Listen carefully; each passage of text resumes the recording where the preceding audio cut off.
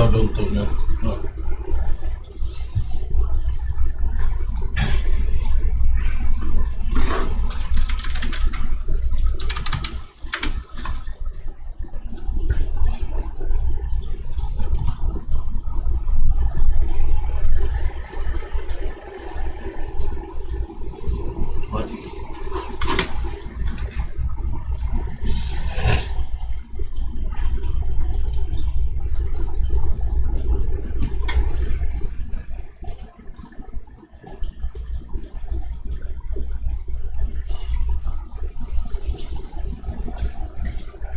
What?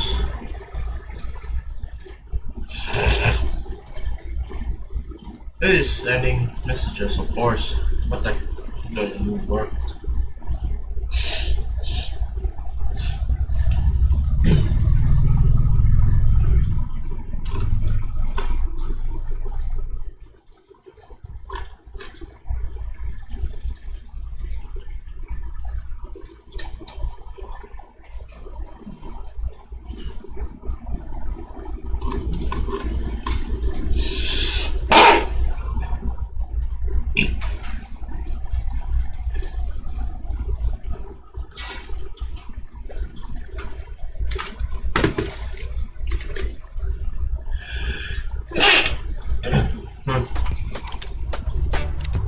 Okay, no mic for this one.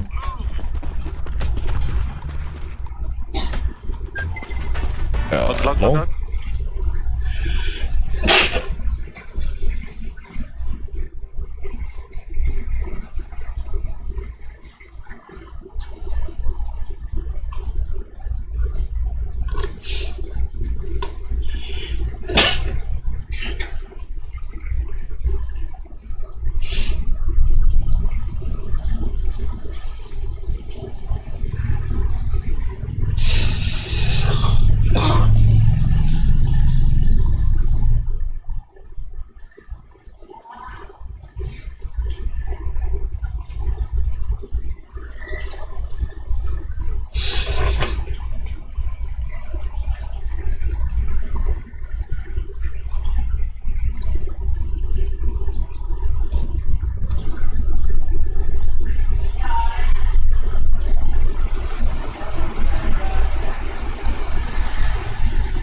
Vài ngày gần đây thì chúng ta có được một cái vụ drama nổ lên về những Minecraft YouTuber lớn nhất Việt Nam, trong đó có Big Shot, Đặc Vụ Cat và Hưng VN. Trong khi tôi ngồi đây 5 tiếng rồi nhưng vẫn không chắc chắn rằng trong cái câu chuyện này 100% ai đúng ai sai. Thì từ đâu ra một cái thằng ếch ngồi đáy giếng không chịu nhìn vào vấn đề từ hai phía xuất hiện ra bảo là Big Shot sai rồi, và ví anh ta là một kẻ ăn cứt. Thằng kia bị dính nghi vấn là ăn cứt. Người mà tôi muốn nói ở đây chính là ACN, một YouTuber chuyên về drama. Ok, dành cho những ai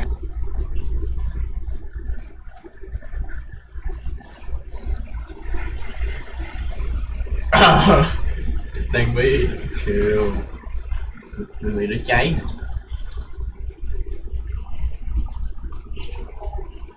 không biết gì về cái vụ drama YouTuber Minecraft á, thì không lâu về trước Big Shot cùng với người bạn của anh ta đã gian lận trong Minecraft hardcore và đăng lên để lừa dối người xem. Sau khi biết được cái việc này thì Hưng VN và Đặc Vụ Cat đã làm một cái video bóc phốt Big Shot. Ban đầu thì hai bên có lùm xùm lại với nhau, nhưng mà sau cùng thì Big Shot đăng lên một cái video xin lỗi và hai bên cũng đã làm hòa với nhau. Tôi nhanh tới thời điểm hiện tại bây giờ thì Big Shot lộn cái bàn lên, tố ngược lại hai người kia là cố tình tạo drama để mà có thể farm tiền, quảng cáo server, công kích cá nhân. Đồng thời anh ta cũng có tố Hưng VN là không liên quan tới server Minecraft Mega SMB mà cũng xía vô để cộng đồng môm chốt thoải mái, tạo một cái cộng đồng toxic để nhắm tới YouTuber khác. Nói chung là nhiều lắm. Sau khi bị tố như này á thì hai người kia cũng bắt đầu chứng minh là mình trong sạch. Nói chung là đá qua đá lại đó, phức tạp dữ lắm. Ok, vậy là tóm tắt drama xong nha. Chúng ta quay trở lại ACN này. Sau khi thấy được drama căng thẳng này thì ACN của chúng ta, sứ giả của công lý, nhảy vô ghế làm một cái video bên vực Hưng VN ngay lập tức và liên tục lăng mạ Big Shot trong video. Vì họ kiếm thêm thu nhập thôi á.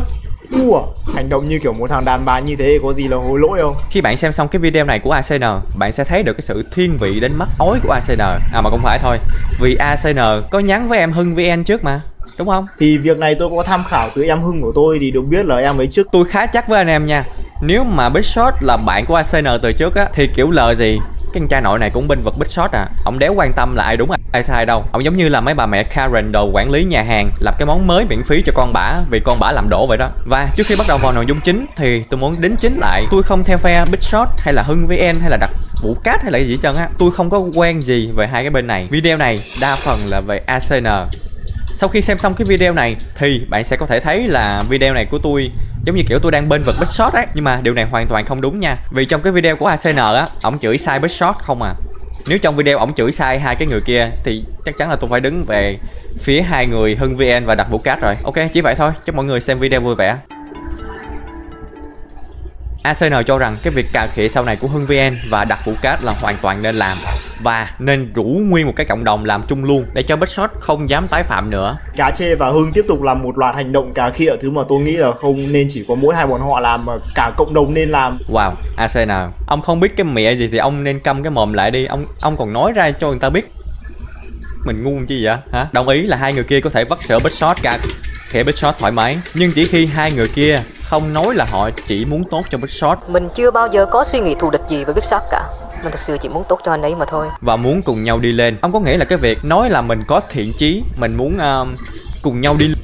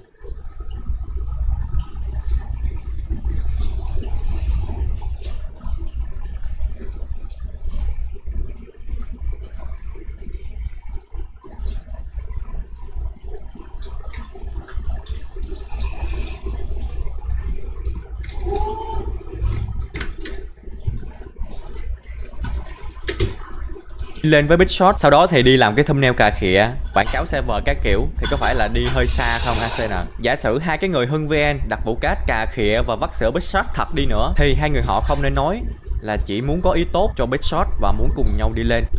Tôi chính là Hades 52 đến từ tương lai đây. Cái thằng Hades quá khứ á, tôi đéo hiểu tại sao nó cứ nói Big Shot, Big Shot, Big Shot hoài à. Trong khi là Big Shot con cá mập chứ không phải là con cá lùn. Ok, rất xin lỗi anh em vì hai cái từ này má nó dễ nhầm thiệt luôn á.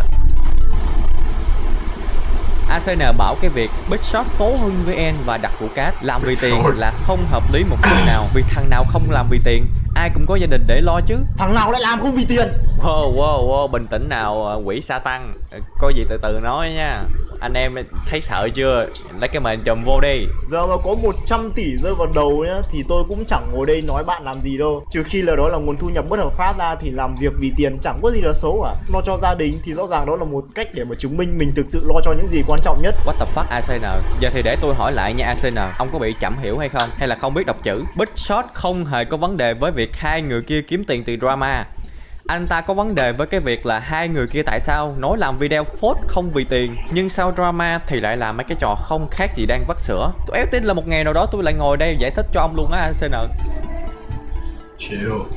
Lúc này Arsenal bảo Big Shot là sai khi bản thân đang kiếm lời từ drama, trong khi tố Hưng VN đặt vụ cát trục lợi. Cái điều buồn cười là anh ta nói rằng là hai người kia đang công kích cá nhân và chuộc lợi từ drama, trong khi là không nhận ra bản thân cũng đang lấy lời từ cái vụ việc drama này và công kích lại hai người đó. Ủa?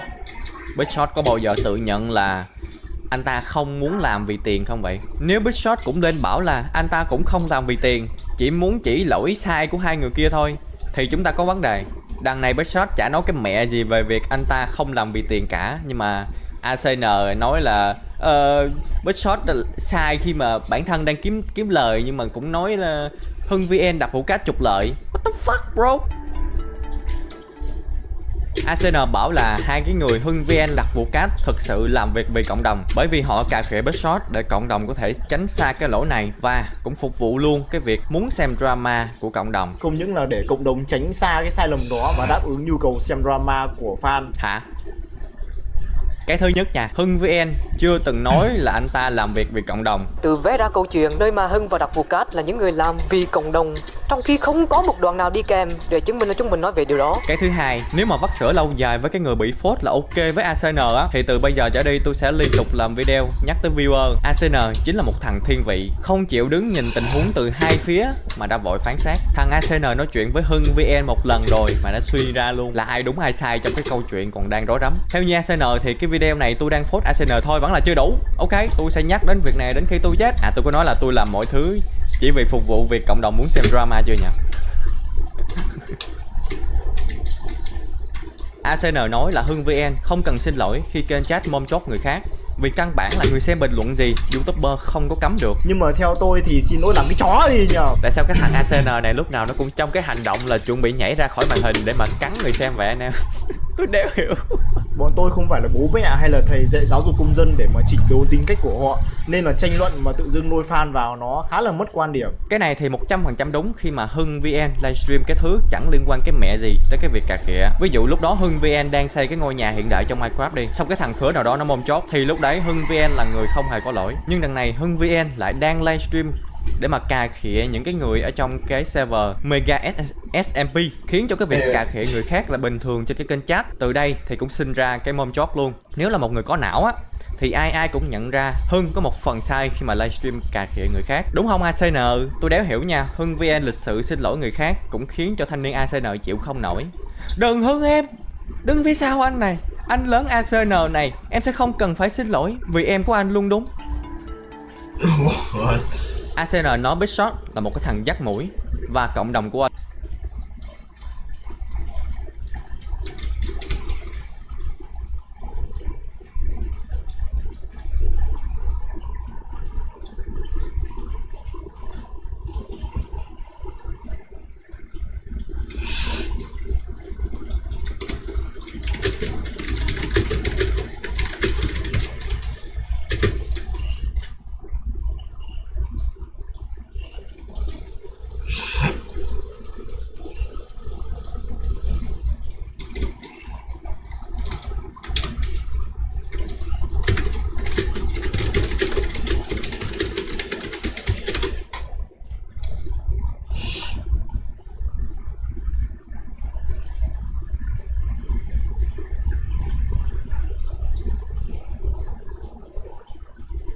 What?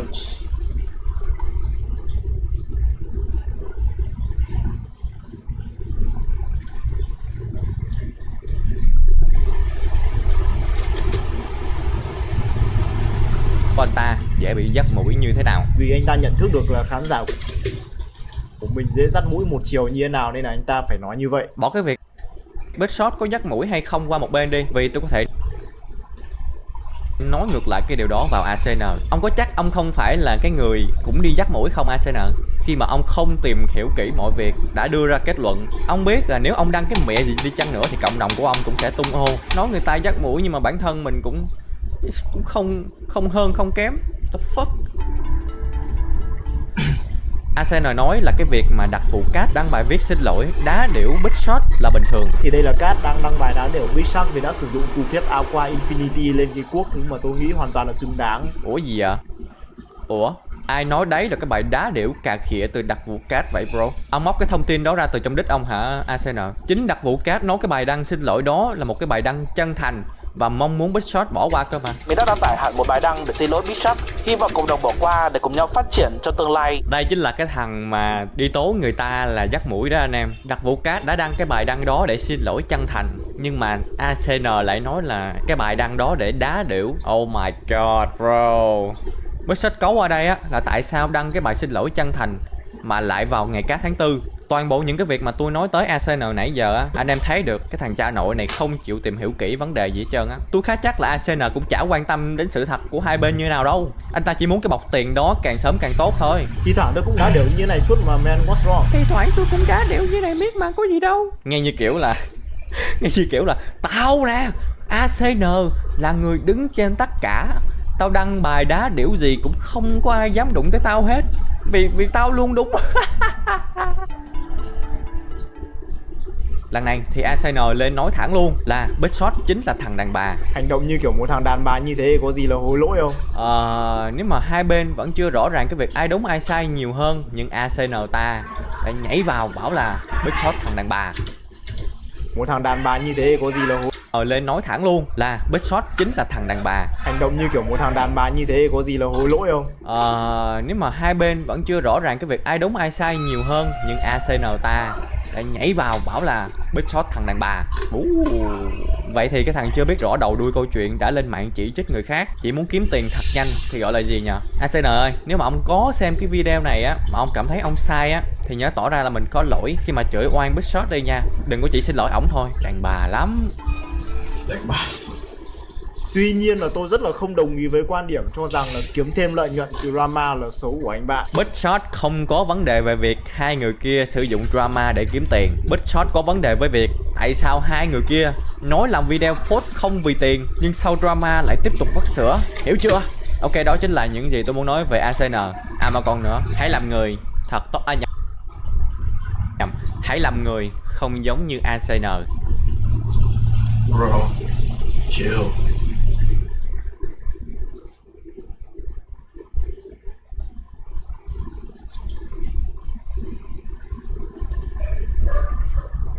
Jack Doherty là một trong những YouTuber bị ghét nhất trên nền tảng, và thật sự anh ta hoàn toàn xứng đáng với chức danh.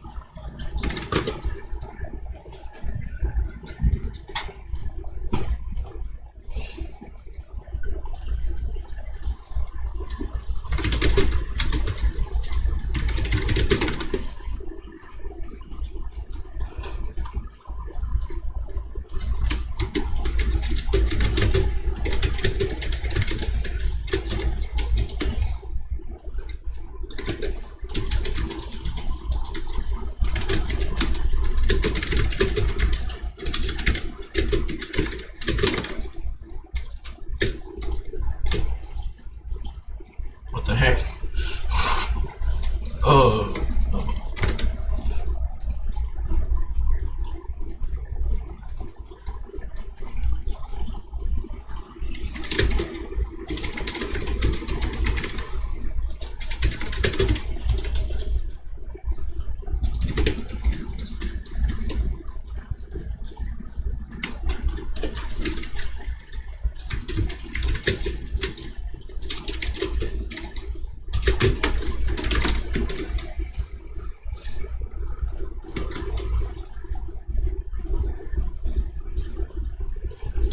Jack Doherty là một trong những YouTuber bị ghét ghét nhất trên nền tảng. Và thật sự, anh ta hoàn toàn xứng đáng với chức danh đó. Anh ta không ngừng làm những trò lỗ để kiếm view, thậm chí là những hoạt động có thể được xét vào hành vi phạm tội, từ việc đi đến Walmart rồi cúp toàn bộ cầu giao điện tại đó,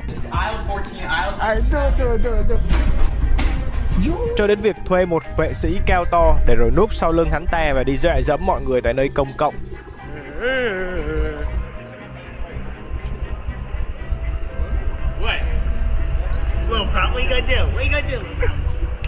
Nghe thì như một trò đùa, nhưng Jack lại liên tục đặt bản thân vào những tình huống nguy hiểm. Và có vẻ như anh ta không hề nhận thức ra được điều này.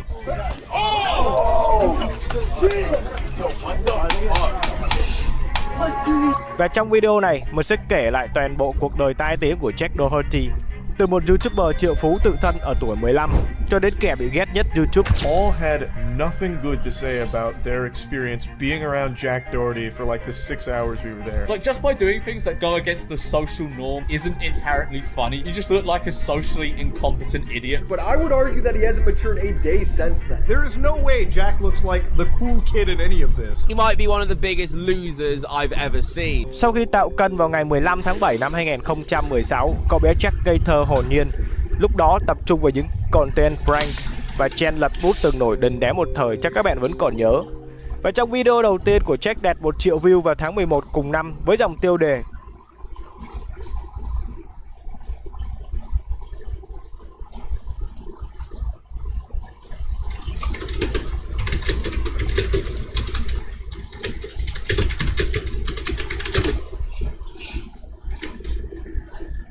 Trick or Treating the Day After Halloween, tạm dịch là cho kẹo hay bị ghẹo sau ngày Halloween. I'm gonna go to like 5 houses or so because I don't want to get in trouble or anything or make anyone look bad, you know. Video đó nói về việc Jack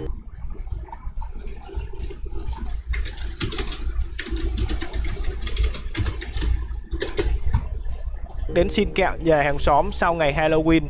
Mặc dù video đó không có gì là đặc sắc cả, nhưng vì sự ngây thơ hồn nhiên của Jack cũng như là Oh mamma mia. Just oh man. I don't think 1K with one person is possible. I can't. Just let me speak when I played this game before. Oh my god, I've been playing for like 41 days in the game. I can literally go for like 1K.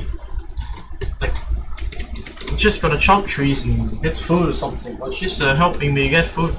It's just easy. Oh my god.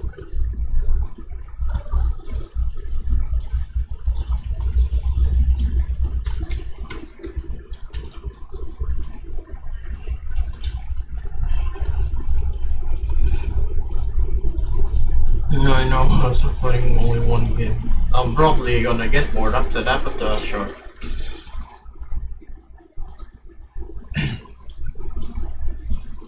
Like, you cannot play alone. This is just not possible. It's not possible. Ay, ay, ay.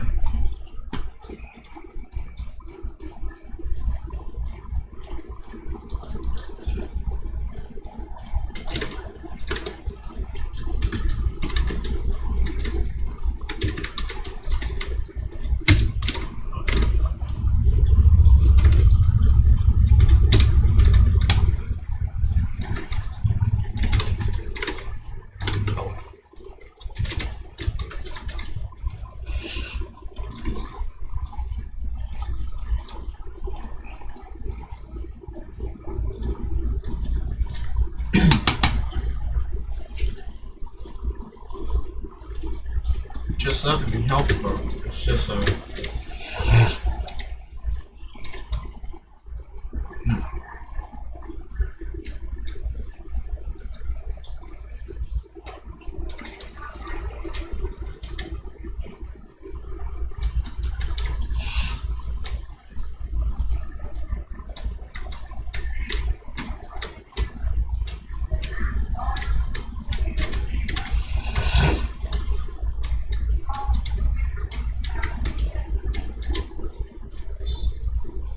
spend two hours spend 2 hours to fight bandage. Oh my god. No. If like there's 2 people, are you even like alone? Are you like playing one player or something? Like there's no way your teammates are still playing. They're probably like sleeping after they died. There's no way you're still playing.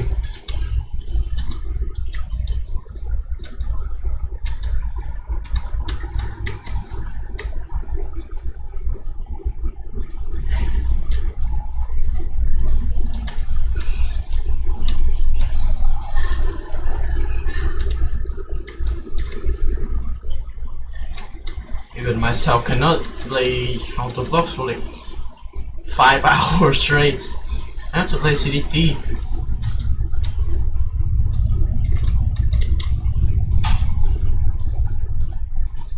I'll play us more.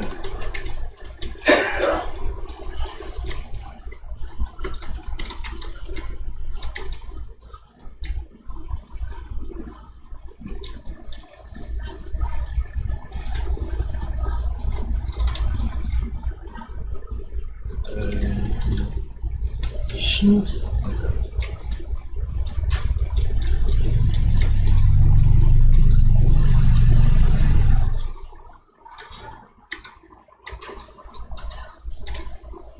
God, I hate you so much, man.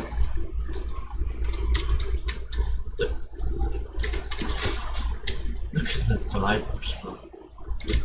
There's no way someone really broke this.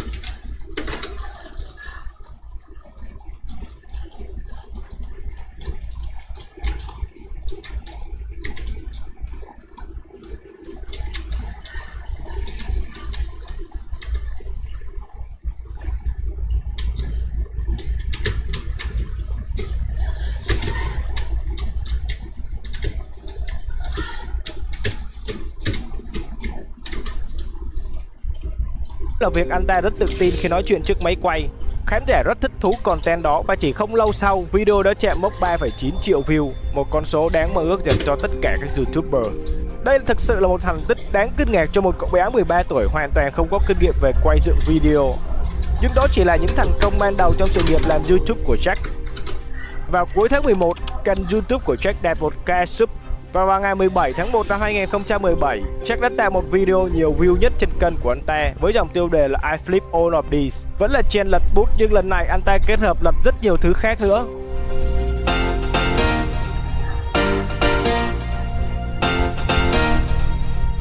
Và video đó đã đạt cột mốc 30 triệu view. Chỉ bằng mỗi một video, kênh của Jack từ 1k sub đã đạt 10k sub chỉ trong vòng một tuần. Chỉ một tháng sau, từ 10k sub, kênh của Jack đã có nút bạc đầu tiên khi đạt cột mốc 100.000 subscribers. Công bằng mà nói, sự thành công từ YouTube của Jack, ngoài khả năng thiên bẩm như cách nói chuyện rất tự nhiên trước ống kính, không thể phủ nhận sự nghiêm túc cũng như khả năng nắm bắt trend rất là nhạy bén. Sau hàng loạt những video thành công từ việc lật bút, anh ta nhanh chóng chuyển qua trend fidget spinner. Khả năng đa dạng hóa content cũng như việc nắm bắt rất nhanh chóng các trend thịnh hành đã giúp cho kênh của Jack tăng trưởng bền vững. Nhưng những content anh ta quay ngoài công cộng mới thực sự là một... What the hell?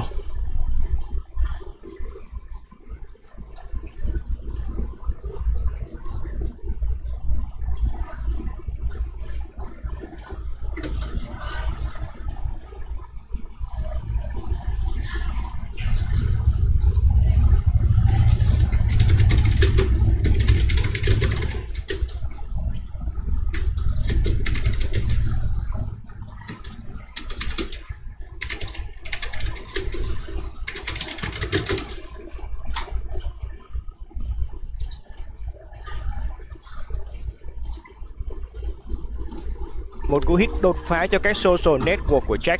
Điển hình là video Flips for a Kiss at a Mall, hay như là video Fake Falling in Public đã đạt 10 triệu view và 2,4 triệu view.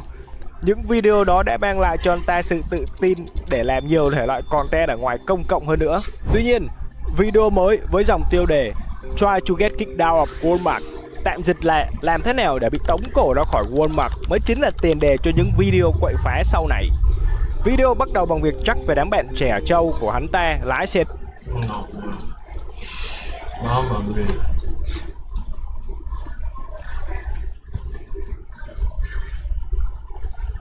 Never mind the water bottle.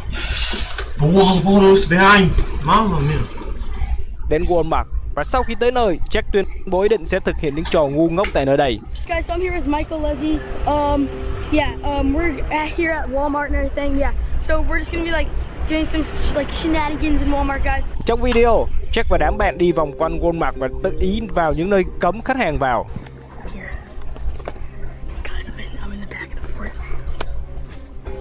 Video đó đã chạm cột mốc 3 triệu view và vì chẳng hề có bất kỳ hậu quả nào xảy ra sau khi video đó được đăng tải, Jack lại càng tự tin hơn để sản xuất ra nhiều video có nội dung độc hại tương tự.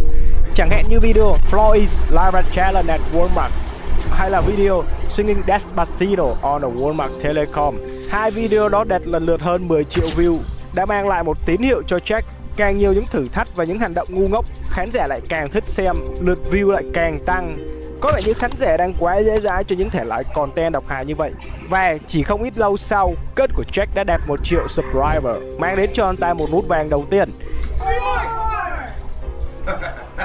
Why is everyone giving me two more! 1 million! Yes! Oh my god, look at that! Chỉ trong vòng 2 năm làm YouTube, Jack từ một cậu bé vô danh đã trở nên nổi tiếng với kênh YouTube hơn 1 triệu sub với rất nhiều những video viral. Và thế là kênh càng tăng trưởng, anh ta lại càng cuốn vào những thể loại content gây rối tại nơi công cộng hay là những hành vi kích động đến người khác. Lúc ban đầu chỉ từ một video xin kẹo nhà hàng xóm rất đối bình thường cho đến video phá phách cùng đám bạn trẻ trâu tại Walmart. Nhưng đáng buồn thay, những video gây rối tại trung tâm thương mại chỉ là khởi đầu cho những content độc hại, thậm chí là có phần nguy hiểm đến tính mạng của những người xung quanh trong những video tiếp theo của Jack. Vào tháng 2 năm 2018, thời điểm mà game Fortnite đang rất thịnh hành, vốn dĩ là một trong những người nhanh nhạy trong các trend, Jack không thể nào bỏ qua thể loại game này được. Thế là các content trong năm đó của Jack chủ yếu xoay quanh thể loại game Fortnite và nó khá là thành công. Nhưng chỉ như thế là chưa đủ. Jack nghĩ ra một trò điên rồ hơn nữa, đó là chọc phá những streamer nổi tiếng nhất trong thể loại game này. Và người được chọn chính là top 1 streamer thế giới, Ninja. Nói là làm, vào ngày 7 tháng 3 năm 2018, Jack đăng tải một video với dòng tiêu đề Trolling Ninja on Tweet 1000 Donation. Trong video đó, anh ta cố gắng chọc tức Ninja bằng việc liên tục gửi donation cùng với những đoạn tin nhắn sặc mùi châm biếm. I donated $240 so far. It's $200 at a time. Since you won't call me dad, I'll call you my dad. Dad, you better play with me after this one. Hey, I donated you $100, Ninja. You better respond. Sorry, dude. I don't know, like, if you live under a rock, man. But I don't play with people that donate, man. If that's your intention, I apologize, man. But I'm not gonna play with you because you're donating money. He's mean. Thế là sau khi biết mình bị chơi khăm, Ninja thực sự rất tức giận và quyết định refund lại số tiền donation. Nhưng đó lại chính xác là những gì Jack mong muốn.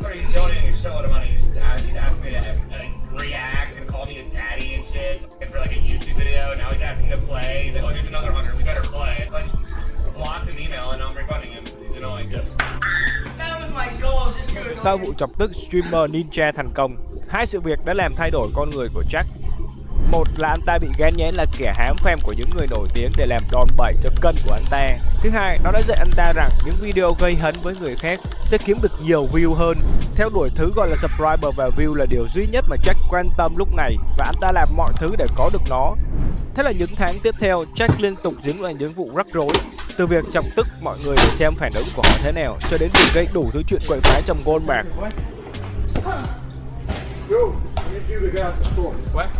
You to get out the store. Sorry, I was just playing around. Hey, you need to get out the store. You need to get out the store. Okay. Ở việc bị FBI điều tra vì hành vi đột nhập vào một lớp học Zoom bất hợp pháp.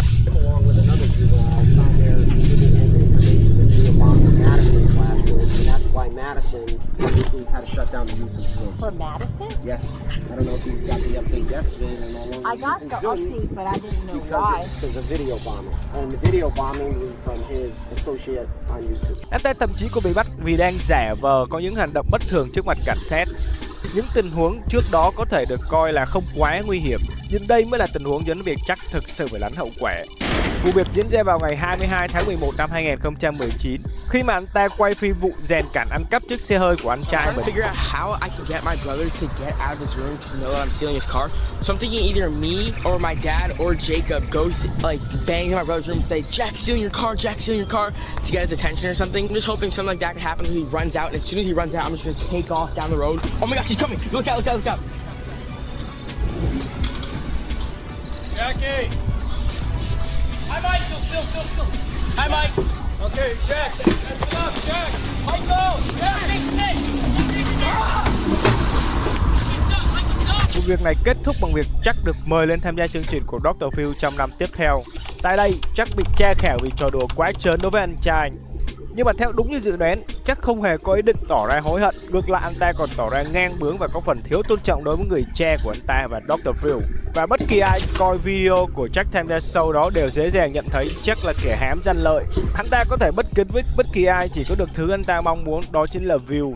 Tuy nhiên, vào đầu năm 2021, độ nổi tiếng của Jack lại đi hoàn toàn ngược lại với lại tỷ lệ view trên kênh của anh ta. Kết quả là những video của Jack trung bình từ hàng triệu view nay tụt xuống chỉ còn vài trăm ngàn view. Trong thời gian này, Jack dường như kẹt ý tưởng, cho nên những video tiếp theo của anh ta hầu như chỉ xoay quanh nội dung và việc anh ta flash số tiền mình kiếm được. Điều này đã khiến khán giả ngán ngẩm với những content thiếu chất sáng tạo. Thế là như thêm dầu vào lửa. Kết của ta bị hack vào tháng 5 năm 2021. Okay guys, so I'm throwing this clip in after I try to post this video because I want to let you know why I haven't posted this video yet, because if you're watching this video, you know my channel got hacked. But yeah, that's basically what this video is about, but I'm throwing this clip in here to say the reason I didn't upload this video earlier is because the hacker got a strike on my YouTube channel. I'll show you right now. Channel violations, active community guidelines strike. It happened. I got the strike because of the live stream that the hacker put on my channel, as you can see right here. For some reason, YouTube rejected my appeal, even though I told them it was hacked, the XRP thing, whatever, that's what hacked my channel. Yeah, I wasn't able to upload on my channel for a week because of that. Số lượng subscribers không hề tăng trong một thời gian dài, không có ý tưởng sáng tạo, thêm nội dung mới cộng với việc kênh của Jack bị gắn lỗi vi phạm do bị hack đã đặt Jack vào một tình huống không mấy thoải mái. Có thể nói anh ta đang trải qua một trong những thời kỳ khó khăn nhất trong sự nghiệp content creator. May mắn cho anh ta, Jack đã tìm thấy một chiến thuật hiệu quả để cứu lấy con tàu đắm cho cả team của anh ta. Nhưng đáng buồn thay, việc đó đã hủy hoại hoàn toàn danh tiếng của anh ta và thậm chí còn đặt mạng sống của anh ta vào những tình huống nguy hiểm. Vào tháng 1 năm 2022, Jack đã thực hiện hai sự thay đổi lớn cho sự nghiệp kiếm tiền online. Một là anh ta tạo ra một trang web riêng, nơi mà Jack quản lý những cô gái đẹp nóng bỏng. Và hai là anh ta chuyển ra làm những dạng video ngắn. Những bước đầu tiên dường như có vẻ không mấy thành công, nhưng khi đã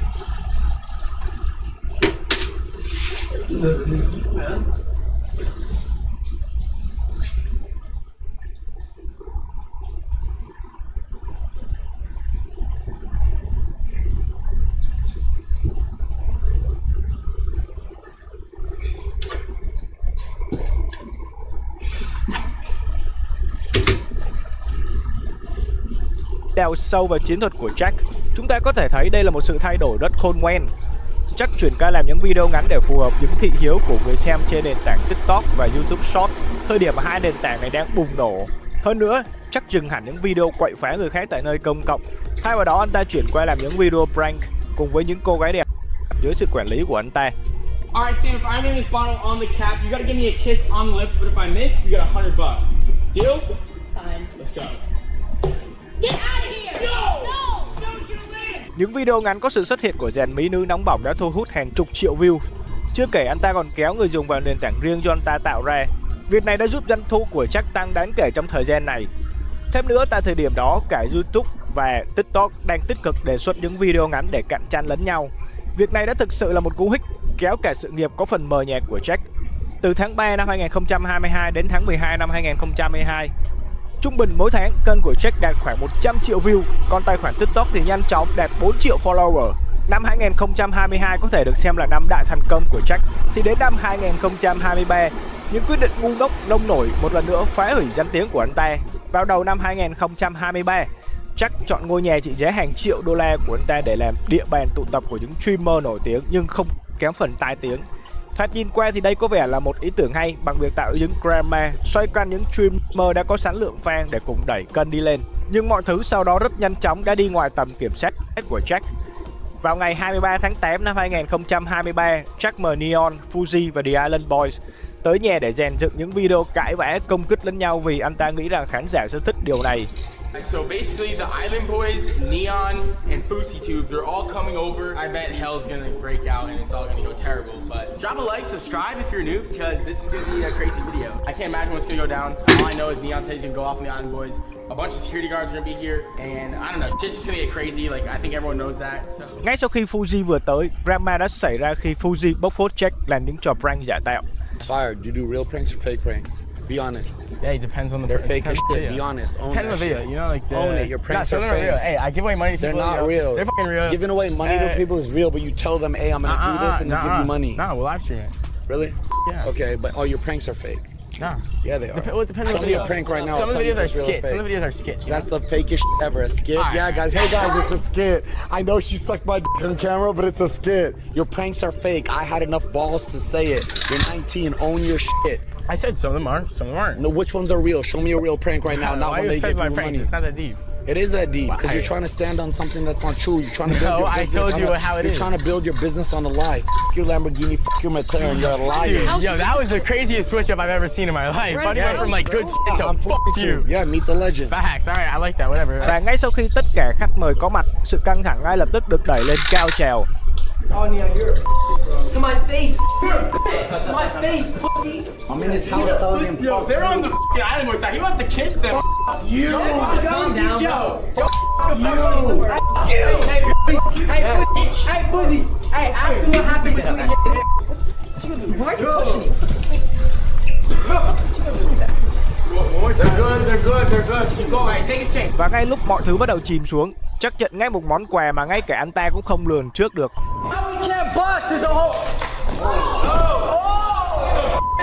I slapped the dog shit out of you. I slapped the dog shit out of you.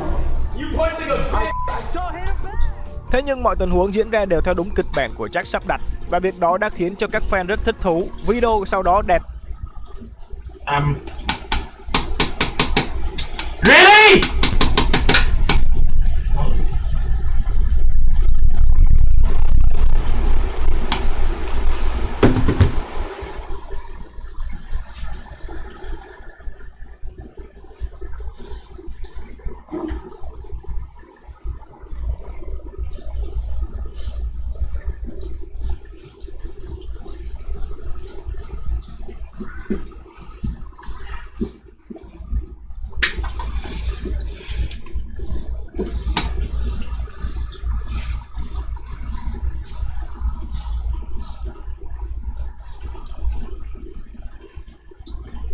hẳn 4 triệu views. Sau việc đó, chắc nhận ra việc kết hợp những streamer nổi tiếng trên nền tảng Kick sẽ được nhiều khán giả chú ý hơn, và anh ta cũng quyết định sẽ tham gia luôn vào nền tảng này để tận dụng tối đa thu nhập. Lạ lùng thay, lại có rất nhiều người hứng thú với thể loại video có phần bạo lực giữa Jack và những streamer khác. Thế là như cá gặp nước, Jack lại càng tích cực đào sâu hơn vào những dạng content như vậy. Vài ngày sau, Jack quyết định livestream trên Kick, dựng lại tình huống xung đột giữa Jack và Fuji để kiếm view từ nền tảng này. Hey! Oh my god. Hey, then leave. Oh, you touched. Oh. You're next though, once I drop your bitch. Zerka won't leave my house. You're watching. McKinley's literally in my room in the shower, and Zerka fucking snuck in my room somehow. I don't know how he got into the passcode. Locked. Look at this dog shit, motherfucker. He's Fusi. He ripped my sign down, guys. Look.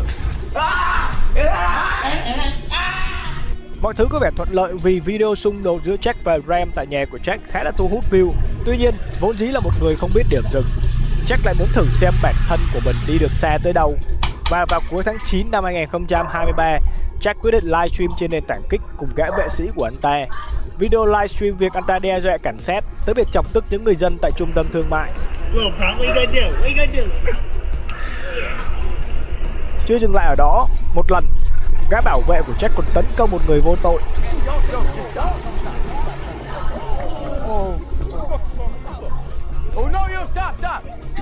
Có thể nói rằng mỗi nơi Jack đi qua đều có những xung đột và những rắc rối xảy ra ở đó. Và hành động lần này chính thức đẩy Jack vào vai kẻ bị ghét nhất YouTube khi mà hắn ta có những hành động bạo lực trước mặt trẻ em. I didn't say any curse words. What'd I say? What'd I say? You got a stupid shirt on over there. Yeah. Your kids can't read though. Your kids can't read, can they? I'm sure your kids watch. You started talking to me, buddy. You get away from me. Watch your kids. Go walk away.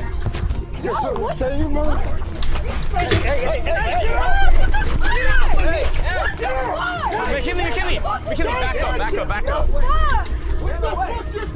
Dường như Jack đã đi quá xa, và nếu như anh ta không cẩn thận, anh ta không chỉ làm hại bản thân mình mà ngay cả những người thân của anh ta cũng bị vạ lây. Và sự việc đó đã xảy ra vào ngày 11 tháng 11. Jack đã làm cho bạn gái của anh ta phải nhập viện do vụ tai nạn trên xe golf.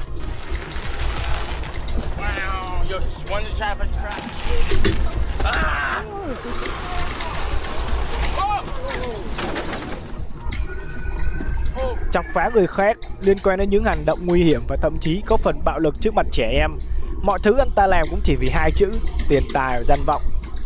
Ok, well, và như các bạn biết đấy, thế giới internet là như vậy.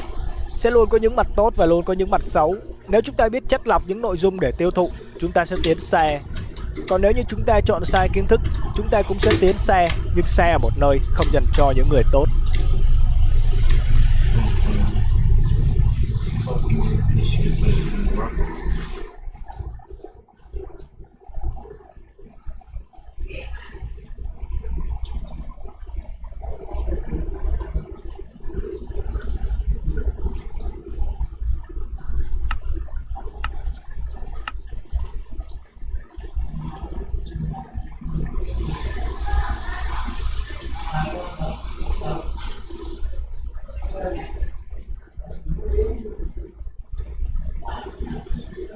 It's the main stage of I Am Cologne. G2, the latest super team of the Summer Player Shuffle, has just lost to Saw, who are breaking the barriers in CS2 for Portuguese Counter-Strike. Counter-Strike worthy of I Am Cologne. The return. In another opening round, Team Spirit are the biggest breakout team. We are so back. Look, my fans used to send me a lot of Minecraft escape rooms, which is so sweet. So one day I decided to make fun of all their hard work in front of millions of people on the internet. And yeah, I felt really bad for cyberbullying my audience. Until you guys sent me over 300 more! From massive towers to tight spaces, smart ones, dumb ones, really dumb ones, I have literally had to discover multiple new glitches and fire every neuron in my brain at once just to comprehend these. This was the most mechanically absurd video of my life. But the question remains, did any of you learn from my last debunk video? Did you finally make escape rooms that I couldn't make fun of? Well, you'll be surprised to find out that no, not really. So it's time for round 2.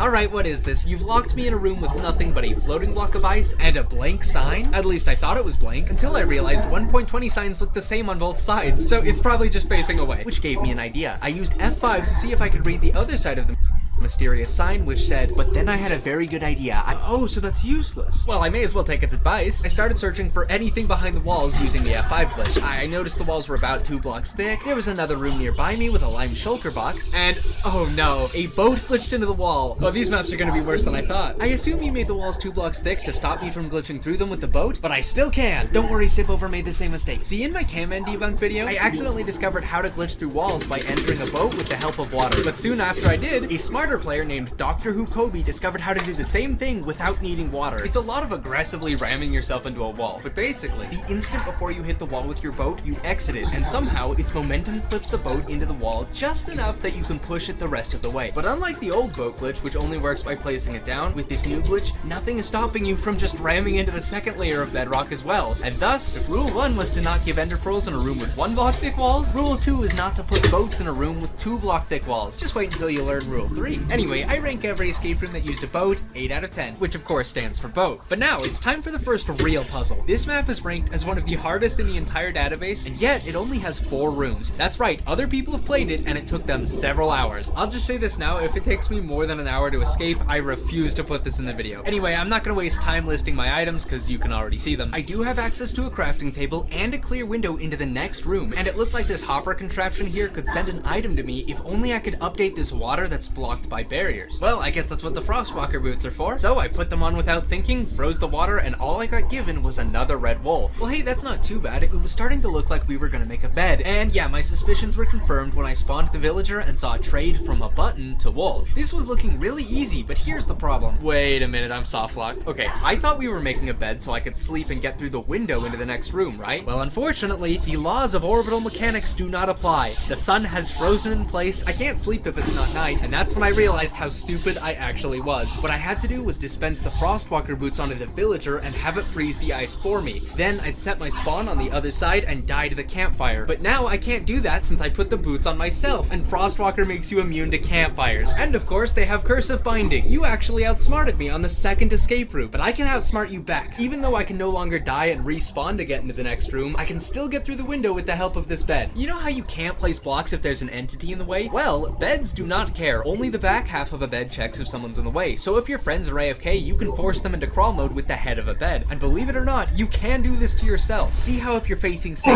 east, then the bed gets placed from west to east. Well, if you switch your head to face west in less than a tick, you can still get it to place west to east and hit you in the head. So after increasing my mouse sensitivity and practicing for a bit, I was ready to test it by trying to steal the crafting table in the wall. I had to jump, travel forward while rotating my head to click exactly the right spot, but it worked. Then I took the crafting table to the main window so I could execute the trick again without having to jump this time, and not only had I escaped a soft lock, but I had a block to spare. I love this bed so much, I'm gonna cheat.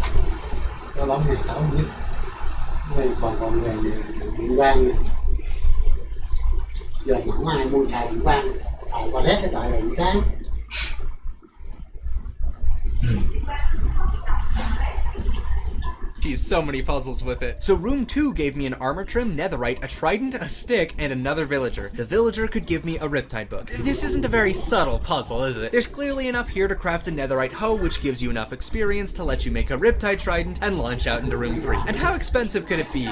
No! Give up my prized bed for a trident? Never! Actually, I tried literally everything else. It took me hours. There's no other way out. So I gave up the bed, made another right hoe for the achievement experience, and forged a Riptide Trident so I could catapult into room 3, only to find that the dropper in room 3 had a boat. Okay, whoever made this has not been paying attention. But yeah, once again, 8 out of 10, which of course stands for bed. Now, I'll be honest, I'm kind of nervous for what's coming up. Listen, exact same way I did a second ago, but hear me out, I might be able to hit myself in a crawl mode in midair. So as long as I time my jump with when I hit this torch, like, not like that. Yes! No, why would you fall? You were this close! There we go. Now, how do I get you out? I need the sticky piston here, but facing down. I have a kind of funny idea. Okay, put the torch here, and then face it at this angle. Yep, and then power it from the top. Perfect. Then we can push it into the corner, then we can push it up, and pull it out of the room. Nice! At this point, I'd basically solved the escape room. I just needed the netherite block here, and I could escape. Just kidding, the exit is fake. What?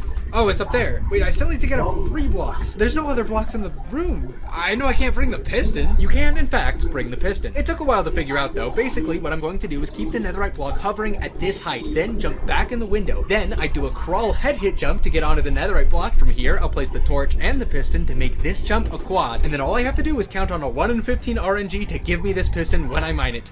Yes! The gods have blessed me. Oh, wait, I need to bring the torch to power it, right? Eventually, I did make it up. By cheating, I powered the piston one more time to get out and escape. 1 out of 10. The 1 stands for I lied to you. The fake exit wasn't part of the original map. I added it myself just to flex that I could bring the piston out. I'm gonna count that as a debunk, which means there's only 1 map left to play before Kobe's Gauntlet.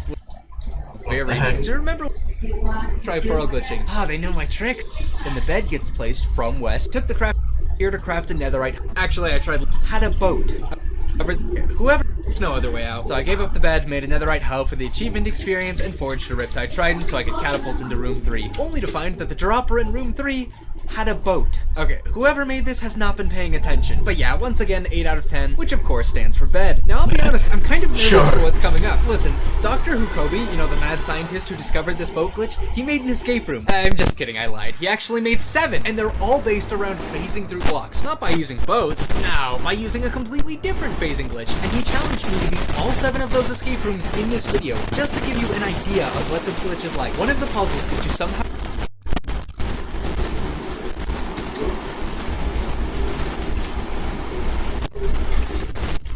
get out of a fully sealed 2x2 room with no windows with the following items. Ready?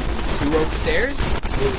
See why I'm nervous now? Since I'm definitely not ready, I'll say that once I've debunked 7 other escape rooms in this video, I'll take on his challenge and complete the disconnect glitch gauntlet. So far, we've done 2, so let's get to work. Starting off with this weirdly shaped room where I'm stuck in a small cavity. I'm standing on a grass block, but otherwise, I don't really see anything around me, so I guess I'll just break it? Oh, no. Hang on, let me just check the replay file. Oh no, look. Apparently there's this room above me with signs that's meant to mock me if I try pearl glitching. Ah, they know my tricks. They outsmarted me. They finally stopped me from pearl glitching out. But only on one side. I'll rank that 3 for Ender Pearl. Next, okay, I'm told this next escape room is very hard to understand. So let's turn on our brains for this one. Focus. At the end of this hallway is a chest, and inside it is planks, coal, glass, gold, string, and broken powder shell, and prismarine brick, piercing through book, wrought eye, footstone, membrane, glowstone, fishwort, arrow, shulker, spawn egg. Do you ever feel like a plastic bag? What? Well, anyway, I immediately started mapping out every combination of these items' interactions with each other, looking through the timelines of every crafting recipe, smelting recipe, potion, stone cutting recipe to figure out how every item came together, and I figured it out. First, you make a crafting table, then you make a boat. Boat out of map, boat out of 10. Alright, enough of these broken maps. Time to play something competent. This is probably my favorite map to date, because it managed to teach me something very new. So remember when I got one of my old videos debunked? I thought it was impossible to break blocks that a piston was moving. This looks so simple, but it's literally unbreakable. Turns out it was possible using a very obscure technique called moving your mouse by 1 centimeter. So this entire escape room is based on my biggest mistake. Every level is breaking through sliding doors that are better designed than the one I made. Just as a reminder, when you're mining a block that's sliding between spaces, you start to break the block behind it for a split second, which resets your mining progress over and over. So to break through a door like this, I'll have to mine the top block, since that's the only block where there's an empty space on the other side of it, meaning there's nothing there to reset me. Side note, to this day I still see people uploading that old inescapable sliding honeycomb trap and pretend like they just invented it, and every time I see it I just yes, inescapable. Anyway, with this knowledge, level 1 is already solved. What, you think this little lower block is stopping me? Look, you know how we need water to survive, right? Well, these guys need redstone. Remember kids, it's only homicide if you kill a member of your own species, and I'm not a dork. Level 2, my inventory resets, but survive, right? Well, these guys need redstone. Remember kids, it's only homicide if you kill a member of your own species, and I'm not a dork. Level 2, my inventory resets, but I get a rail, a piston, a pressure plate, and of course the barrel. This time the door has blocks directly on the other side, so I can't just mine through it like before. This is really not a lot of stuff to work with. Okay, you might be thinking I could push through the door with the piston, which would probably work in the real world, but in Minecraft the piston faces towards you when you place it. Since we need the piston to face the door, I'd practically have to be standing inside the door when I put it down. That is, unless I have a second pushable block, and I do. Pistons can push rails, so I tried it just to see what would happen, and it did this. The pistons didn't stop, but now I can do some chicanery. Do you remember when I said I'd have to be standing inside the door? What do you mean this PC?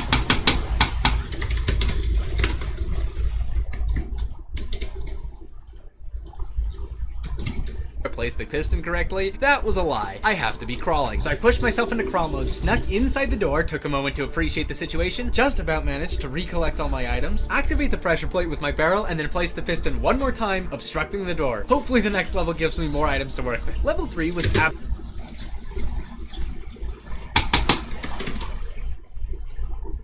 absolutely covered in paintings, and behind every painting has a container brimming with random items.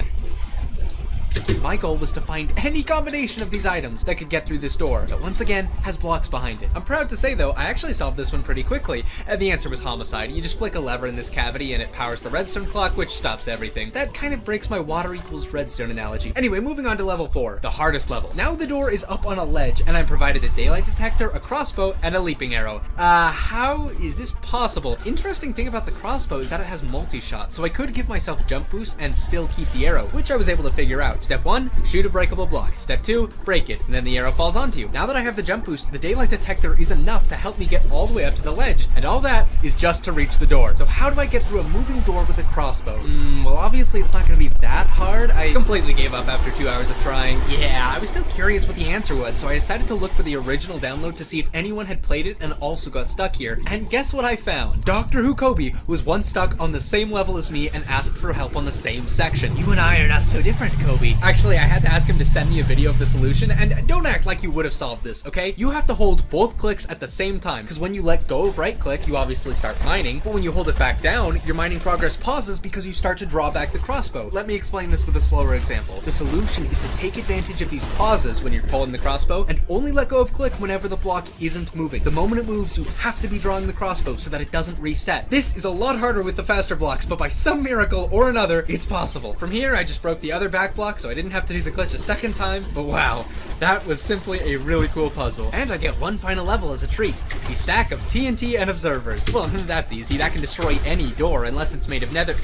Okay, this is meant to be the hardest level, but I actually solved it 3 years ago. Kinda. Way back when I was trying to debunk the idea of an inescapable prison, I reminded people how any block can be blown up while it's moving, no matter how powerful it is. If bedrock could move, you could blow it up. The only hard part is the timing. The door slides only every 12 seconds. I know TNT is on a fuse of 4 seconds, and it takes about half a second for one TNT to start lighting many others, so I placed the TNT, listened for the movement, and waited 7.25 seconds before lighting it, and I got it first try. Funny thing is, that actually blew up the button I needed to get out of the level, but it ended up turning into a kind of accidental bonus puzzle. Well, you can't lie, that was a lovely escape room. Wait a minute. If these command blocks here teleport you to each of the levels, then what are those command blocks? Oh shoot, there's a top secret final level. It doesn't even give you any items. It's just moving glass with glass behind it. Somehow this was possible to break through with nothing in your inventory, and neither Dr. Who Kobe nor I could figure it out, so I had to ask the map creator a couple questions. First, what's the solution? And second, to discover this, did the injector snore? The solution requires you to become a master of block breaking mechanics. Yes, the mechanic that is so simple, it is literally the first 4 letters of the game. This is a combination of 2 block breaking glitches that I already knew. One is a glitch where if you hold your mining button down, you can alternate between aiming at and aiming away from a block, and your mining progress won't reset. You can try it yourself, just make sure not to aim your crosshair at another block or it will obviously reset. Now this glitch alone would be enough to break through the door if there was an empty space off to the side of it. Obviously I would only move down to damage whenever it's not moving, and just before the block slides, I would look away. Unfortunately, this air gap here was just added for demonstration and doesn't actually exist. In the real map, if I try moving my crosshair away from the door in any direction, I hit the bedrock, which resets my progress. Bringing me to glitch number 2, the hotkey F3 plus T, which just resets your textures, but can be abused to continue mining things even if you let go of your mouse. People normally use this glitch to go AFK while mining something, but the fun part is that during the moment the Mojang logo pops on screen,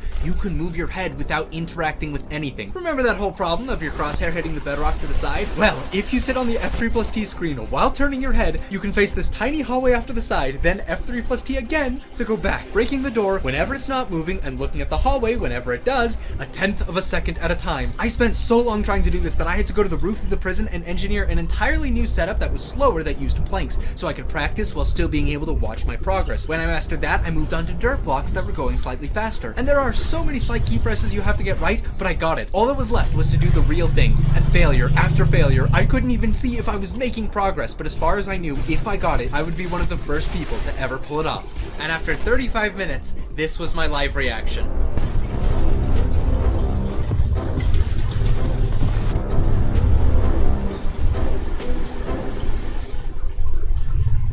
What? No! That's possible! Oh my gosh! Dude, I need a break. You know what, I'm gonna finish the rest of this video later. Yeah, that one's getting a 0 out of 10. Ken, what do you mean? These puzzles were so cleverly crafted. How could you give it a 0? Oh, don't you see? It was so good I couldn't debunk a single part of it, so it doesn't count. It was useless to me. Oh, and the 0 stands for, obviously, the best one. By the way, seriously, if you want to play any of the escape rooms in this video, you can find all of them in the link in the description. Except for one, because one map was sent to me in top secret. I'm serious. This one guy sent a private video from person to person until it reached one of my Discord admins, who sent it to me. The video described a 25 5-level escape room that the creator spent months building. Nah, I'm just kidding, it didn't take that long. He spent months just patching its weaknesses. To play it, within 24 hours, I had to friend an account to gain access to extra instructions and the world file. And finally, I could play this mysterious escape room I supposedly couldn't debunk. It started very simple. There was a hidden string puzzle where you make a wall block, throw a glitch into the ceiling with ladders. I saved as many ladders as I could, of course, but I pretty quickly found out the gimmick. Every room has this pressure plate at the end of it that clears your inventory of certain items. Seriously, every level, I would make an effort to spare a couple items to cheese later puzzles, and then lose them. I tried throwing items over it, the items get killed. I tried breaking the pressure plate, it politely declined. And I couldn't place any spare blocks on the other side because the halls were filled with invisible block 36 to stop me. This was getting slightly frustrating until level 7, when it got really frustrating. The chest in this room contains a mushroom, dirt, and 4 bone meal. You'd think I'd have to grow a mushroom to progress in this room, but okay, as tempting as it is to just leave, there's clearly this end portal frame in the wall inviting me to do something. There was nothing visible inside it, nothing in the lava, and nothing on this ledge, but F5 told a different story. There was a chest behind the wall, and I may be able to access it. Of course, I thought, I need to grab the hidden item in there before I move on, and giant mushrooms can destroy portal blocks. This should be the best place to grow it. Of course, I only have 4 bone meal, so let's cross our fingers. Thank you, RNG. Well, this is a soft block. I think a normal person here would probably give up, but I'm neither normal nor a person. I'm a cross our fingers. Thank you, RNG. Well, this is a soft block. I think a normal person here would probably give up, but I'm neither normal nor a person. I'm a door. So I carried on. Somehow, every room was still solvable so far. There was always enough items to move on. I was clearly supposed to be saving some of the items for future puzzles, but as long as I could keep going, I did. The puzzles felt like zombies. I wasn't solving anything really, just traveling through bedrock rooms with the wrong set of items. That was until I had a very good idea that I should have had a long time ago. Hold up, is there anything stopping me from just putting my items in a chest? I feel like I could probably still reach it from the other side of the inventory clear, right? Oh, no, that works. Oh my gosh, why didn't I figure that out before? Now I had a way to bypass that stupid item gate. Oh, and good thing I discovered that before the next room, because this upcoming room has a boat, and I want it. How do I get past this? I want it. Then I can survive if I jump in the lava and enter the boat in time, and there is saturation in this room, so I'll fully reset my health. Okay, nope, not if I forget to jump. Okay, like this. Perfect. This is fine. Okay, now this upcoming part looks like it's going to be boat parkour in the lava. However, I think one boat is more valuable than one block, so I'm going to take the easy route across the side. It would be a lot easier if the rules didn't prohibit disconnect glitching. Fortunately, though, I did end up making it onto the block. Actually, I died, but I re-recorded it until it worked, and then I made it to the end and used my new chest exploit to preserve the boat just in case it would have cleared. Now I was more powerful than ever, and just in time too. This was the room it was all leading up to. Whatever was behind that portal frame was supposed to be used in here, and you know how I can tell? Observe. I have enough iron nuggets in this room to make shears. I have 2 snow blocks and a shovel. Everything one would need to collect snow from a snow golem, except for its head. Normally, this would be the end, but not for me. With the power of the boat, I can ascend 5 blocks up at a time, making up for all the blocks I would have lost. The odds were back in my favor. What is this room? 3 sticks, TNT, ice? More like boat, boat, boat. And if you thought the boat was nice, oh, gravel and a 3rd iron ingot. Rule 3 of escape rooms: if I have access to a crafting table and water, do not give me 3 iron ingots. Now, I had the most powerful item in escape rooms. Heights, lava, it doesn't matter. Nice damage boost jump you got there. It's too bad I don't care. I was on top of the world until... No way, this is a barrier maze. Honestly, I was really disappointed until I learned a surprisingly rare use for water. I can use it to solve the maze for me. It shows me dead ends before I ever get to them. This makes it so much easier to visualize. I can already confirm all the paths here are dead ends, and I don't have to worry that I barely missed something. It's such an intuitive use of water, it's probably why they added it to the game. The next major obstacle was a hidden tunnel under a solid chunk of lava, which again is no match for the bucket. But then I found the one thing again! I'm doing, bro! Oh my god!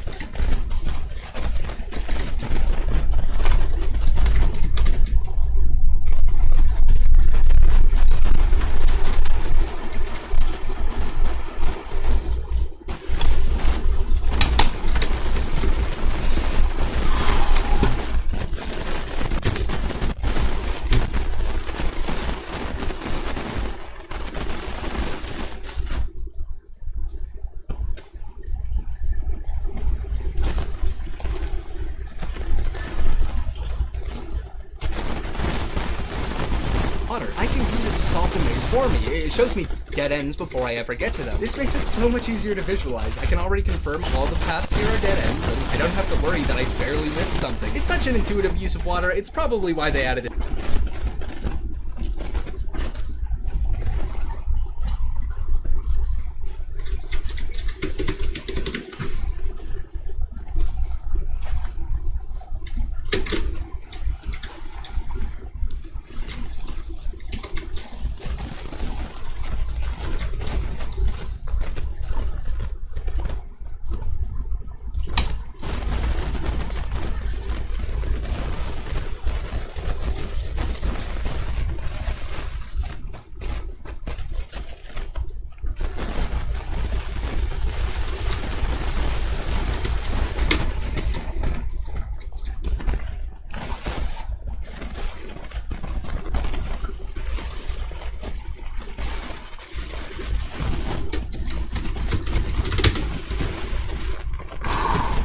It's the game. The next major obstacle was a hidden tunnel under a solid chunk of lava, which again is no match for the bucket. But then I found the one thing water cannot get past: a fully sealed bedrock door with no window.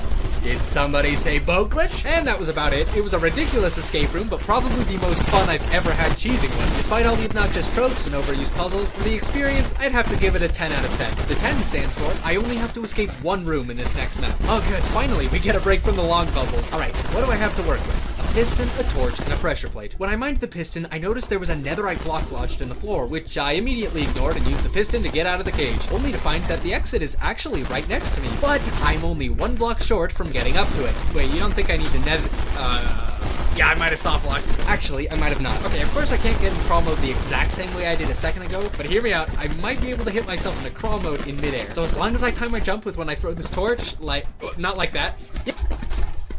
Yes! No, why would...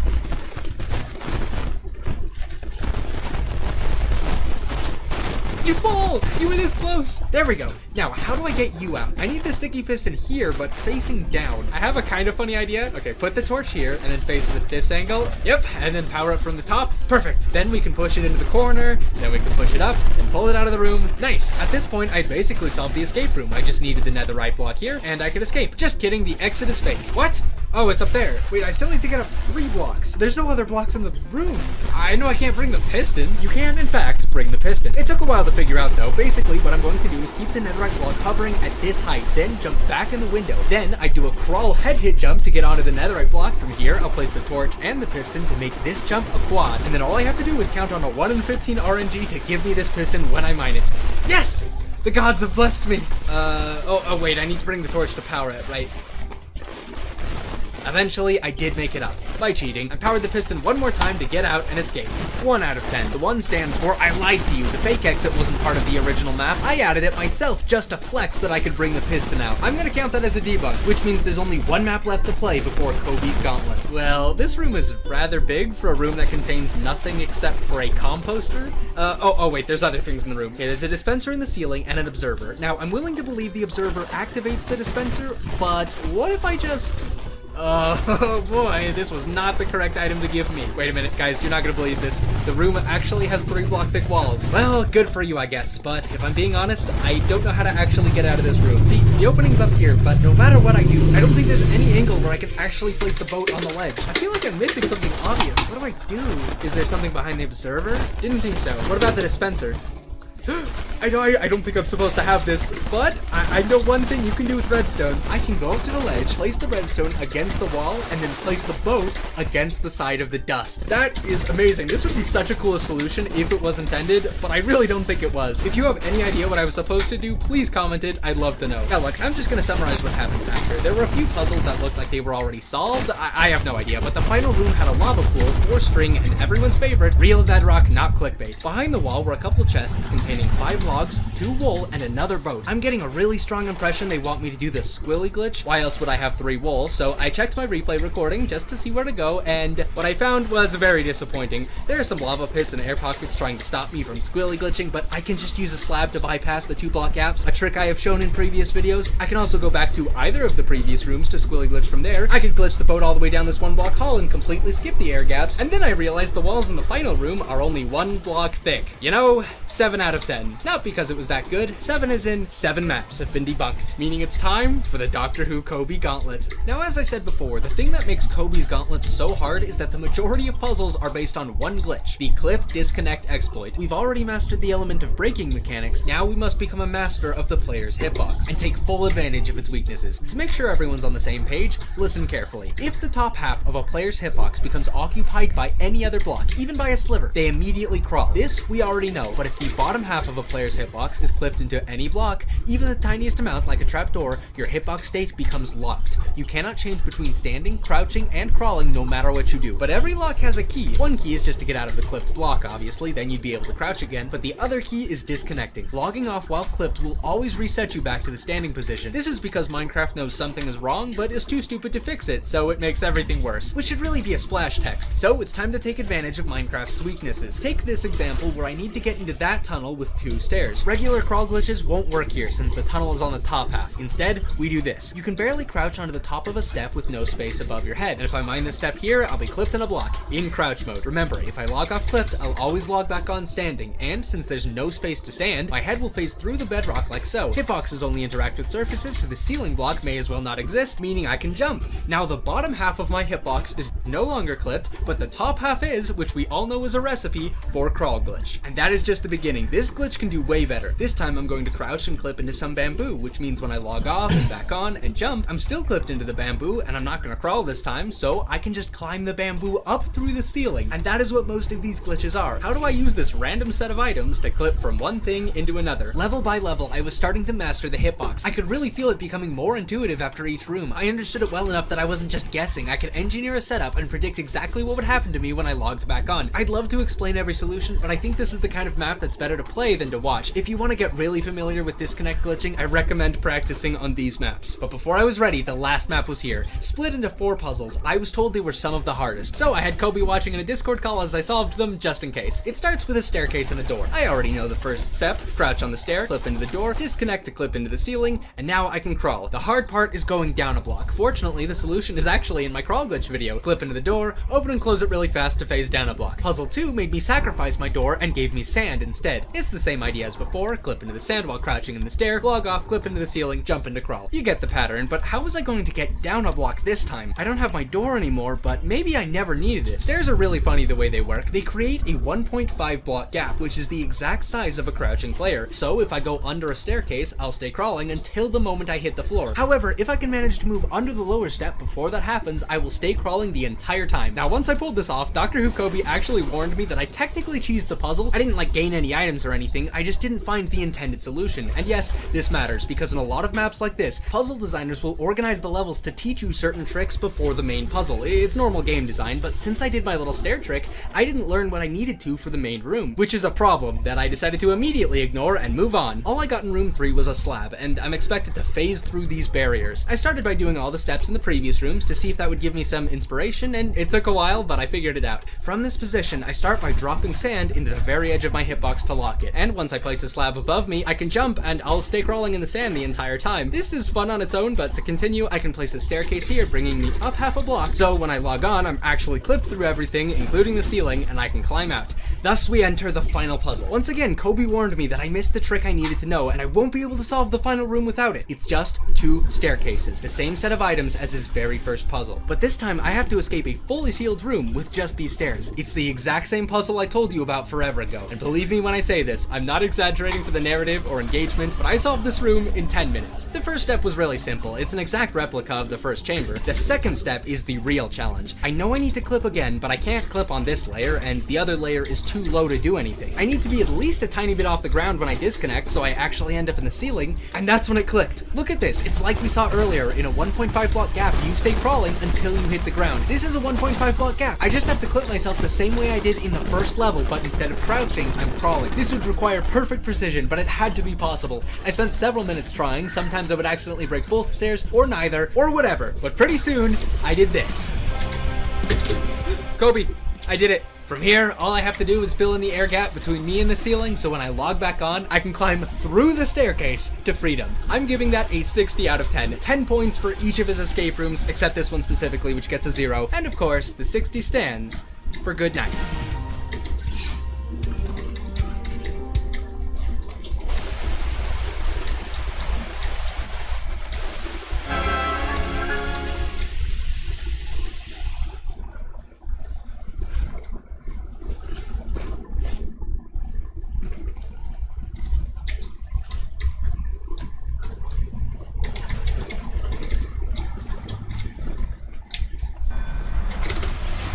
Kaiser chúc mừng 10 người đại thắng chuyến đi Mỹ. Xem phim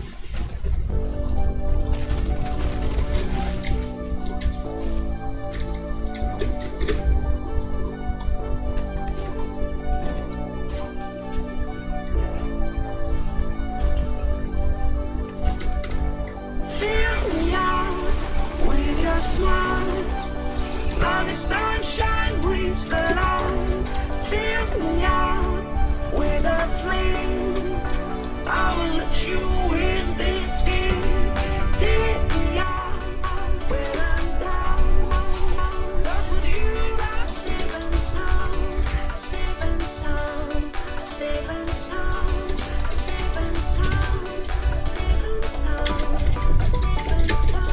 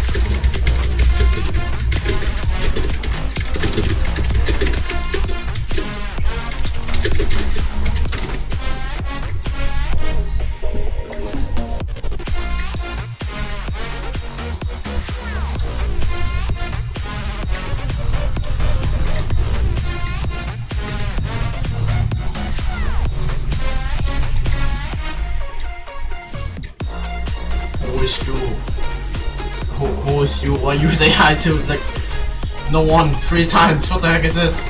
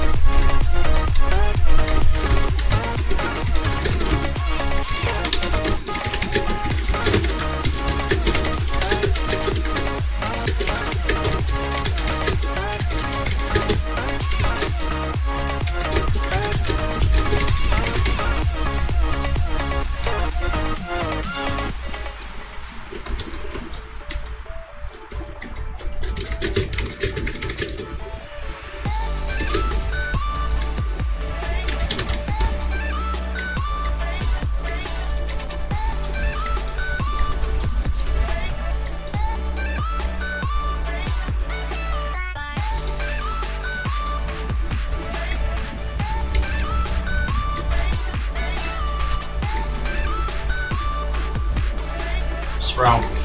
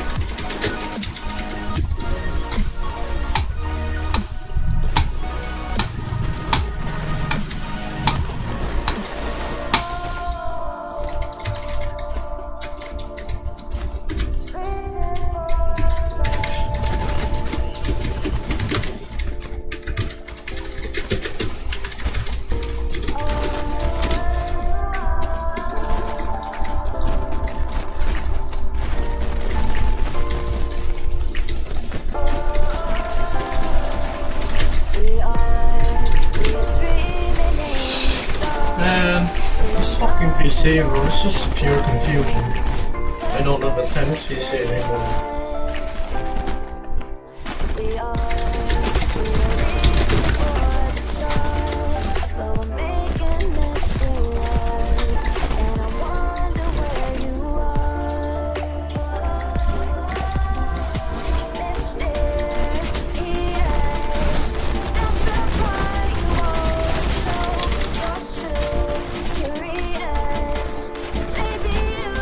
Take it slow,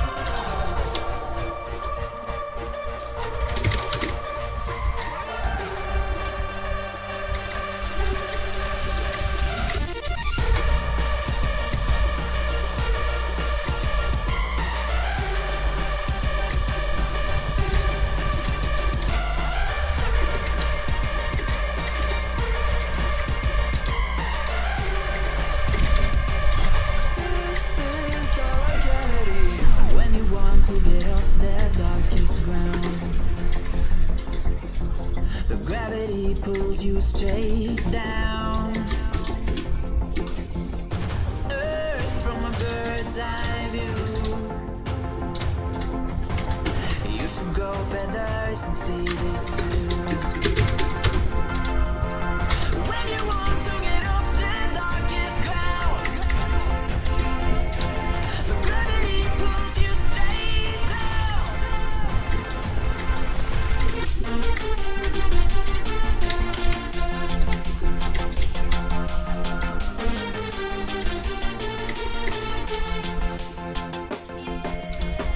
When you want to get off the darkest ground, gravity pulls you straight down, down.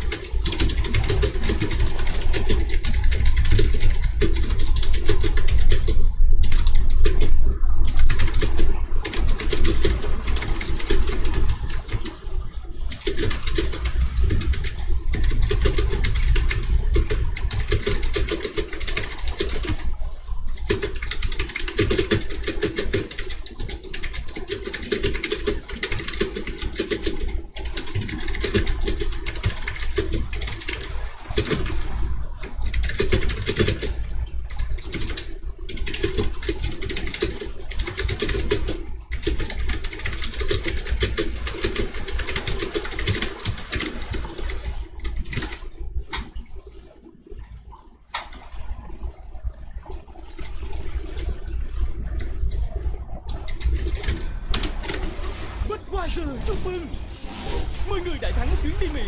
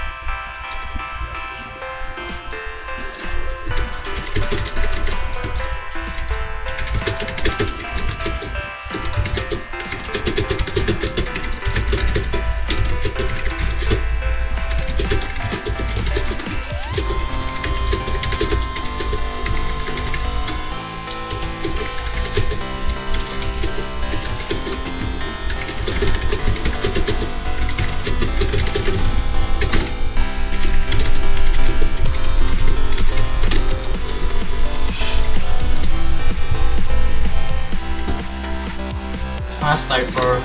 It's actually fast. Hello, Ziggy. Oh my god.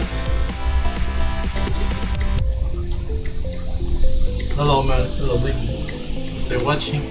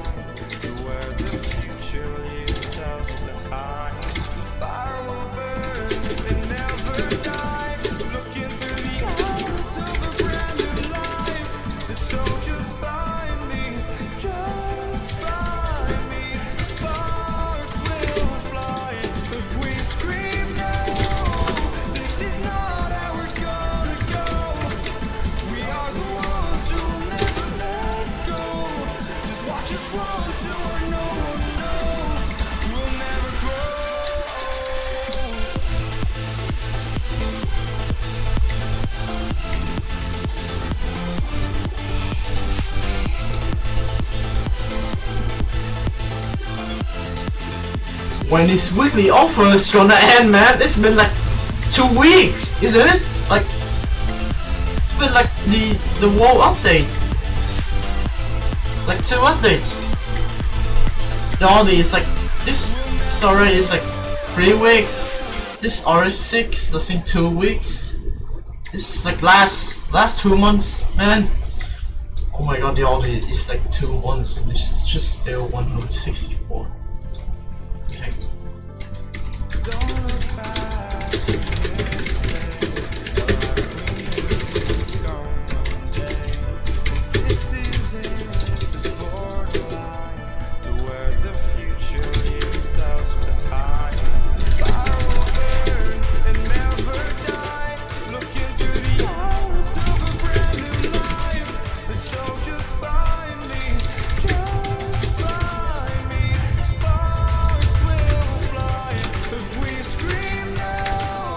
This is not how we're gonna go. We are the ones who never let go. Just watch us slow so that no one knows.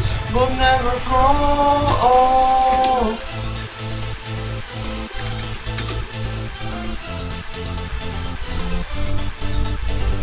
So next,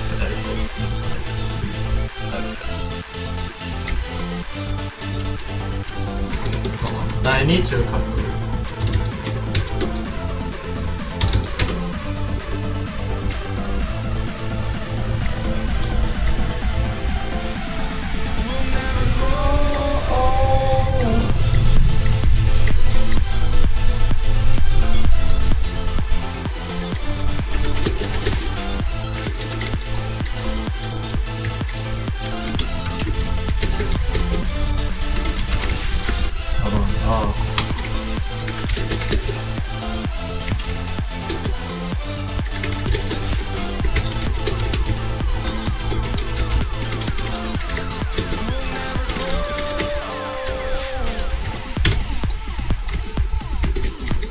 Sir, speed.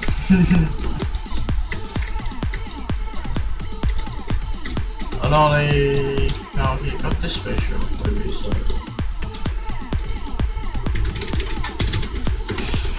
I forget.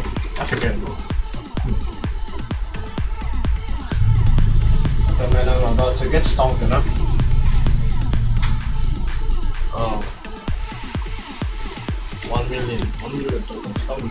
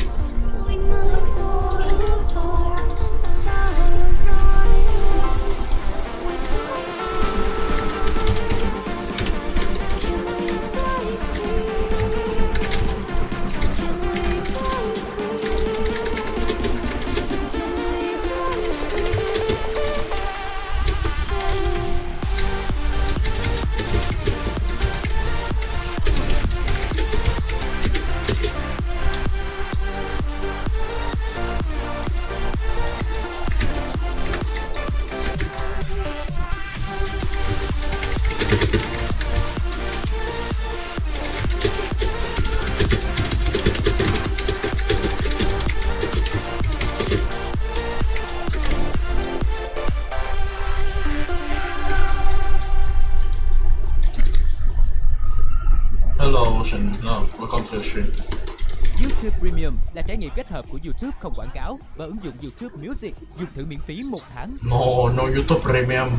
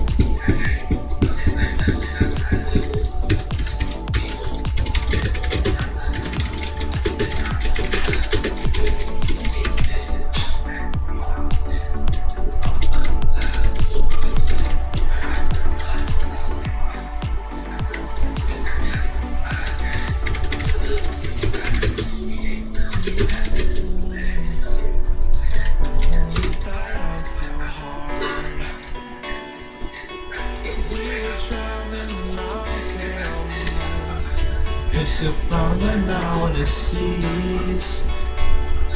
Tell nobody from here, no, we couldn't hire, no, we didn't know the chance.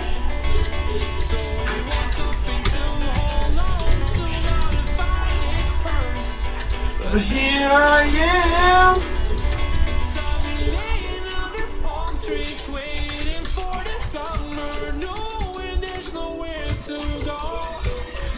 Cause Cause I am happy on the side, I wanna be my fallen. I no matter what to thee, I've made the short big love.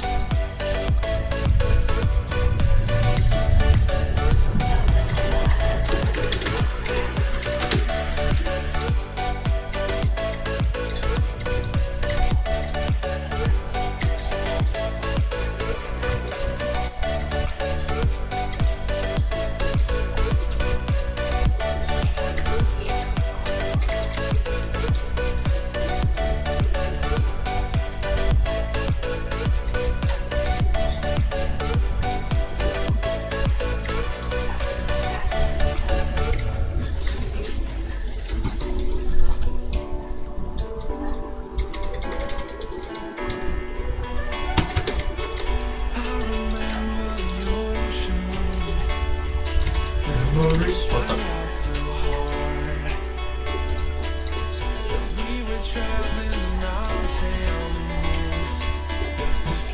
Around the seas, said nobody found it or no, we couldn't hire, but we didn't know the chance.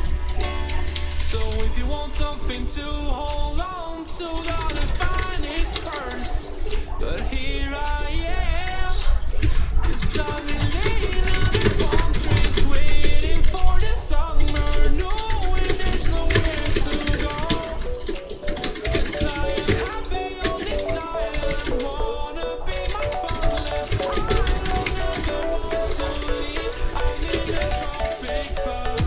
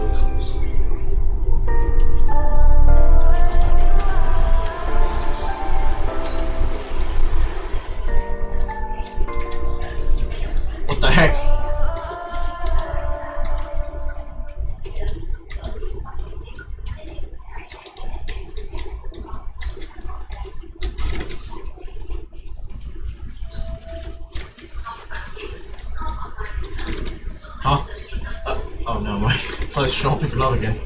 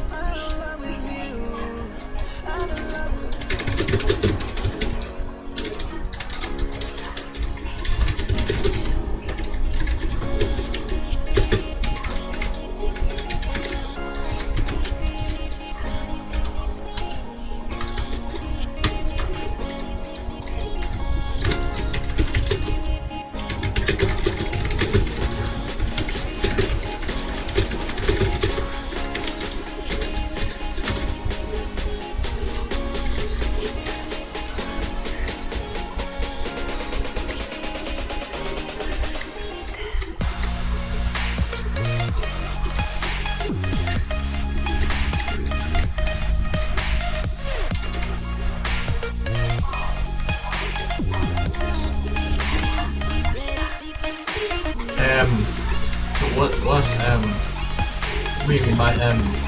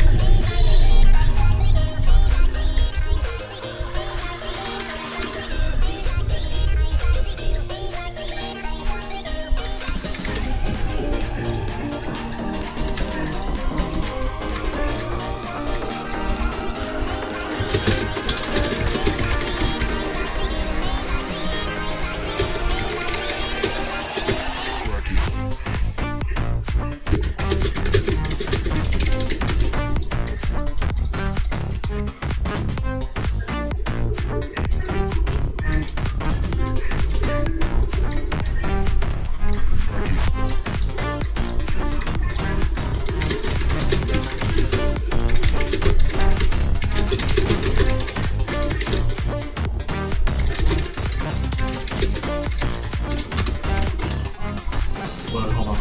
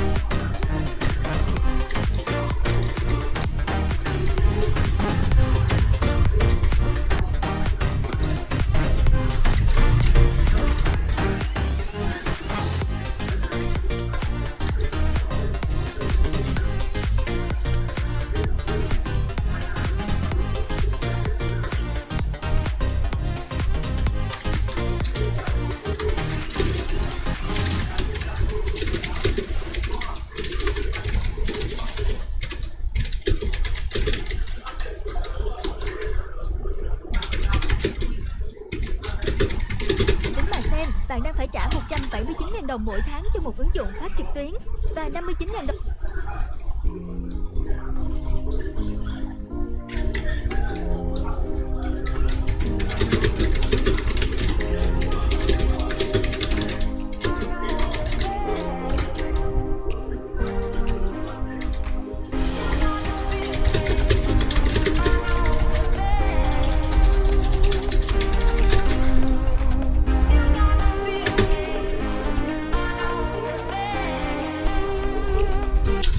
What do you mean?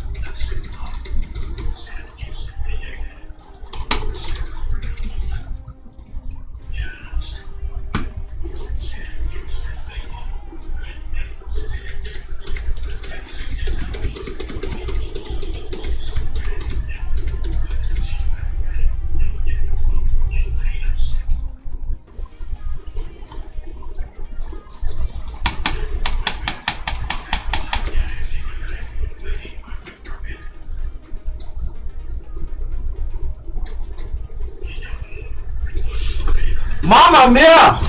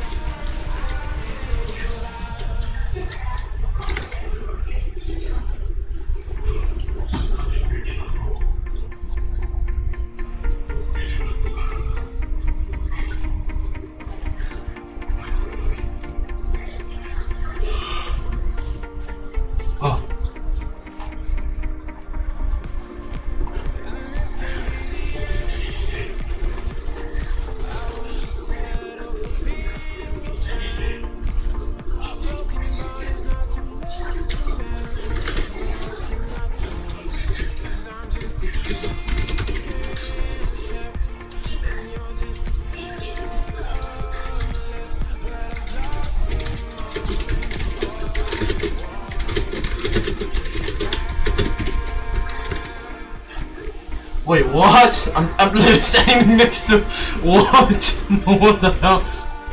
Bro, oh mamma mia. Wait, what? I submitted that? No. Whoa.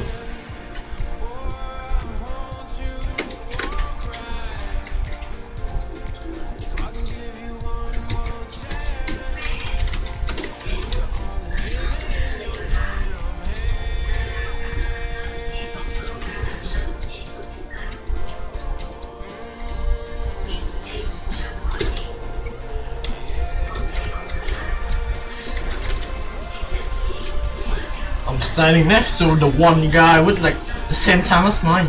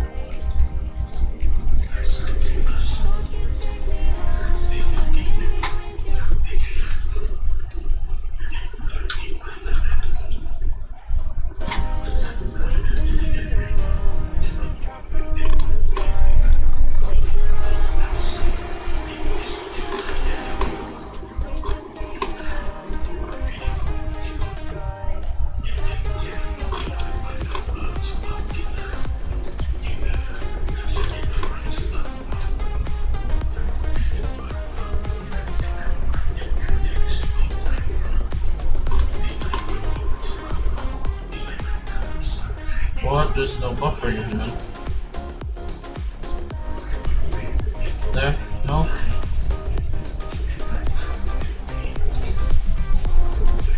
No, there's no buffering, bro. What? Wait, YouTube even on?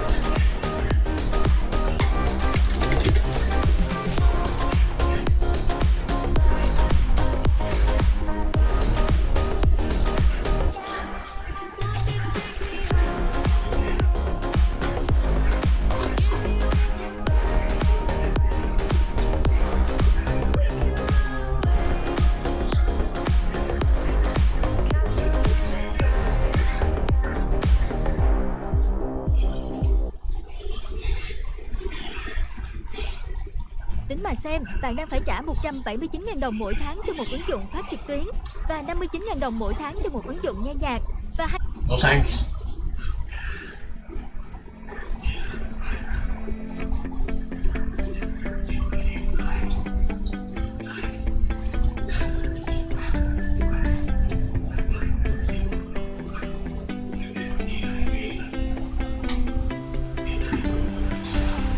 I see the light inside you, brighter than the skies. Hold on, just let us escape.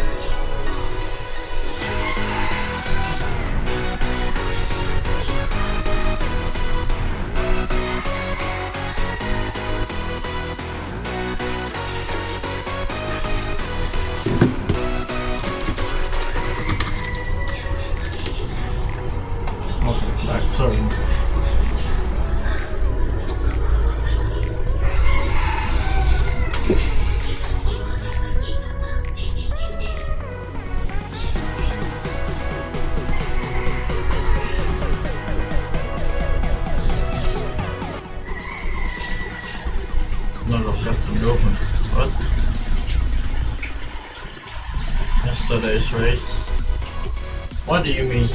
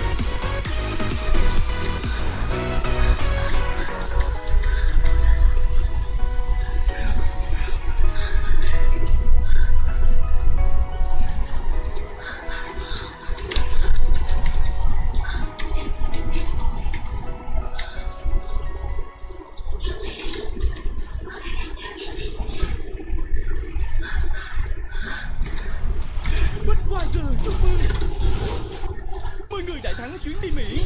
Xem FIFA Club.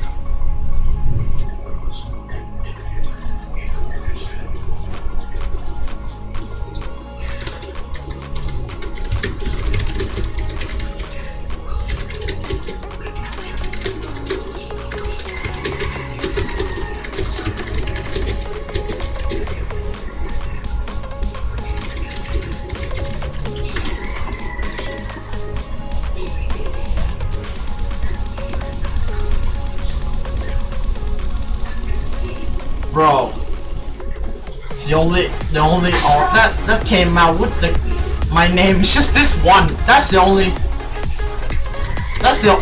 only ult. This is the only one that came out.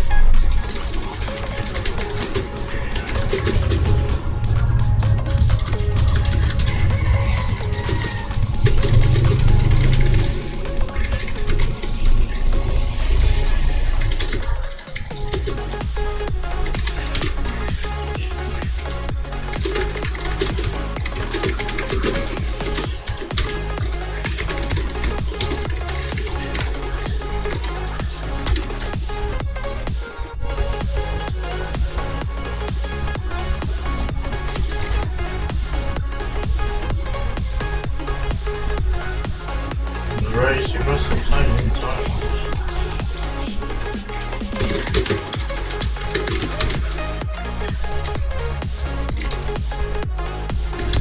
It's fine, it's fine.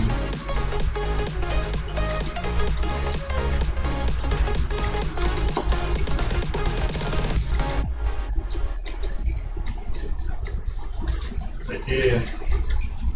It's just Keanu's thing that just made me mad a lot. It's but like when it comes to losing, I have anger issues. Like I understand I suck, but the anger issues, it will take 10% more of that. So I just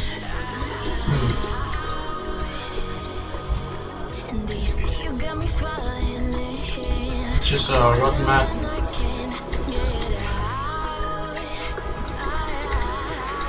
It's just it's not his fault. It's not Ravi's fault. No, it's not anyone's fault. Just not gonna blame anyone for that.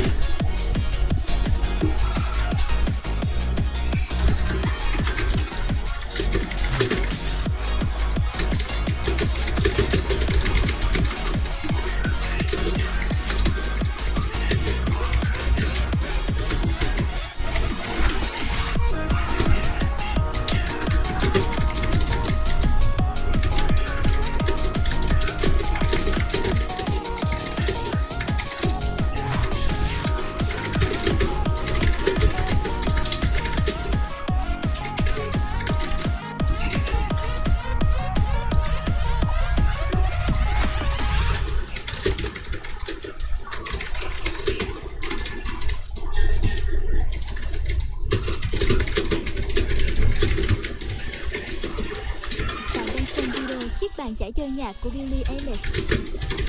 Bạn có biết rằng bạn cũng có thể nghe phim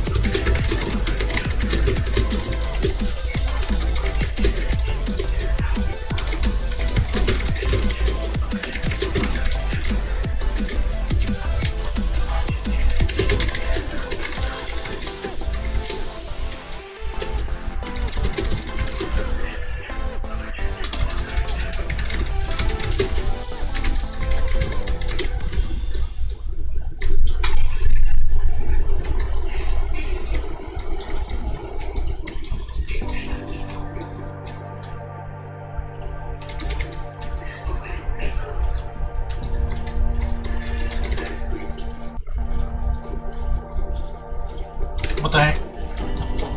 Chill.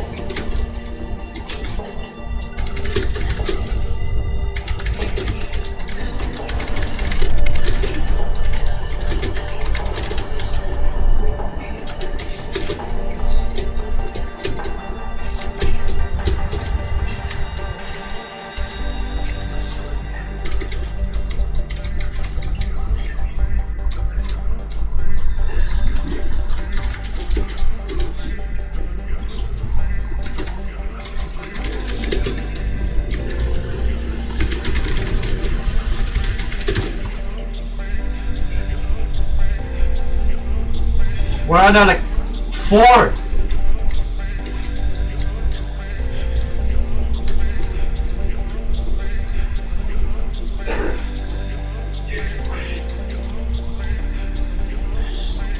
Why am I using this car? I'm supposed to use the green.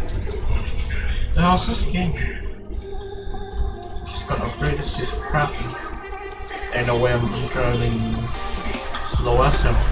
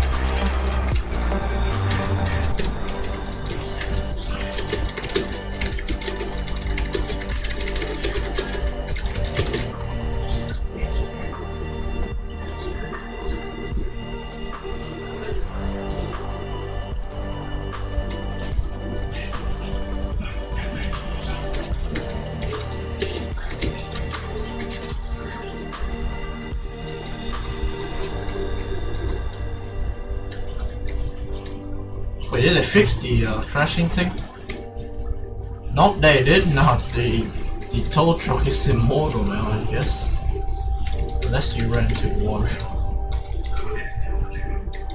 Like, what the heck is this? What's the point of like delivering anymore when the truck is literally immortal?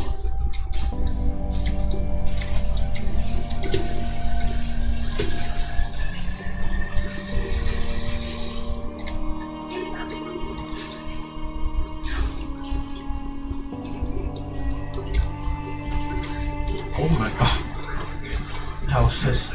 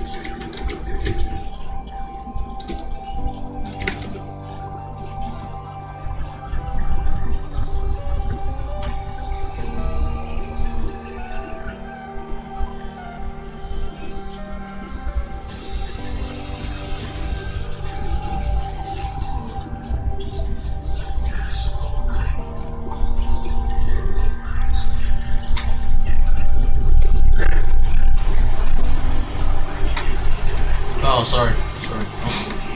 So, bro, come on. Be normalized for a second, man.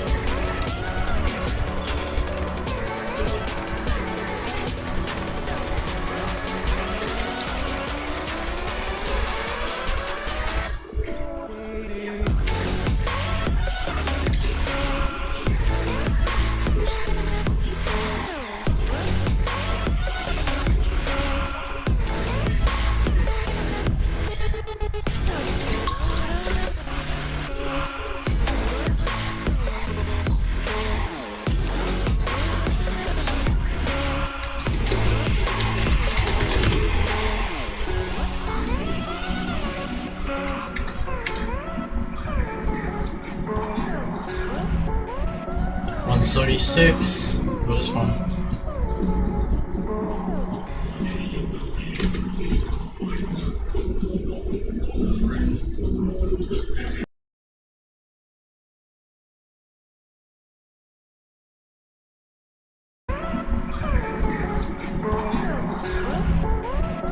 $136. Go this one.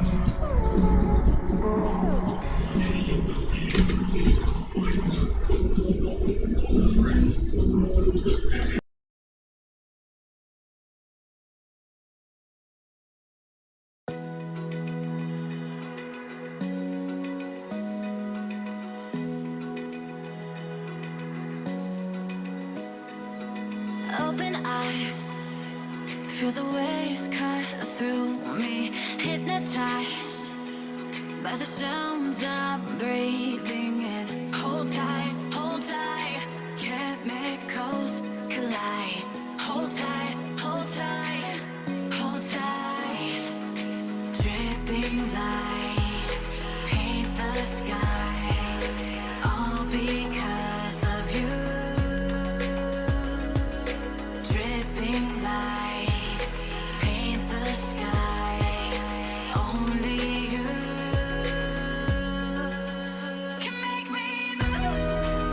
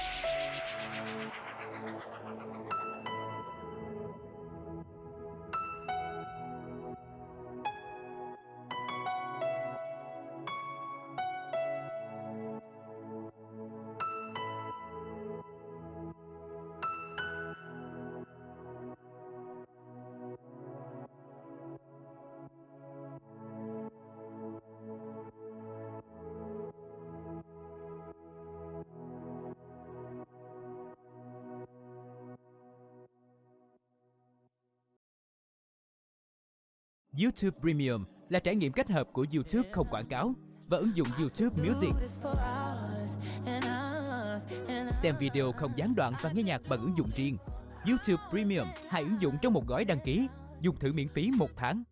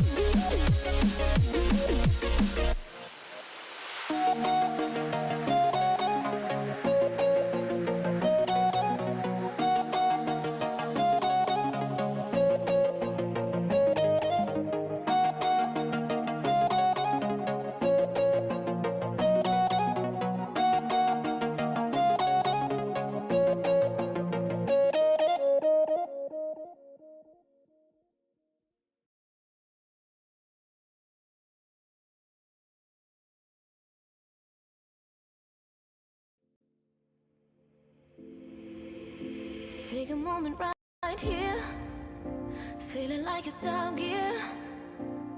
Driving towards the sun with a rose and a gun. Feel the wind in my hair, going nowhere I swear. Like an outlaw on the run, dangerous but it's so fun. Running, running, no. Hold on, don't let go. Running, running, no. Keep running.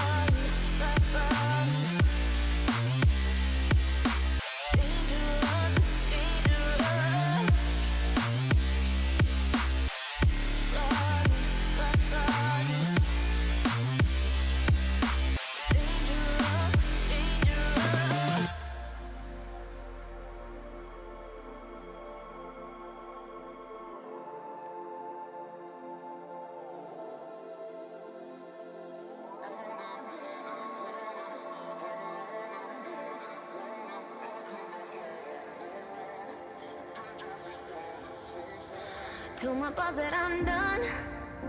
Had no luck with my mom. Say, what will you do with your life? You know it's hard to survive. A cigar in my mouth. Maybe guilty but proud. Now I'm an outlaw on the run. Dangerous but it's so fun.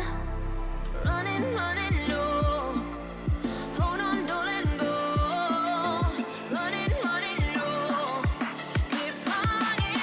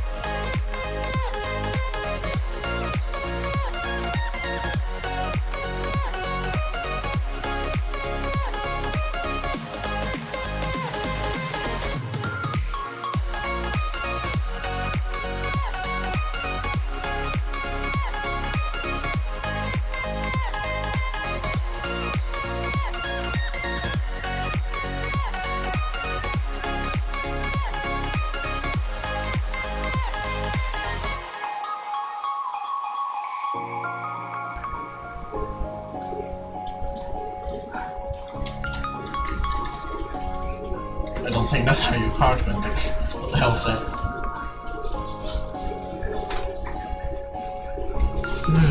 Only rich. Let's see how rich.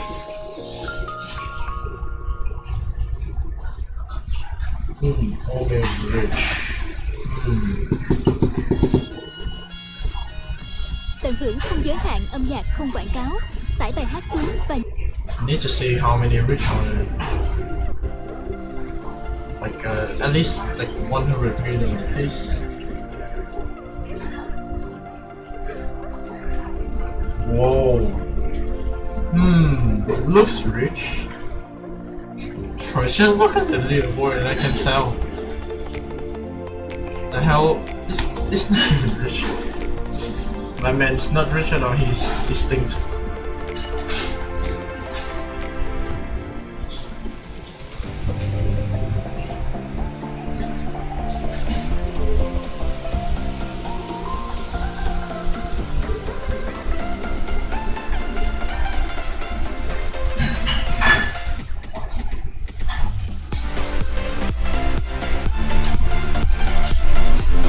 Rich. What the hell is this ratio? What the hell is this ratio, man? Oh my god, this ratio is like something. 21k miles and 200 million. What the hell is this?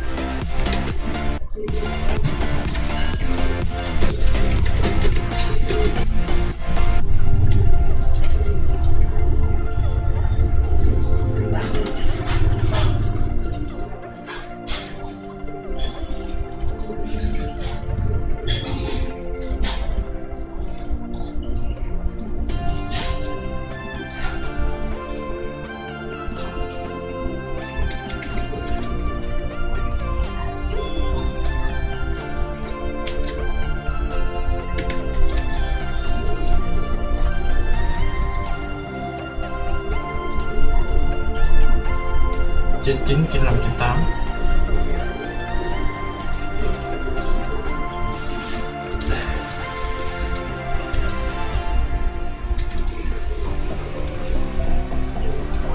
Just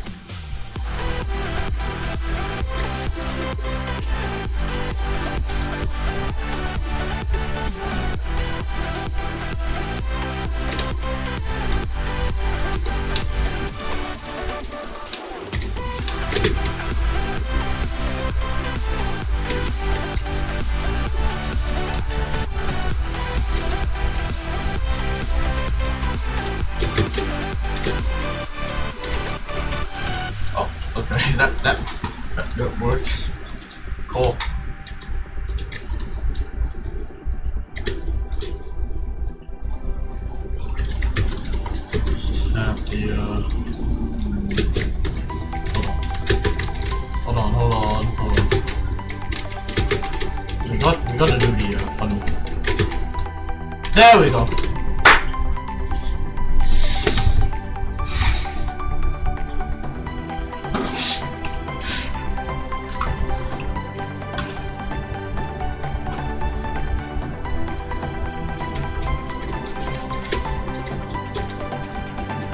No, it's really much easy.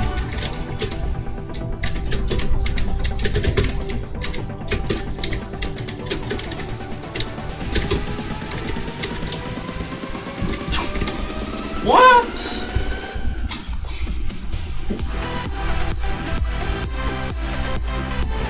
Well, you have to do hard things when you can just do that. Like, it's just it's not even that hard.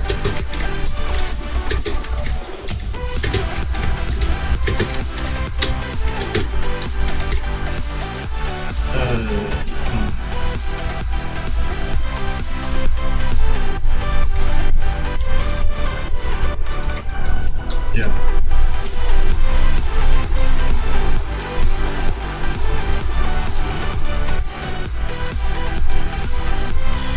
239 184 làm sao mày đóng của mình đường ho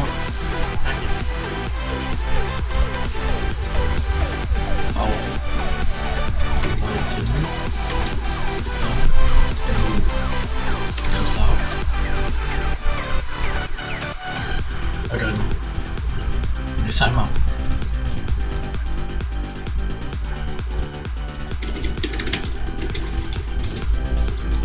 epic.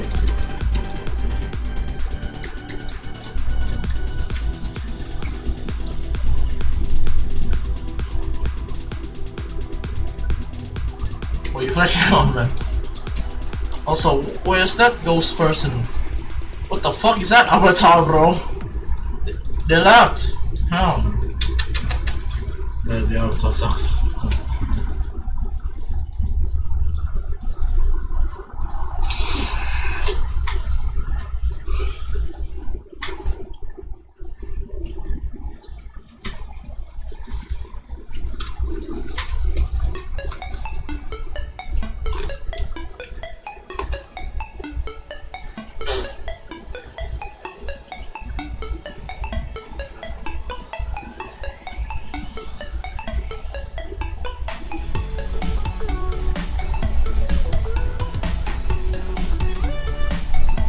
Laptop Pro is cool.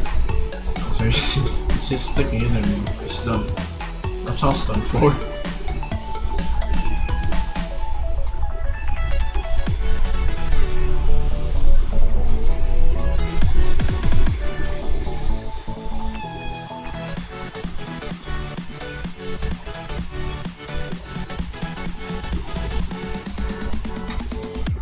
Rich only, yeah sure man, there's only 1 millionaire in here. It has the worst, the worst ratio possible. Like, what the hell is this?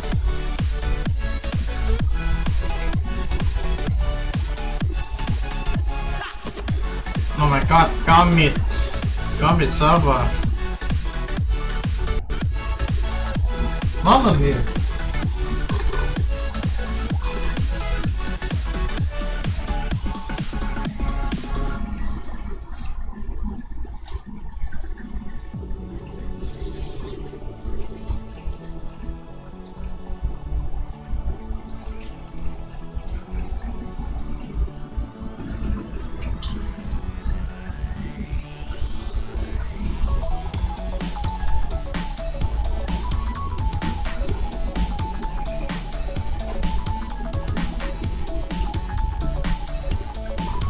Okay, oh, this is no friends. Oh. There's no one even playing. Oh.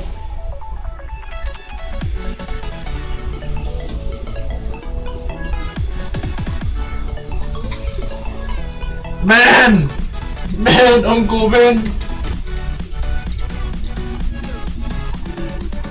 How am I even on?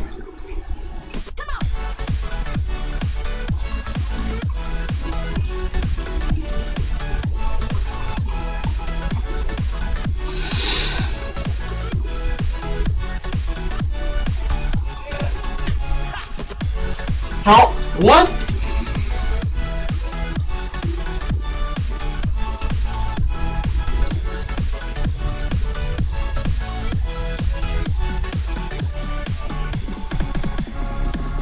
Why do I have two wheels? The heck is this? Với ứng dụng YouTube Music, bạn có thể tạo một đài phát gồm tới 30 nghệ sĩ. Chơi thôi đi trên ngón tay. Oh, unskippable ad. Why? Piece of.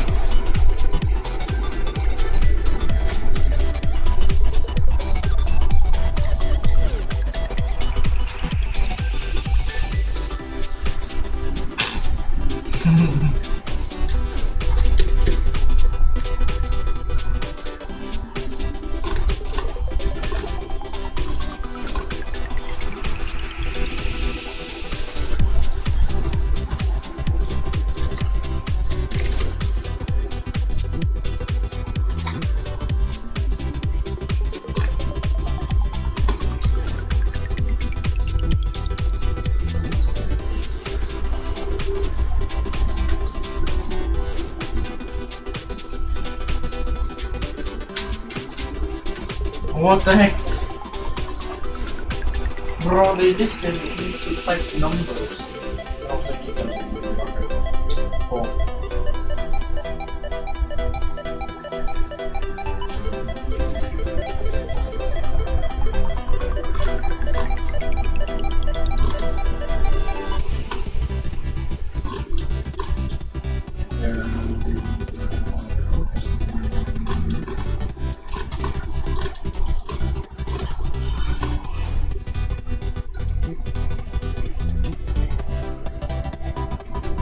What the heck is this?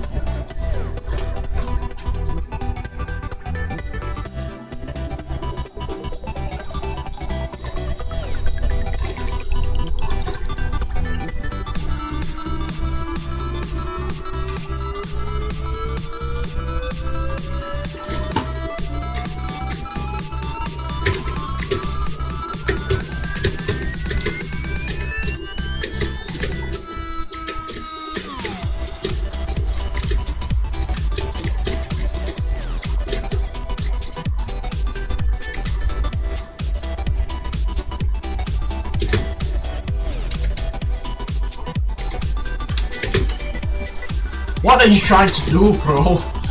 I'm not even doing it.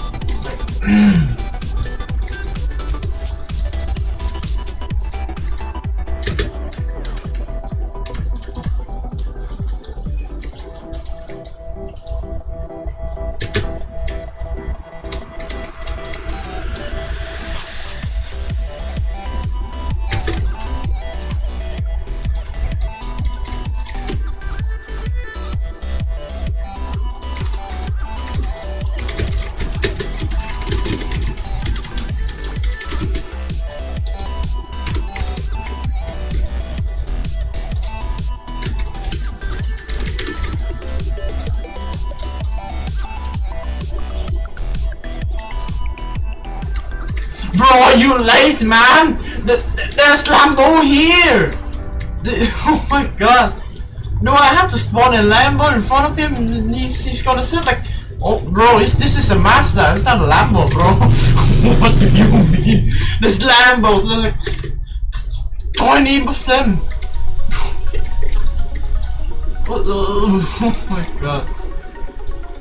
This is a Lambo, man. Mamma mia. This is not his Lambo. That's the way it's not. He says this is not a Lambo. This is a machine.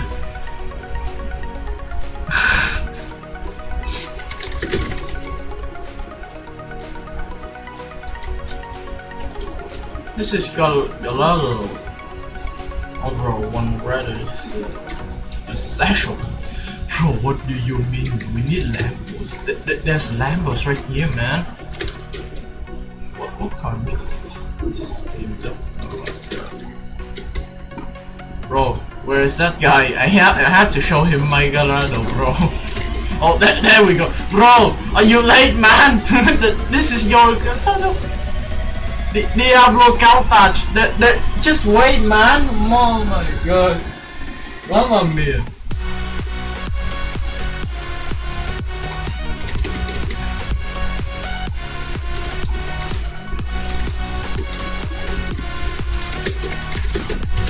Wait, man. Sesto element. Sesto, where's that motherfucker? Stint.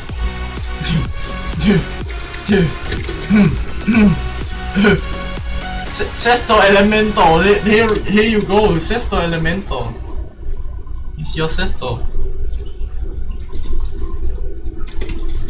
They are the Bugattis already, bro. They are the Lambos, I mean.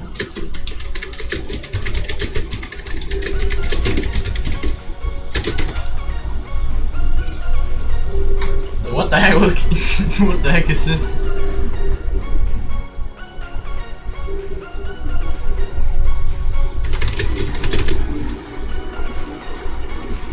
Can I type now? Hello? This laptop keyboard.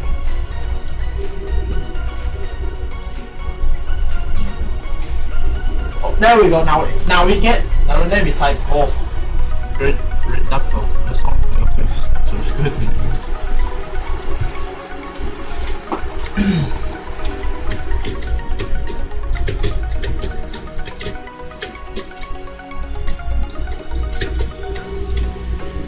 System really got it. Some acceleration there. That's nice. Where's the C6? C7 I mean. Where is that C7? Did I not pass it? No.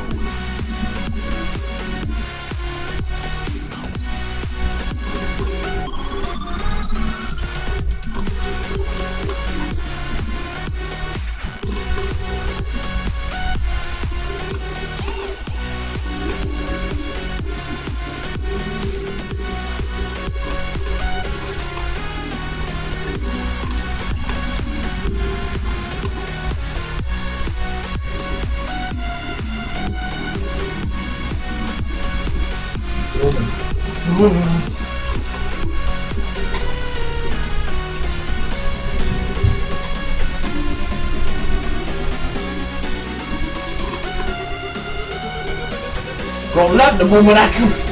Come on, bro.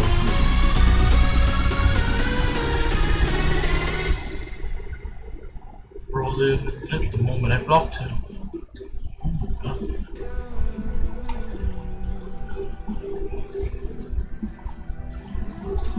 There we go. Call him. There's a distance between us. It's getting hard to reach out. I've seen you in these eyes, but all I hear is your voice.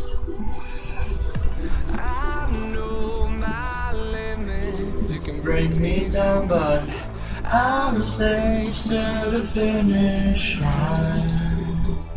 'Cause I've been counting minutes for quite some time now. just to see you again. And I've been counting days to get away, to see you again, see you again. Been finding ways to get away, to see you again, see you again.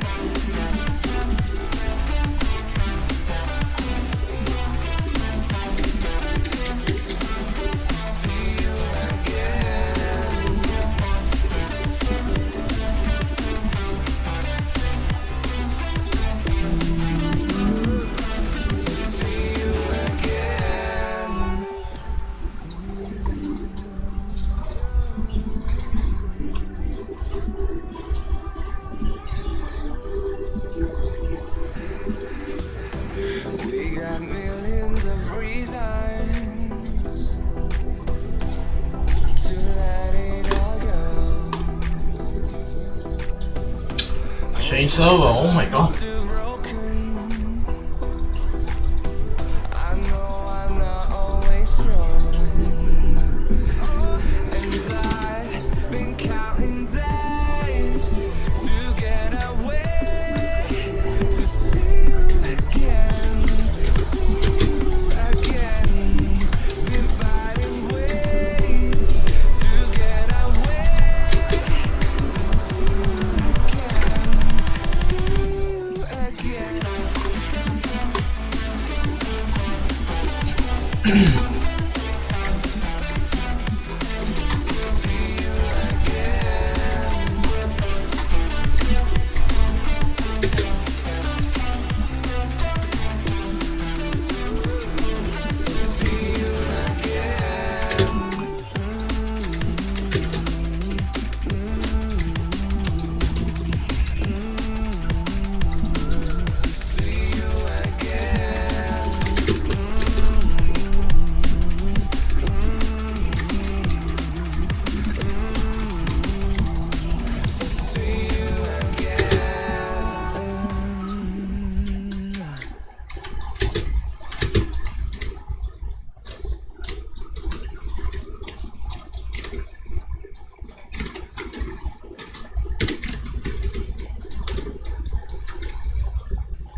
YouTube Premium là trải nghiệm xem YouTube không quảng cáo và cho phép xem video không quảng cáo trên ứng dụng YouTube Kids, dùng thử miễn phí 1 tháng. No thank you.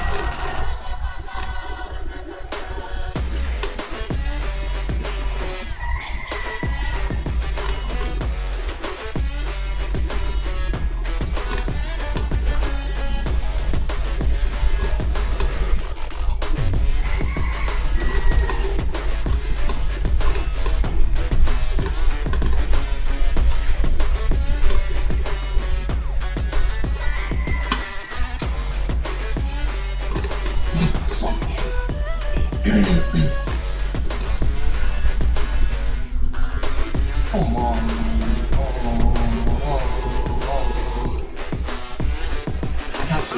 Thank God that the brothers on the rise now. Endless celebrations all in my house. Levitating now, I'm super duper fly now. London boy, but they see where I reside now. Put the time in while you always yelling time out. And for quit it, cause I know I'm coming with it. You were sitting, you were wishing I was handling my business. Now I got the ball like Harry Potter playing Quidditch. And my business is humongous, you would think that happens in it. Damn man, I'm all that, yeah, I'm all that. Looking for that whip, yeah, that what you call that. I'ma blow up in the summer, have him yelling fall back. And I've always been ahead like an effing ball cap. Man, I came in the game like, whoa.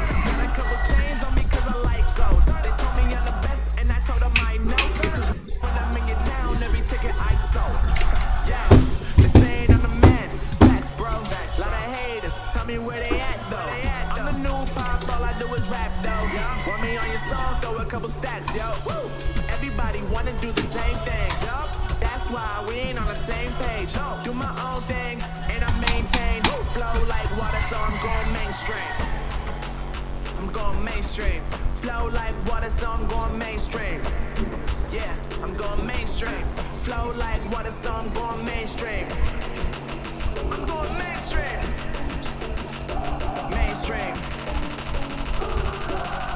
Flow like water, so I'm going mainstream.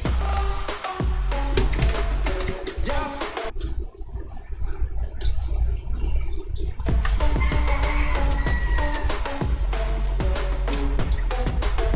Going mainstream. Damn.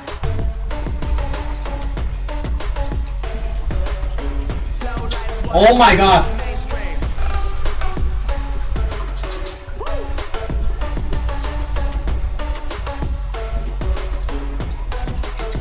Going mainstream.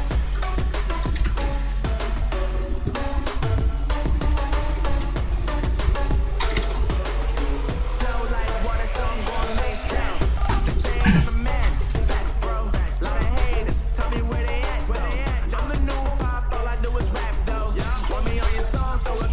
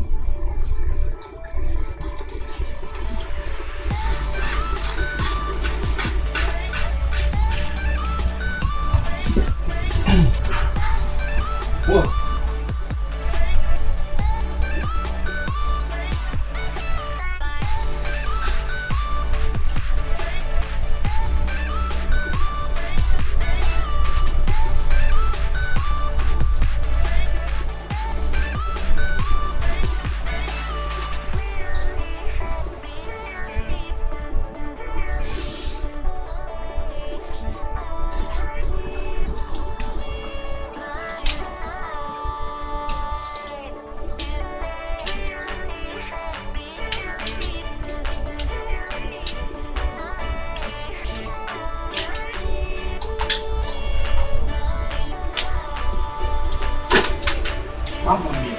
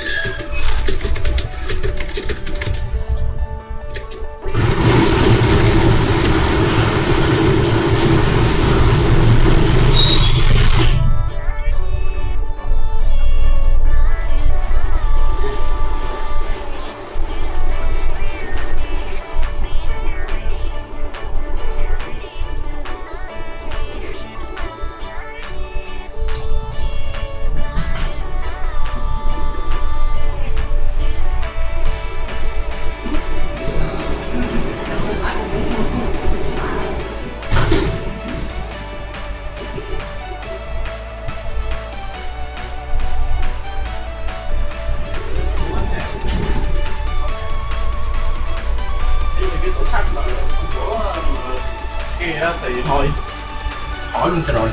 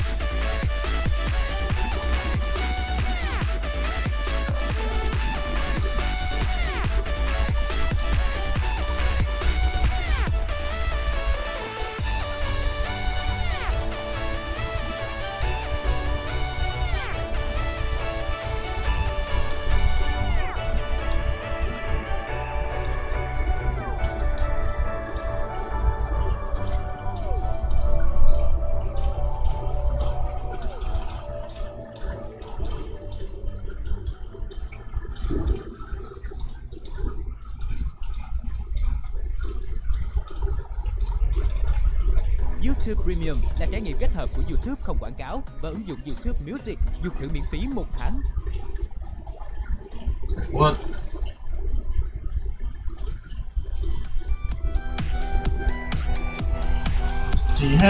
This has like the chest smoke, no?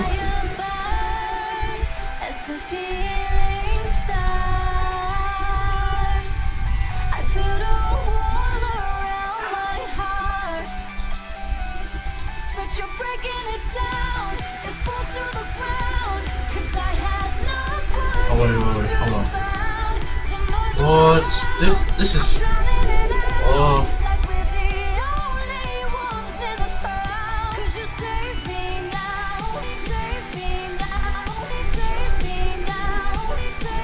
It has side smoke, no? What? Oh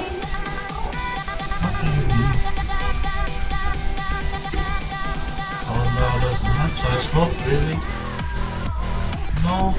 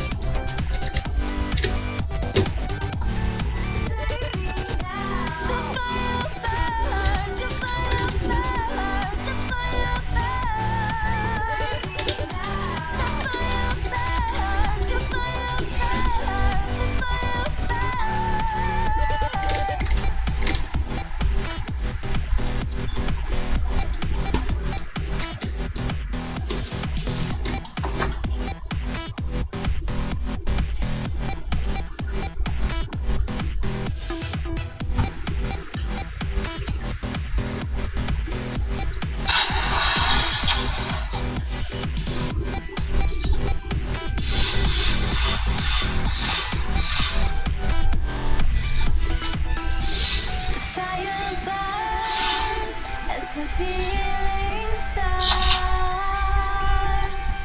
I put a wall around my heart, but you're breaking it down. It falls to the ground, 'cause I had lost what you just found. The noise all around, I'm drowning it out, like we're the only ones in the crowd. 'Cause you save me now, save me now, save me now, save me now, save me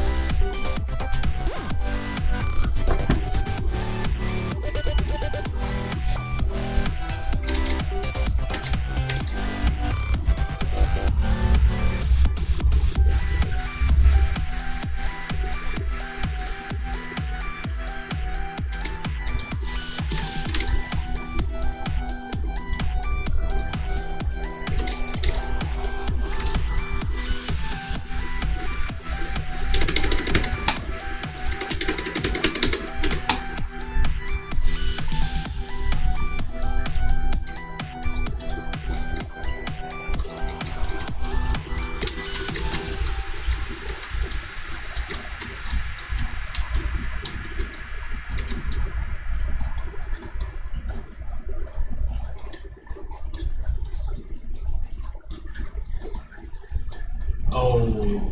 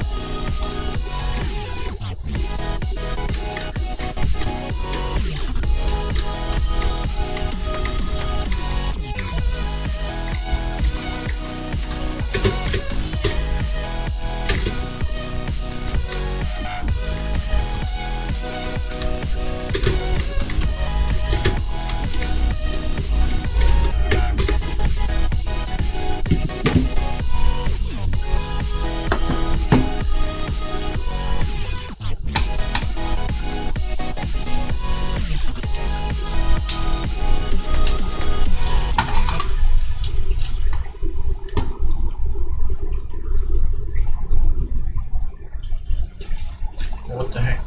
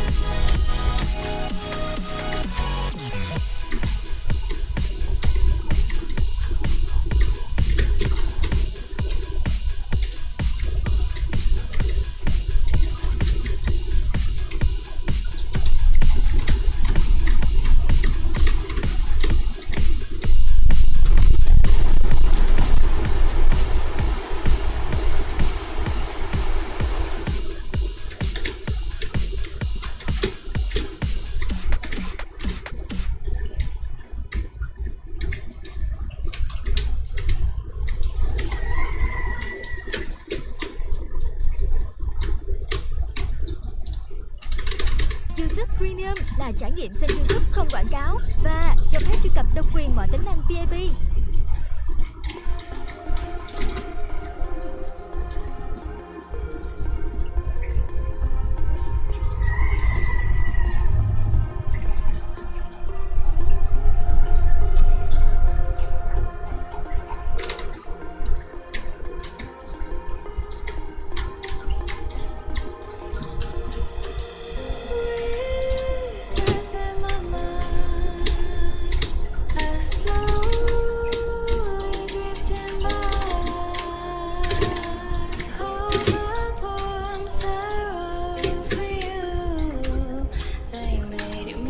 Oh my god, look at this.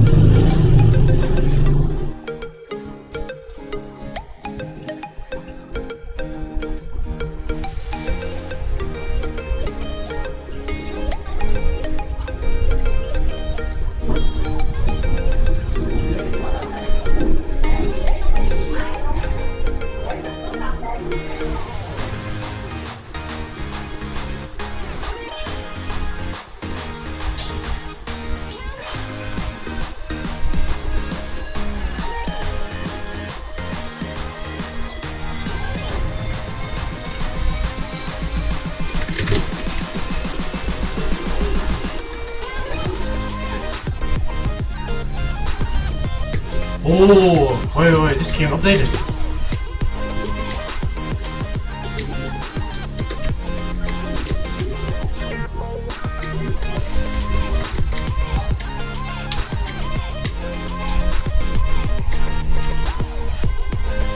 Oh, what the heck? Ah! Oh.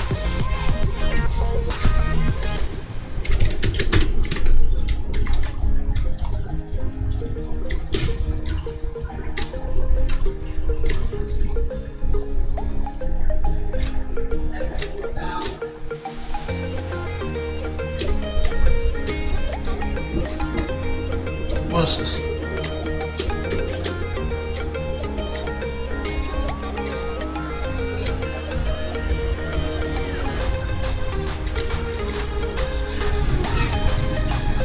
Meow.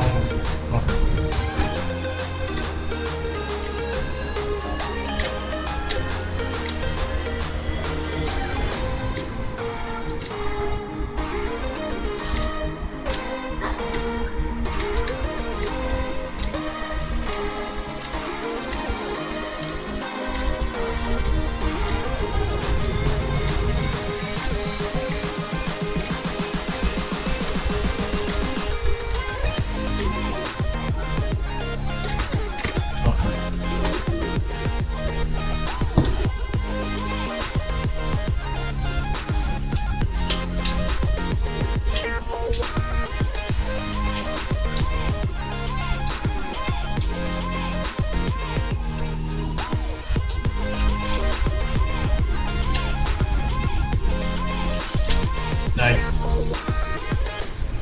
You help. So how do you help? Okay. You help. Really helping.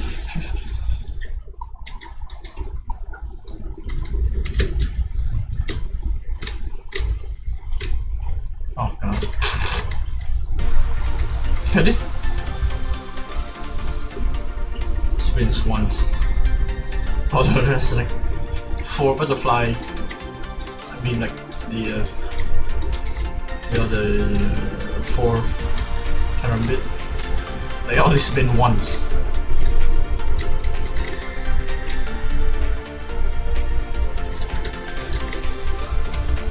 Yeah, the lore is the only one that no spins once.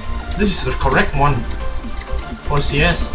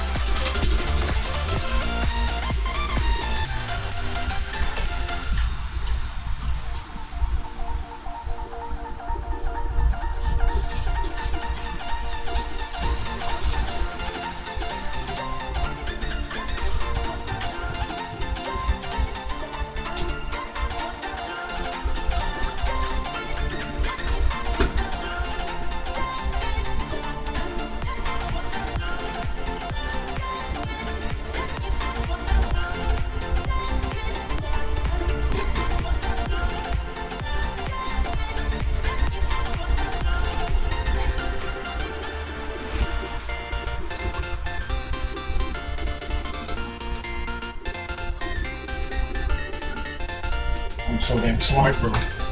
Touch keyboard, yeah, sure. Do it tight.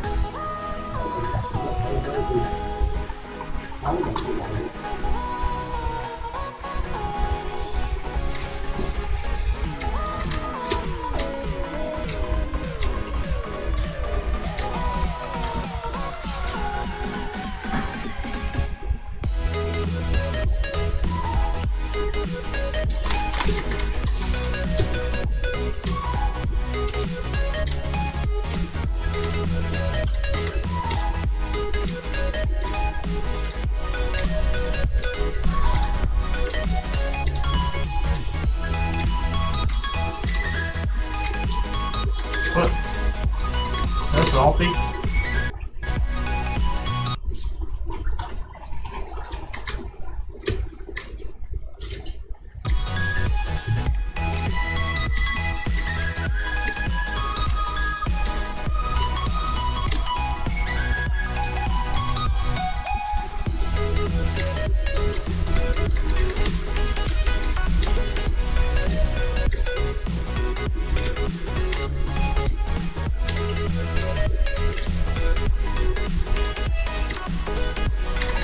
What is this last bite?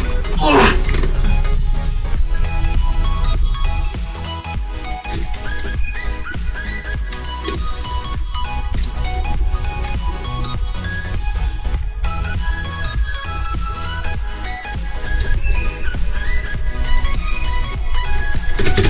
No.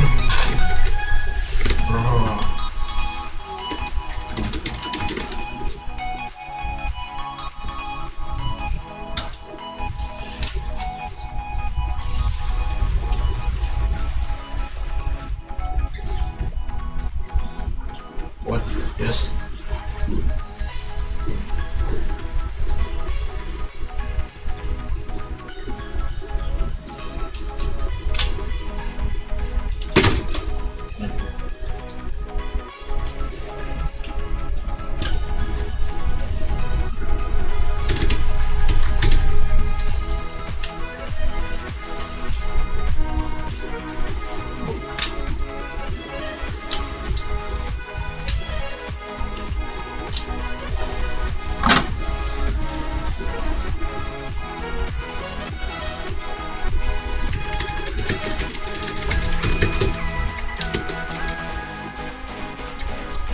What?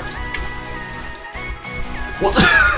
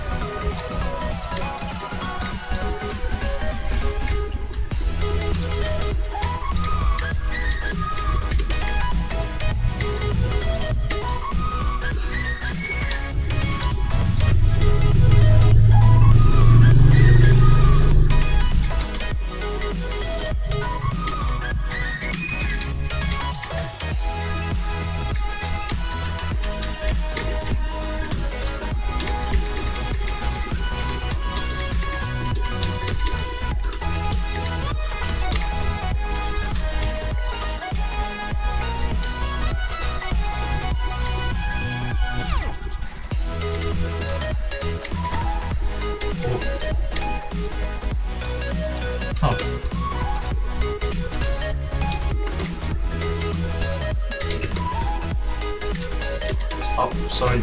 Okay. So it's just slowly going up. No?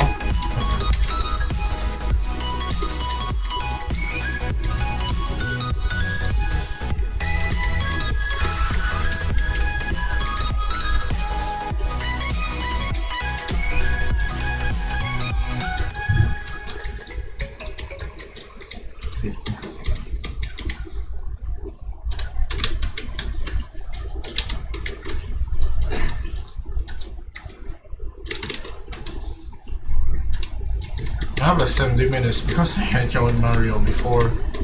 He's like, I'm just sitting next to him just to see him embrace him.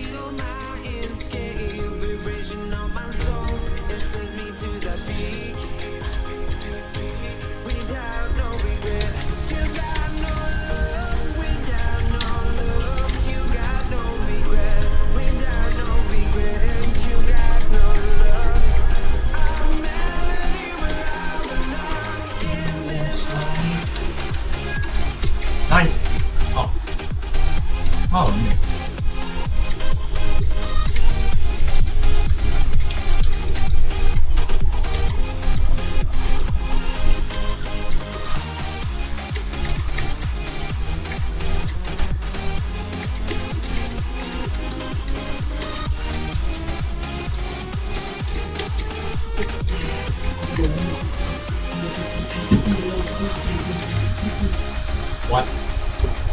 Cái gì? No. Cái gì mua lóc Milo rồi gì nữa?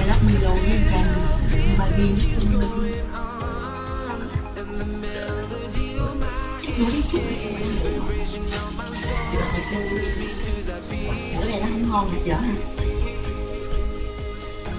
Nó cũng giống như kiểu yes.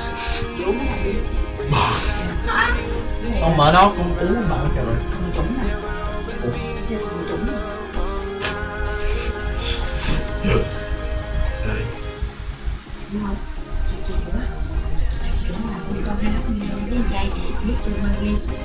Lóc Milo với con này. Sure. Yeah.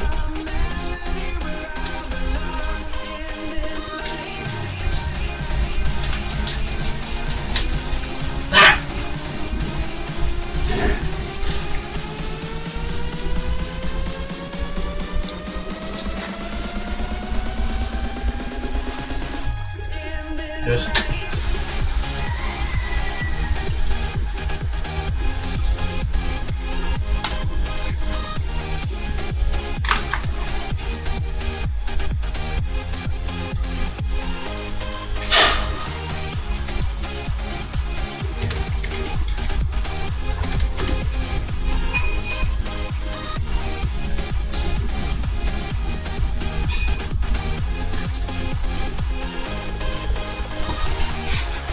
What the heck?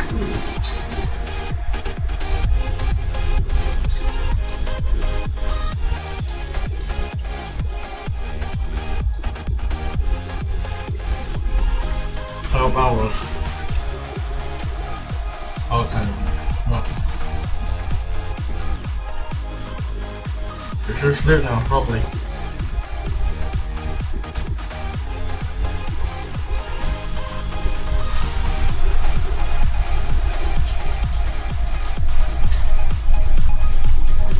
Alright. Sleep at night. Do you have like problems with your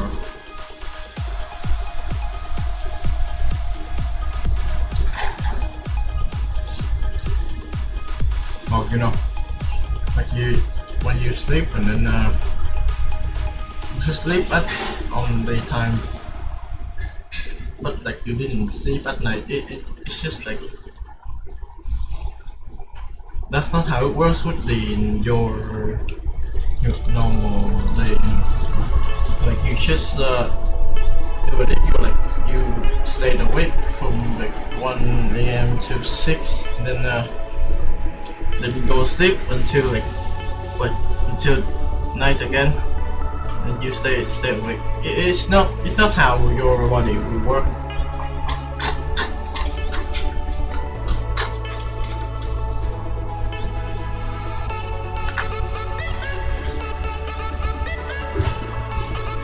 I mean, like, just sleep at night.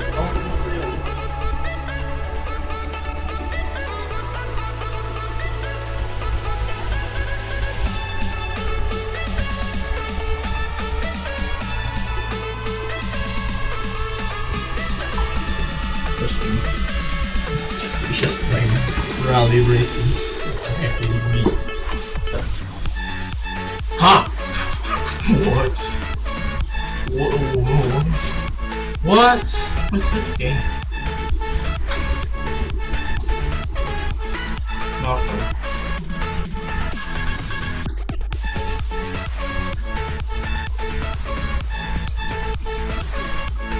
The car has 2 seats.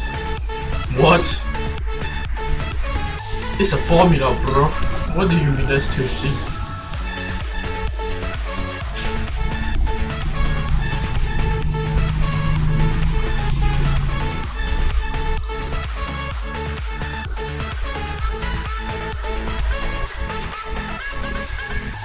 Huh. Interesting.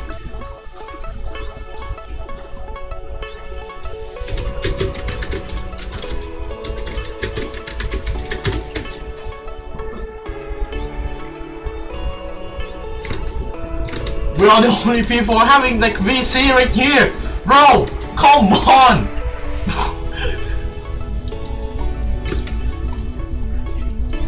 You can sit in F1 car, maybe. F1 taxi.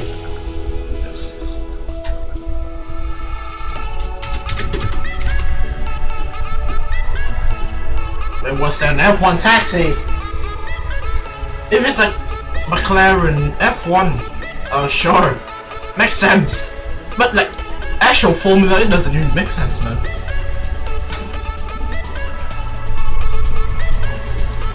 My man's road drifting, man. The taxi.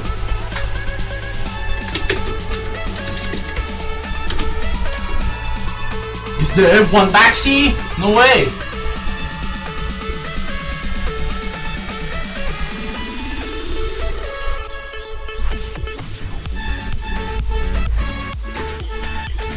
There's...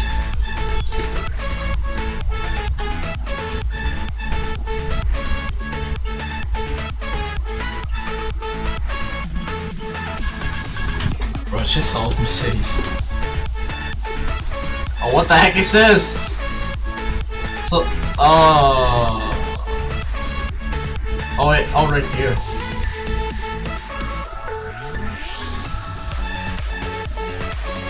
Ferry taxi, alright. You say 1984 taxi driver. What the heck? There's actual taxi? No way.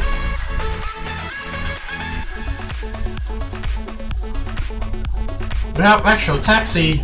Like, you sit up here, then you're just holding this. Cool. Makes sense.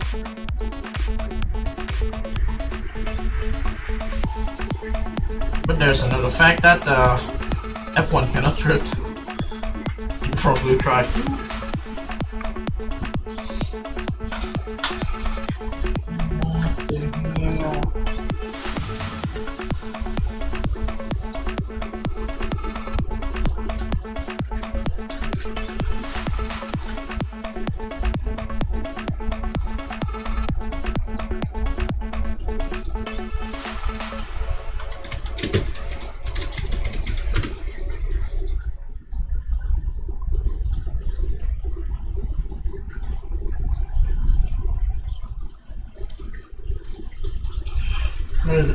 Oh, okay, sorry.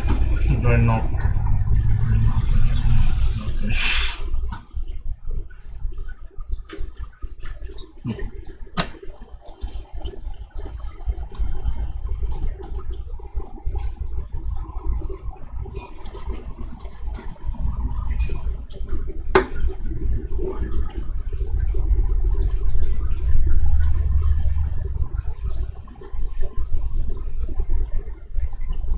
You can watch 12 times F1 tech. F1 driver, but taxi, you're right. I don't think I will watch it as like. Hold on, let me see.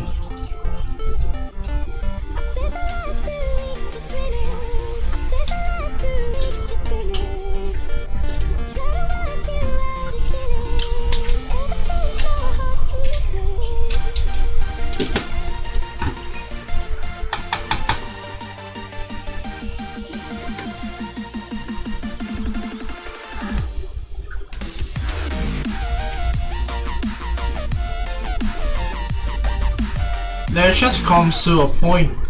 How bad is Roblox even, man? It's dating now? Really?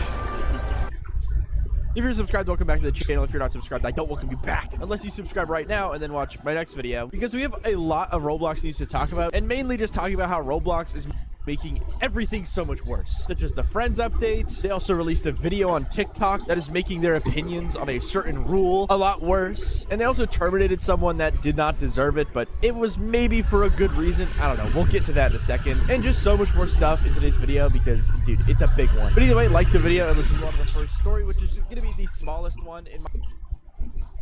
Bro, what the worst aim possible, man? What the hell? Yeah, sure. What the heck? Chill. Free wheels, no way. Is this Never mind. Oh, never mind. It's possible. It's possible. What the heck? It's free wheels. Hold on. I'm gonna watch it later. Oh, let me see.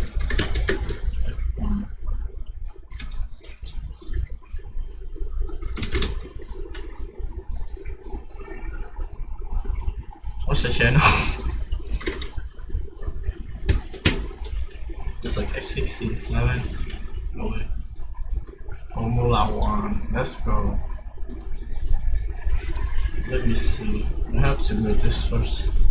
Just in case they gave me like non-NCS music. Ah. But let me search. Yes.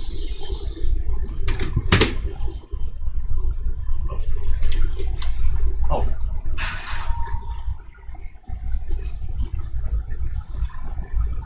Dark times.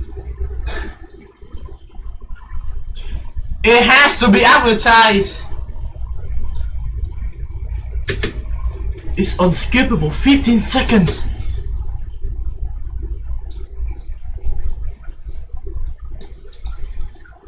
Mamma mia, bro.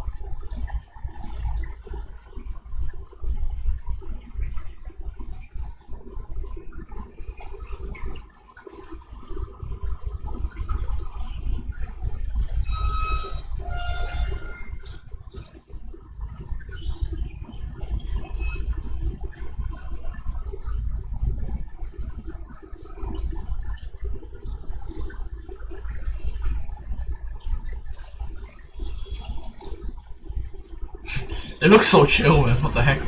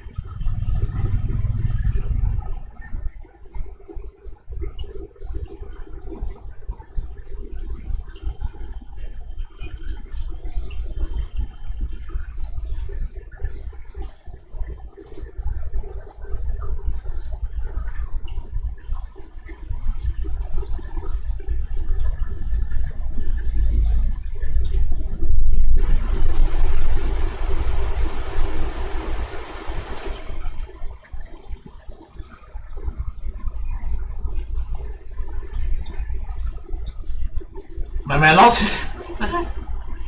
Chill.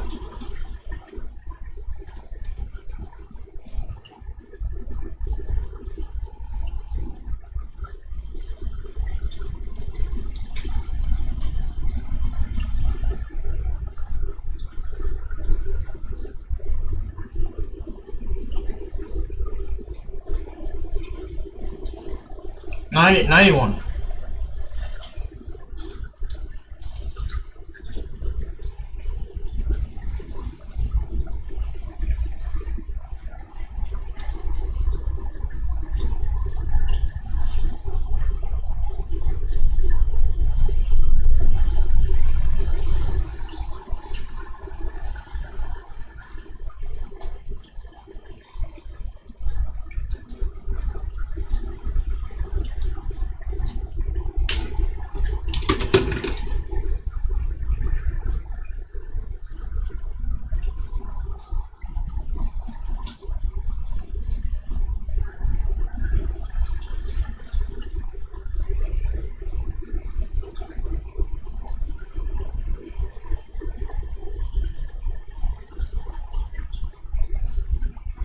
What the heck? 3 people. 3 people.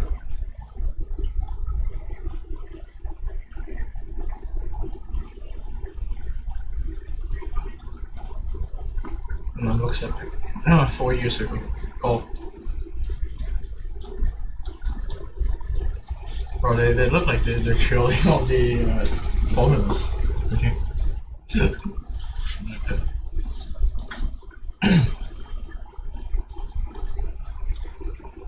No, we have to watch this thing. I don't even know why anymore.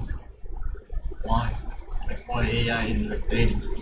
My opinion, but it's actually a good update depending on if you know exactly what this is. But basically, I saw this tweet from Max that says PBR decals multiple times, and then it shows some lines of code showing off these new properties that were added to Roblox Studio that say stuff like decal metalness map, normal map, roughness map, stuff like that. And if you don't really know what this is or what this means, basically decals in Roblox are like just images. You can put them on blocks, you can put them everywhere that you want. But the thing with decals is that they're not textures, so you can't really make them have like 3D-ness to it or like different lighting or anything crazy like that. But now you can do that. As you can see, here's an example that Max made where this decal, which should not look like this, now is like glowing and has like a depthness to it, I guess. Yeah, it looks pretty cool. But yeah, really good example of what PBR means in general is it just lets you do a lot of different things with the surface of models and stuff like that. And it basically allows you to add like bumps and depth to models without actually like modeling in the bumps and the depth, if you know what I mean. Okay, it's hard to explain, but it is a very, very good update that is totally going to change Roblox in a pretty big way, I would say. Even like normal textures didn't really have this at all. You have to use like something called surface appearance, and then with that, it wouldn't really work as a decal. Very cool stuff. I don't know. This is very exciting. If you know, you know. And now we can move on to something else that's also pretty important, and it's the start of Roblox's bad updates and things and such, because Dave Mizuki tweeted this out a couple days ago, and he has gotten a lot of criticism for it. Our new Row Guard open source safety toolkit includes a new SOTALLM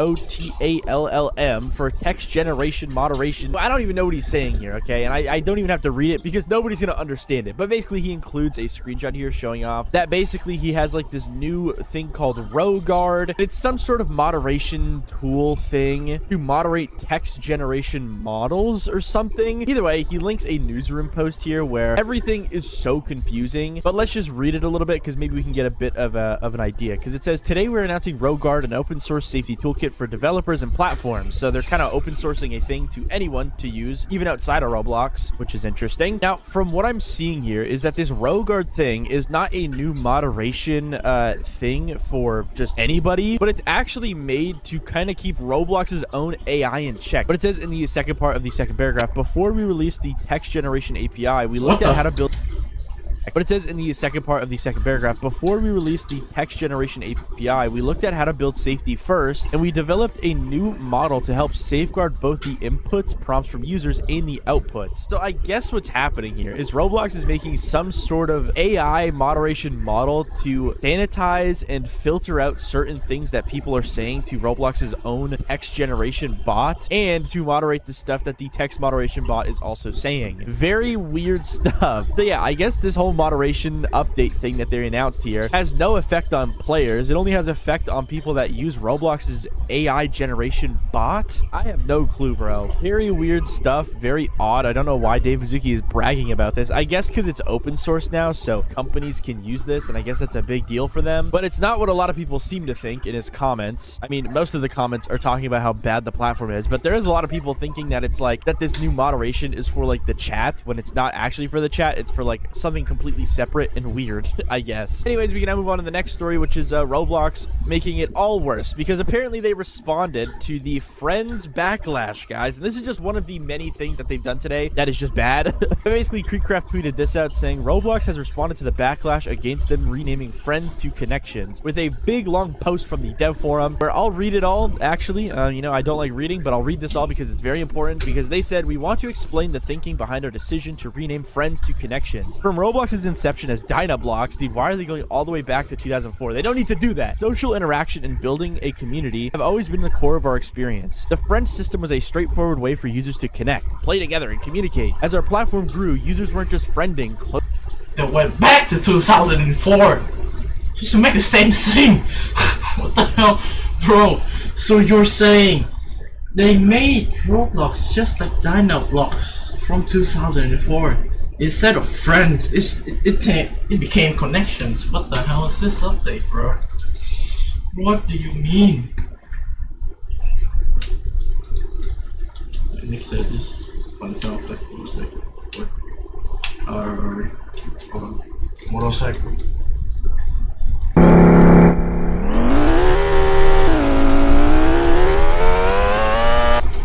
Damn, it kind of sounds like a motorcycle, no? Kinda, not that really. Okay, hold on.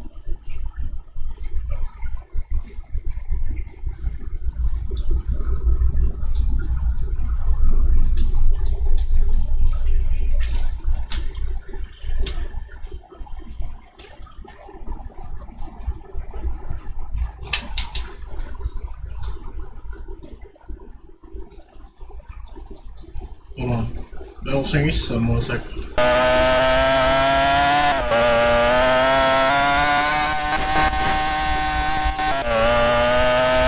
No, it doesn't really sound like it.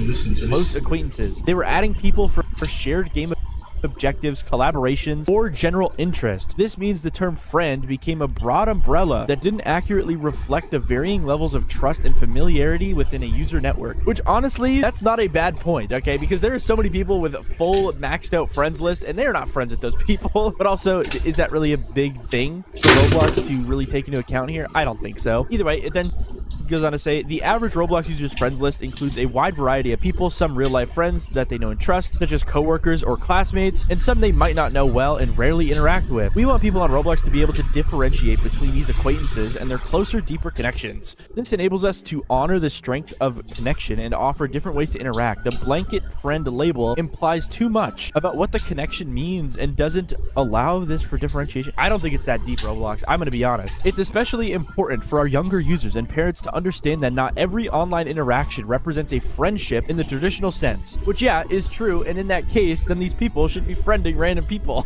You know what I mean? With this launch, we've introduced a first set of features unlocked by this new type of connection, blah, blah, blah, blah. They just go into like the whole new like expressive text features that I talked about in my previous videos. But then they go on to say this: as we scale to 1 billion users, so I guess that's their goal, our vision extends beyond simply playing and socializing. We are building a platform where people can collaborate, learn, create, and gather in digital spaces of all sizes. This requires us to design for different types of relationships, tailor products and features to match, and create clear policies that provide for the unique needs of everything from small groups to vast public communities. This vision only is achievable with our creator community, and we're excited to build it with you. Yeah, very ChatGPT-esque response here. And I mean, like, I guess it kind of makes sense, but like, none of the points that they mentioned in this post here are deep enough to where they should have even done this, bro. This should have been like an optional thing. Like, there should be a thing in your settings to change what friends mean, bro. Like, that would be way better, I guess, because connections just makes no sense. Okay, we all know this by now. And you can see everybody in the comments just dogging on Roblox because this response is trash. And you can also see people saying stuff like, I mean, I kind of get their logic, but not everyone you add as a friend on Facebook is a friend either, which, yeah, is true. Not everyone you have on Discord is a friend. Not everyone you have anywhere is a friend. It's just a good general blanket term to call people that you are acquainted with. I mean, they could have called it acquaintances, which I feel like would have been a lot worse, but, you know, guys, this sucks. This is a terrible response. And we can now move on to something else that Roblox apparently made worse. And it's the mobile app, okay? Because for a day or so, Roblox was completely broken on mobile. I got hundreds of tweets about this, and here's just one of them, where this person says, "What is this, bro?" with a screenshot showing off their menus in Roblox and showing off that all of their icons are broken. Now, this is a glitch that we've seen multiple times, guys. This is a very common one, but it comes back every, like, couple months in very weird ways. Like, usually this glitch, you know, happens to, like, one person every once in a while, but over the past couple days, it seems like hundreds of thousands of mobile players have had this glitch, because I have gotten so many tweets about it, bro. Like, here's another tweet that from 19 hours ago saying, "It seems like it's bugging for me," with a bunch of screenshots showing off that their mobile app is also completely broken and all the icons are randomized, which is just like so weird. Like, usually this glitch, yeah, it only happens to a couple people, but over the past couple days, it's literally happened to most mobile players, bro. Here's another tweet. What the heck happened to the UI, with even more screenshots, bro? You can just see, like, this glitch was happening to a bunch bunch of people. I don't know why. It seems to maybe have been fixed. I mean, I'm still seeing tweets as of a couple hours ago, but if you do get this glitch, if you just restart your Roblox app, it should actually just fix anyways. But very weird that this has been happening to a bunch of people. And we can now move on to the next thing that Roblox ruined, and it's their platform. Because I saw this on my For You page on TikTok yesterday, and it was actually promoted to me as an advertisement, guys. Keep that in mind, okay? Keep that in freaking mind. So my crush joined Metro Life City, and I was like, okay, this game kind of eats. I had a look, I had a vibe, and then he pulled up. Oh my god. This was an advertisement. Holy crap. Bro, I swear to God, I've seen this fucking game, and Jesus Christ, I would say it was like the Hunt Mega Edition or something. Bro, there's a I was doing my shit. There's a motherfucker. He sends me like Cersei's type crap. Hold on. I need to find that. Oh, there it is. What the fuck is this? What the fuck is this? Hell no. Guys, this was promoted to me as an advertisement on TikTok yesterday. Tripped. Literally. I almost face planted into a pool and crashed someone's house party. Security chased me like I stole something. I almost got arrested for vibing too hard. Crazy, right? I think I'm gonna be sick, bro. This is making me sick. Now, there is another 10 seconds left, but there isn't really much entertaining about it. It's just this person playing Metro Life City and getting up to some crazy shenanigans. But the beginning of the TikTok starts with this. So my crush joined Metro Life City, and I was... So, you kind of get what people are gonna say about this, because if you go to the comments, because surprisingly, they had comments on an advertisement. It says, this game has dating in its reporting options, by the way. Yeah, true. Report Roblox for online dating. Dating is not tolerated by Roblox TOS. Roblox, we talked about this. I thought y'all was against e-dating. So yeah, you can see all of the comments are just negative, and these comments are getting thousands of likes. I think this comment literally has more likes than the actual video itself, bro. Like, people are mad at this. And they're honestly just disappointed, bro. Like, what is this advertisement, Roblox? Why are you promoting this? Why are you using this video as people's first impression of you, bro? Because that is just not that is not the best impression you could give to someone. But yeah, Roblox is putting up some more advertisements that are you know, I guess they're not dating related per se, but it literally starts off with this person getting flustered because their crush joins them in Metro Life City. Oh my gosh. So yeah, Roblox is kind of just more and more solidifying their idea that they don't care. They don't care about online dating, guys, and it's a part of their website now. But now we can move on to something else that Roblox made bad, even though it was pretty cool. Because as you can see, this was tweeted out yesterday saying Roblox has just reached the 9 billionth user ID, with a screenshot showing off the 9 billionth account, which, you know, is pretty cool. You know, every couple months now at this point, we see one of these milestones, bro, or maybe it's like once a year. And it's always cool to see how big Roblox is growing. Now, granted, a lot of these accounts that were made are most likely alts. I mean, they are alts. I mean, there's not even 9 billion people on Earth, so a lot of these accounts are alts. But either way, 9 billion on there. This happened. A lot of people were making a lot of jokes about it. It only took them 6 months, but there are only 3 people on Earth. Good point. But then you start to see tweets like this: watch the account get terminated. And guys, it seems like Cheeks the Pig went into the future, because it got terminated, guys. As you can see, Roblox RTC tweeted out user ID 9 billion has just been terminated on top of all of the other billionth accounts. Because yeah, for some reason, Roblox has a habit now of every time they reach a billionth account milestone, they just completely terminate the account. Now, I initially thought it was maybe because people were like spam reporting these accounts to get them banned, but it seems like perhaps this is due to Roblox actually banning them themselves, because these 1 billionth increment accounts are like very big targets for hackers to try and hack into. Because dude, if you have this account, you could sell it for a lot of money just simply based on the user ID. Like, it's insane. And I guess Roblox kind of just bans these accounts to prevent anyone from getting hacked through this type of stuff, I guess. But I guess we'll never know, because every single account here that's gotten banned has not shown their ban note, and I'm very curious to see what the ban note is on these accounts. Either way, that's what happened. Roblox made this worse as well. What the heck, Roblox? Yes. No, play Metro City. I don't wanna play Metro City. I'm not even gonna play Metro City, but you know what's the worst thing? Mamma mia! I just joined in just to complete the hunt, and I cannot even have peace in my fucking gameplay. Literally sent me that piece of crap, man. Mamma mia! Like, holy crap! I cannot have peace. I was biting my arse off. Like I just dubbed you and then went to chat so that the game just let me drive. Like it's just drive normally, and God man, the moment I saw that the message saying it open it, it's the worst mistake of my life. Like the hell is that even, man?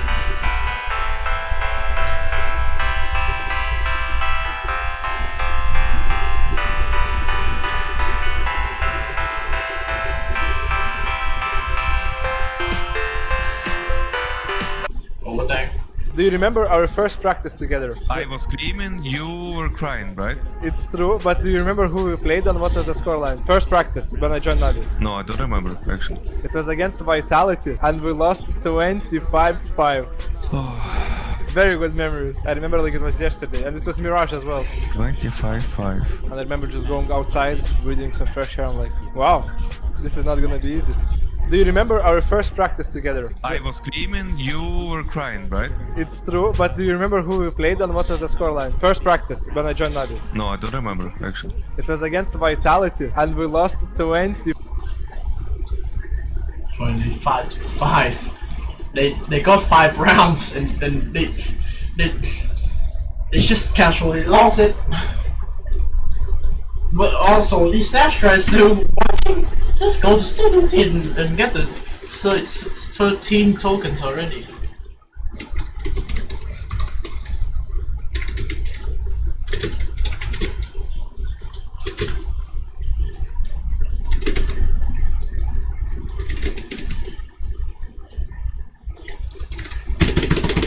Come on. Just finish the problem first and the second one.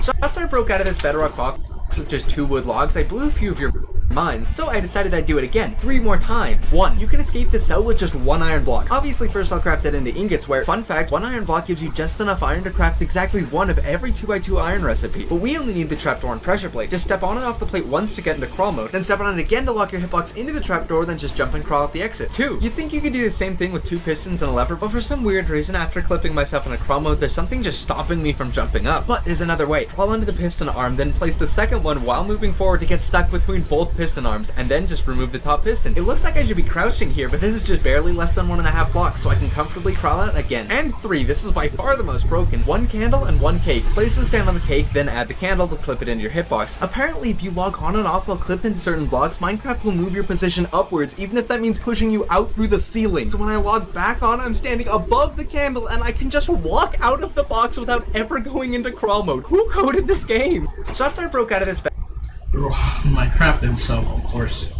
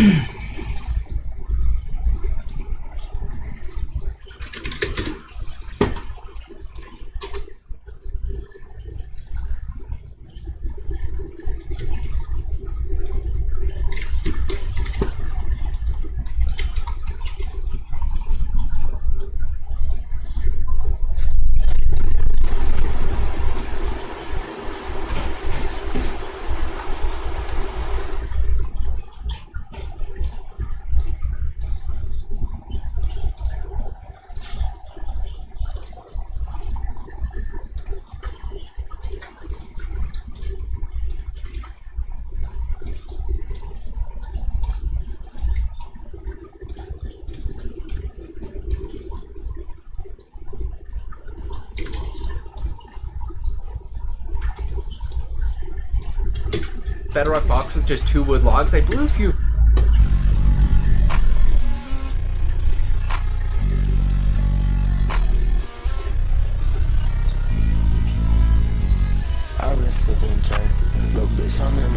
Hello.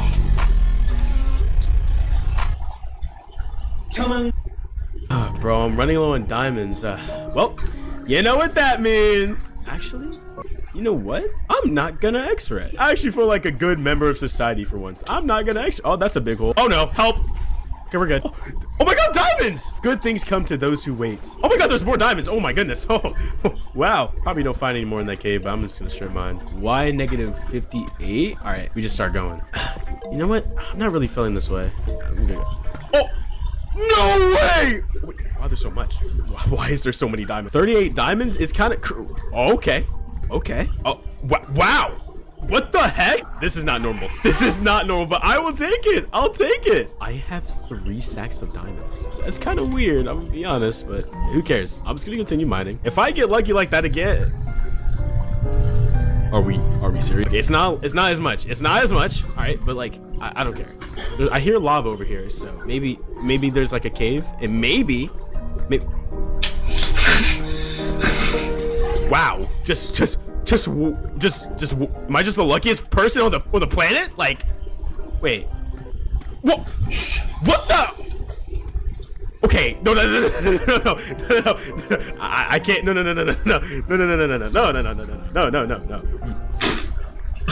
Okay, there's just something going on. All right, bro.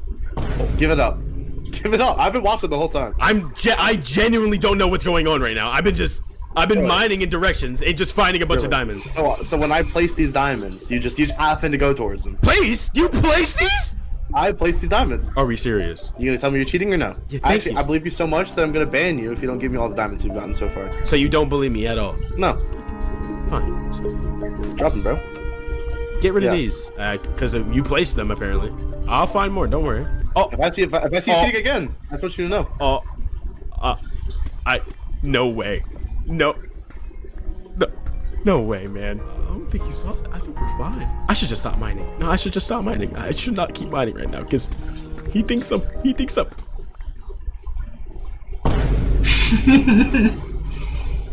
Yeah, bud. Yeah. Yeah. I promise. I'm not X-ray. Get out.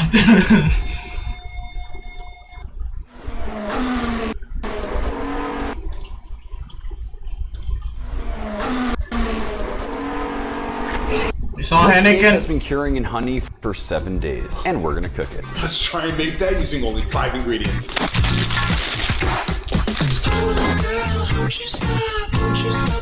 Now we let this sit for 7 days. After 7 days, here is what the steak looks like. All that's left to do is wipe off all the honey and grill it up.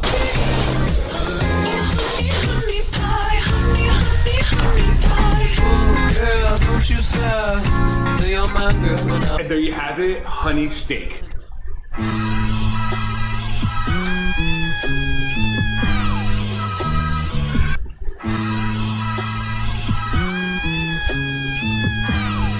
What? I cannot see shit. I was about to quit gambling, but then I saw this thing kill my god. Oh my god. Chill.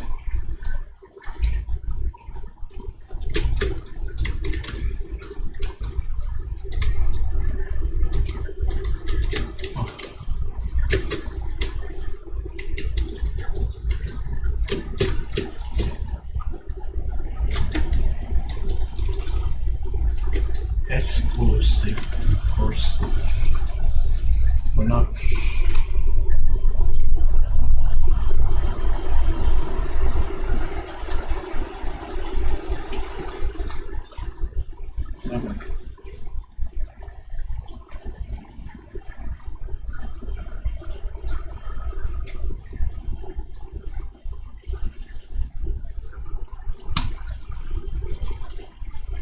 What's the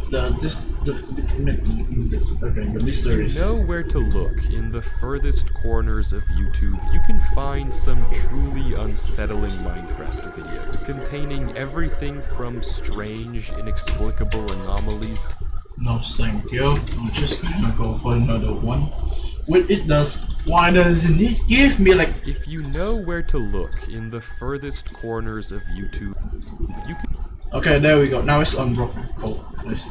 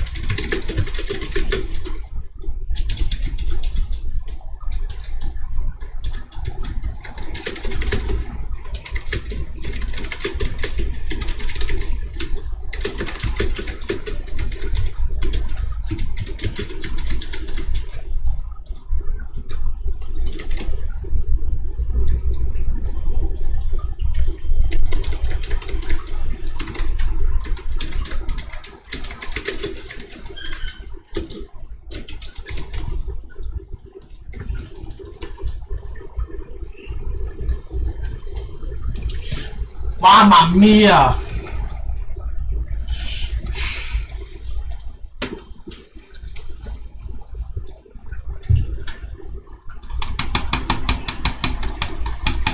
Just gonna take a shower.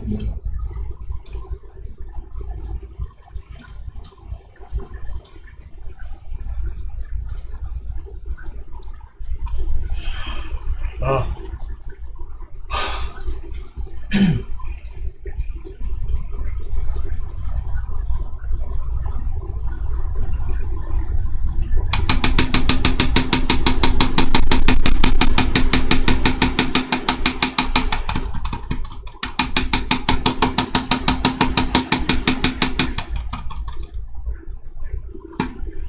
Bro. Man.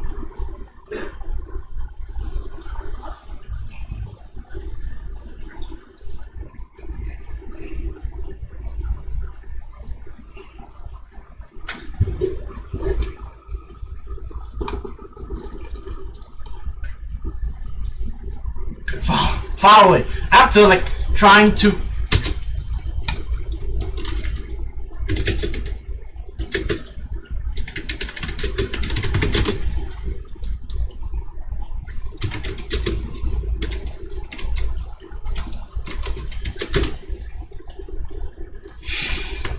what am I even doing, man? This is Roblox, this is not my...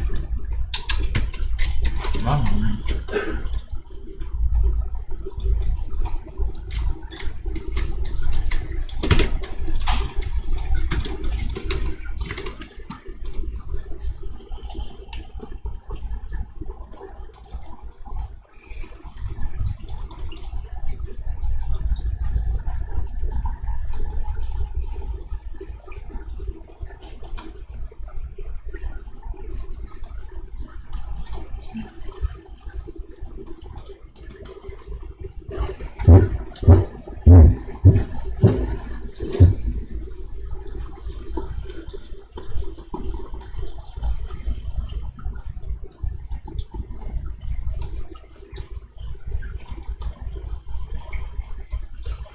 It doesn't even work anymore. Cool.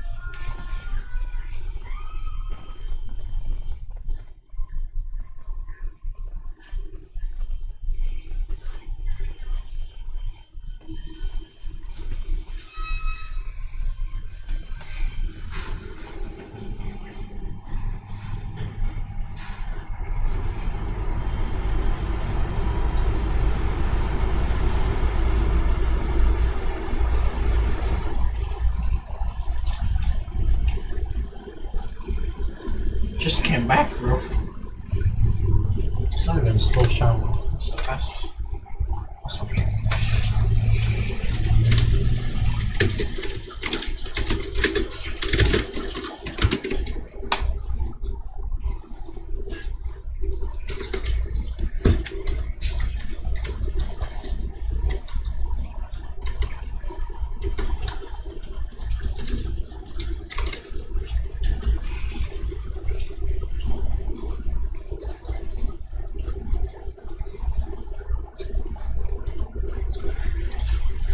Find some truly unsettling Minecraft videos, containing everything from strange, inexplicable anomalies to downright terrifying encounters with the paranormal. These are 3 of the creepiest, strangest, and most disturbing Minecraft mysteries from all across the internet, none of which I have ever covered before. So get comfortable, get ready, please consider subscribing, and enjoy.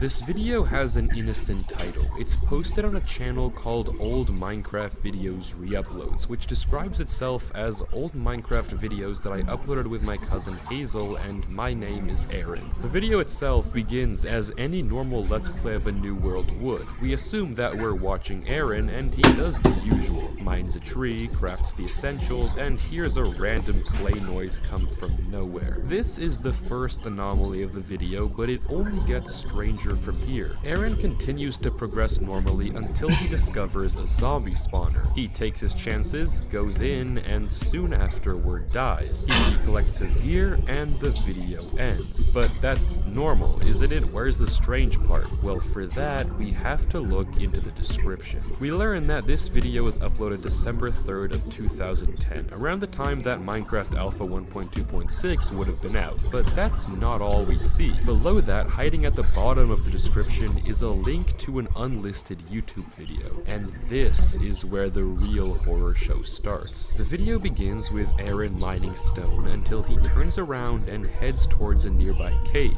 but before that we get this odd clip.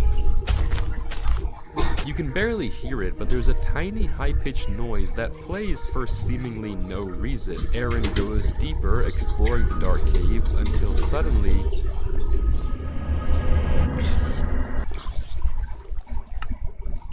the video itself is so dark, it's hard to make out what Aaron could have possibly seen down there, but whatever it was definitely enough to spook him. From the description, we can see that this video was uploaded 2 days after the previous one, on December 5th, 2010, and Aaron says he's going to take a break from content for a little. 10 days later, on December 15th, Aaron drops another video, leaving the cave next to my house. The video seems to pick up where the previous left off, implying that Aaron hasn't joined his world since what we saw last time. He navigates out of the cave, and it's worth noting that the screen is for some reason stretched vertically. Aaron walks around and into another cave where he finds this, a single broken block of cobblestone on the ground. We never saw him break this block, nor was the video ever cut, which can only mean one thing. Aaron is not alone in this world. Something else is here with him. Aaron quickly leaves and keeps walking before suddenly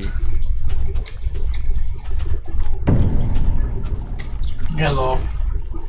Aaron freezes.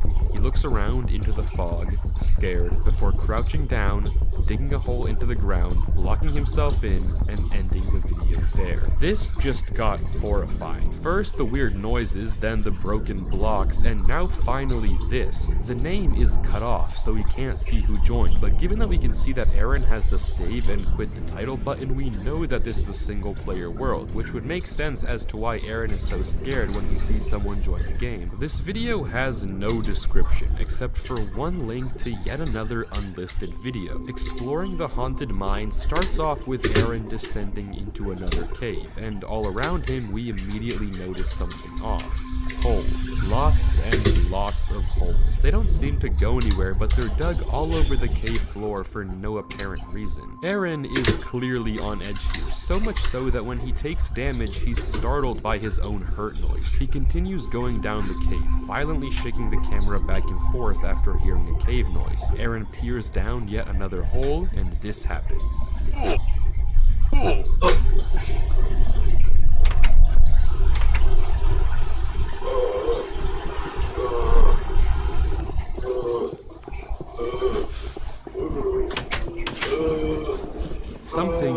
hit Aaron in, but we don't have time to think as Aaron comes face to face with a door that goes nowhere. He walks through it and suddenly the audio of Disc 11 starts to play. In a rush, he pillars out of the hole and quickly exits the cave. He runs to what is probably his house and hides inside, closing the door. He goes down a ladder and into his basement, and we're met with the final few seconds of the video where we can hear this.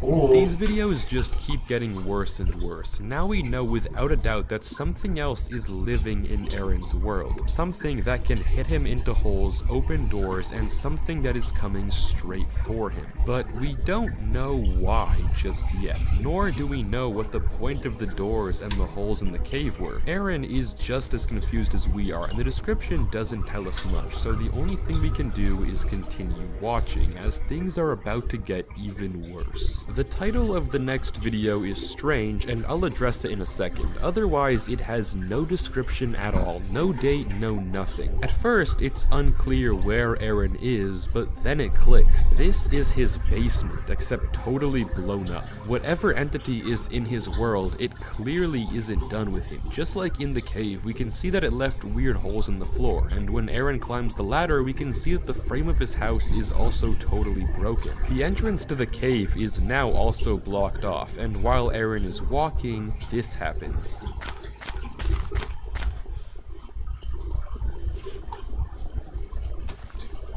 He approaches a hole, Disc 11 breathing noises start to play, and then black screen, and it cuts to him with no items and a stretched screen stuck inside a cobblestone box. The box has stairs to a viewing window, and Aaron looks out and we can see a sheared sheep and a half cut down tree. Aaron looks around for a little, punching out of the box, and almost breaks out, but for some reason stops himself. He stays like this until he gets frightened by a cave noise and disconnects. I'd say this video was odd, but you already know that it was. Something is happening to Aaron. The entity keeps digging holes and destroying his houses, but we don't really know what it wants from him yet. But let's return for a second to the title of this video. To some of you, this may just look like random nonsense, but to a few of you, you may recognize it as ciphertext, code to be decrypted into legible words. However, for probably even fewer of you, you've probably already figured out what this actually is. This cipher is likely a hash. I won't go too far into what a hash actually is, but all you have to know is that a hash is a sort of code, and to decode it you pretty much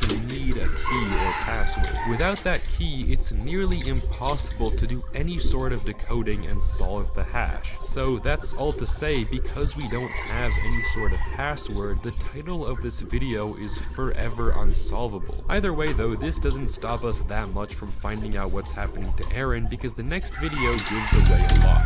The next video was recorded in horrible quality, so I apologize in advance. Interestingly, the date in the description shows it was recorded essentially a month before all the other videos we've seen so far, and this time the title is actually decipherable, but you'll have to wait until we finish the video. It begins with someone loading up a new world. I'm unsure if this is Aaron, but let's just assume it is. When he gets in, he has no items, but somehow a long cobblestone tunnel with no end in sight is dug into the side of the mountain. Aaron does what every horror protagonist is too stupid to do and ignores the anomaly to go collect wood. But it looks like I spoke too soon, because the first thing he does is craft the door and goes right back to the tunnel to place the door on it. He opens the door, goes through, and walks inside.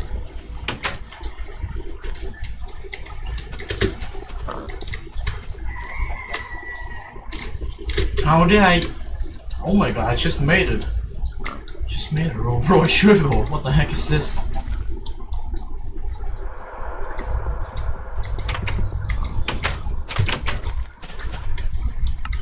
This video is strange, but it actually tells us a lot more about the story than you may think, and that comes in the form of the title. This time, the title isn't impossible to decode. Running it through a decoder, we get the phrase, "the portal is opening." This is definitely odd, but gives us a lot of clues as to what's going on here. It could be that by putting the door on this tunnel, or just by going through it, Aaron has accidentally opened a portal from his game to somewhere, and it's my guess that that something, the entity that's haunting his world, has come out from the other end, using the portal to travel from its world to ours. But that theory doesn't have a lot of evidence, and to learn the truth, we have to watch the next video, because as usual, posted in the description of this one is another unlisted clip, the first contact. The video takes place a week after the one we just watched, making it the second video in chronological order, and this time we get an original description from Aaron. People tell me in the comments to delete the world. I know what's going on.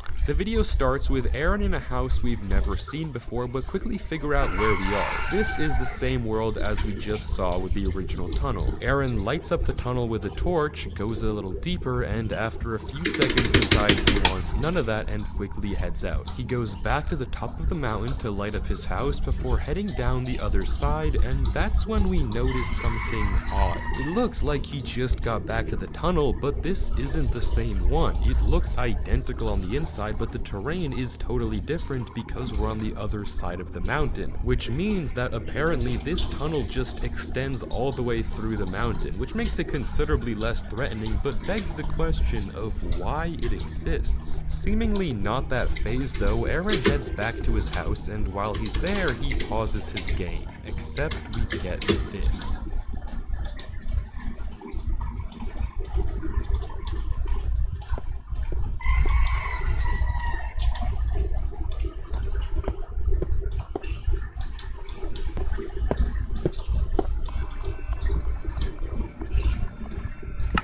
Building noises while the game is paused, and that's more than enough for Aaron to leave. One of the comments on the video says that at 2 minutes and 13 seconds you can see a figure in the background, but try as I might, even after increasing the brightness, I can't make anything out. But I don't need to see it, I heard it building. Something is absolutely in this world with Aaron, and it's been there for at least a month. But now we're on to the second to last video of this channel, and if you thought things were weird, well, you haven't seen anything yet.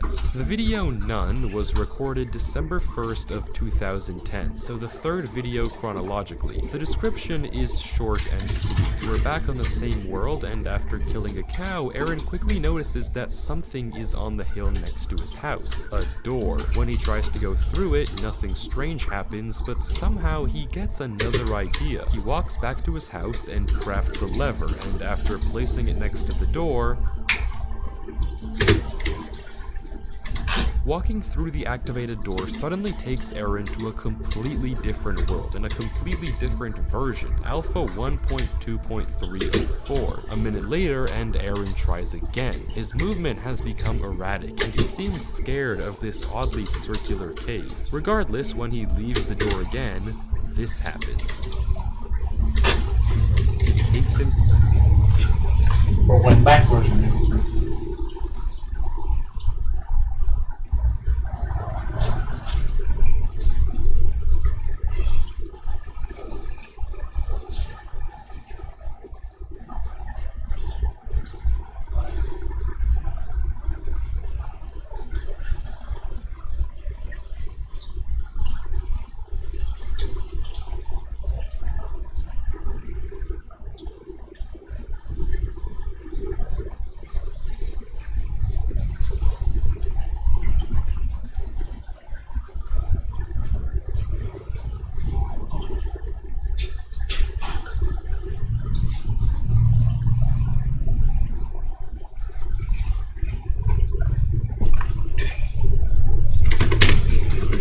Minecraft 1.1.0 on an entirely new world. Aaron begins to swim to a nearby island before changing his mind and trying to go through the door again, but this time, it doesn't work. He's stuck. He can't go any further, and he panics, leaving the game and deleting the world, ending the video there. This video is by far the strangest we've seen, because there isn't anything horrifying as much as there is perplexing. There's no sound at all in this entire video, and what we just watched makes little to no sense. Doors that take you back in version is not something that happens every day, but just when you think you may have an idea of what's going on, you get hit with the last video.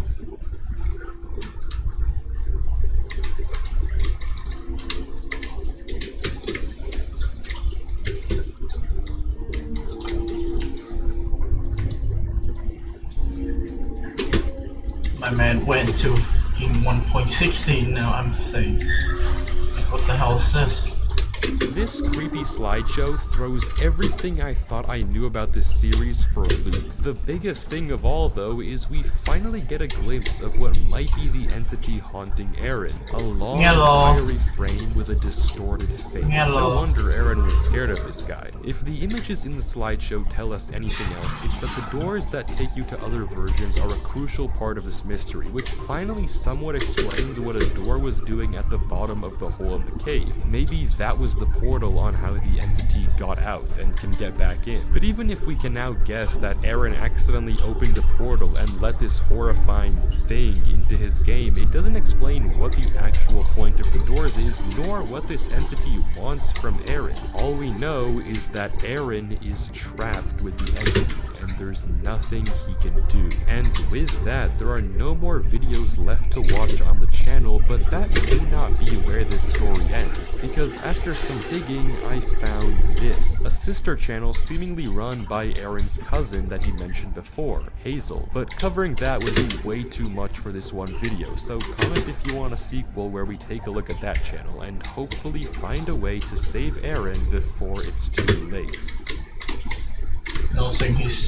While playing Minecraft, we've all gotten the sense that it feels lonely, or maybe even creepily empty, that we're the only ones in this vast world. But when a cave sound plays, or the fog is just a little too high, it's easy to start to wonder if we're really alone. Well, this channel did more than wonder, and found something in their world they probably weren't meant to find. They begin their first video with this text. Okay, so I'm not sure what this is, but I found an entity/mob that appears to be either a bug or unfinished feature. And as they're walking, we're quick to see what they were talking about. Suddenly, out of nowhere in the subtitles, it says this, a sound coming from something called hidden. And according to it, our player is being watched. The arrow on the subtitles show that it's to our left, and when the recorder turns, he starts to hear it better.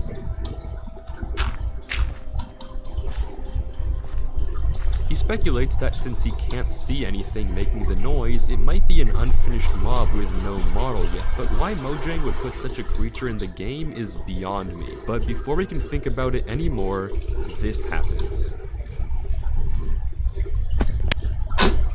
If we slow down what we just saw, we'll notice a few things. For one, and most obviously, the particles of where this thing just landed in front of our recorder, who for the sake of the video, I'll just call Alex. A second thing though are the subtitles. They read hidden screaming, meaning that this thing is not an entity we've ever seen in Minecraft since nothing has ever made such a sound. There's also this weird text right above it, but if you're familiar with ciphers, you'll maybe recognize this one as a Caesar cipher. Shifting all the letters 7 characters over, we get the phrase, how much do you know about Java? That's an odd question to put in the subtitles, but it's not all. In a blink and you'll miss it moment, the entity also inflicted some effect onto Alex. For just a second as it attacked him, Alex got affected with instant damage, so this entity has the ability to affect whoever it chooses. The rest of the video is just the same footage without Alex's messages, but it's clear that something is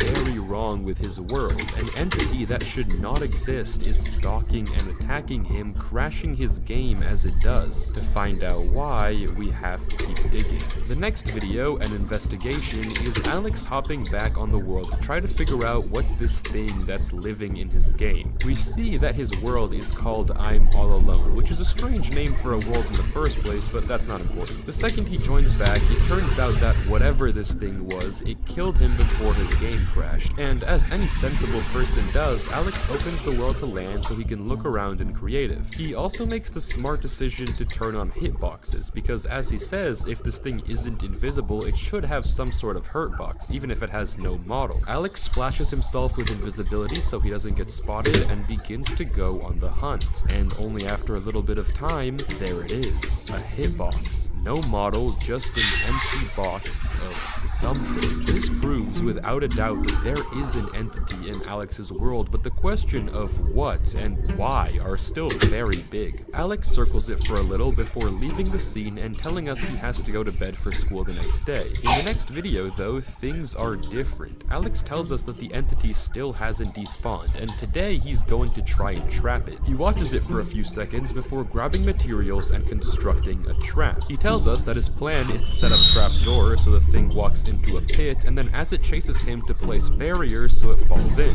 But as he's doing some spying, the entity turns towards him. Alex quickly hides in the corner and drinks invisibility, though luckily it looks like the thing didn't spot him. The video cuts, and Alex shows us the finished trap. It's a simple pitfall, but if this thing is really just a mob, then it should be enough. So after making sure everything is in place, it was go time.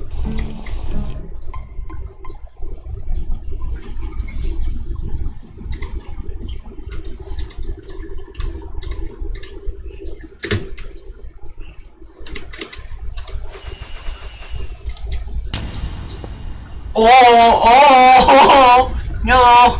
Oh my... The entity just lurches towards Alex and he quickly seals it off. We can see from the subtitles that it's not just screaming anymore, it's angry, and as Alex points out, he's not even being watched. But scary as this entity is, it's trapped. The pitfall actually worked. Unsure of what to do next though, Alex ends the video. These 3 videos have been exceedingly strange, and no, not just because Alex is probably the most sensible protagonist of all time. What we're seeing is a mob with no model that can fly across gaps and do at least 20 hearts of damage with a single attack. This is unlike anything Minecraft has ever had, but what actually is it? Well, we still don't have enough information to figure that out, but luckily Alex does some testing in the 4th video. In video 4, Alex runs a bunch of different experiments on the mob. He first tries to make a copy of the world, but when he loads it up, he gets this message. So whatever hidden is, it can only exist in one world at a time, and will apparently transfer to this copy. Alex logs back onto the world to find the creature trying to escape the barriers, but for now it does seem totally trapped. The first thing he does is try and name it with a name tag, and interestingly it actually works. He splashes it with invisibility and poison, and we see that this thing doesn't seem to take any damage at all. But this is where things get really weird. Alex tries to drop the entity items, and then this happens.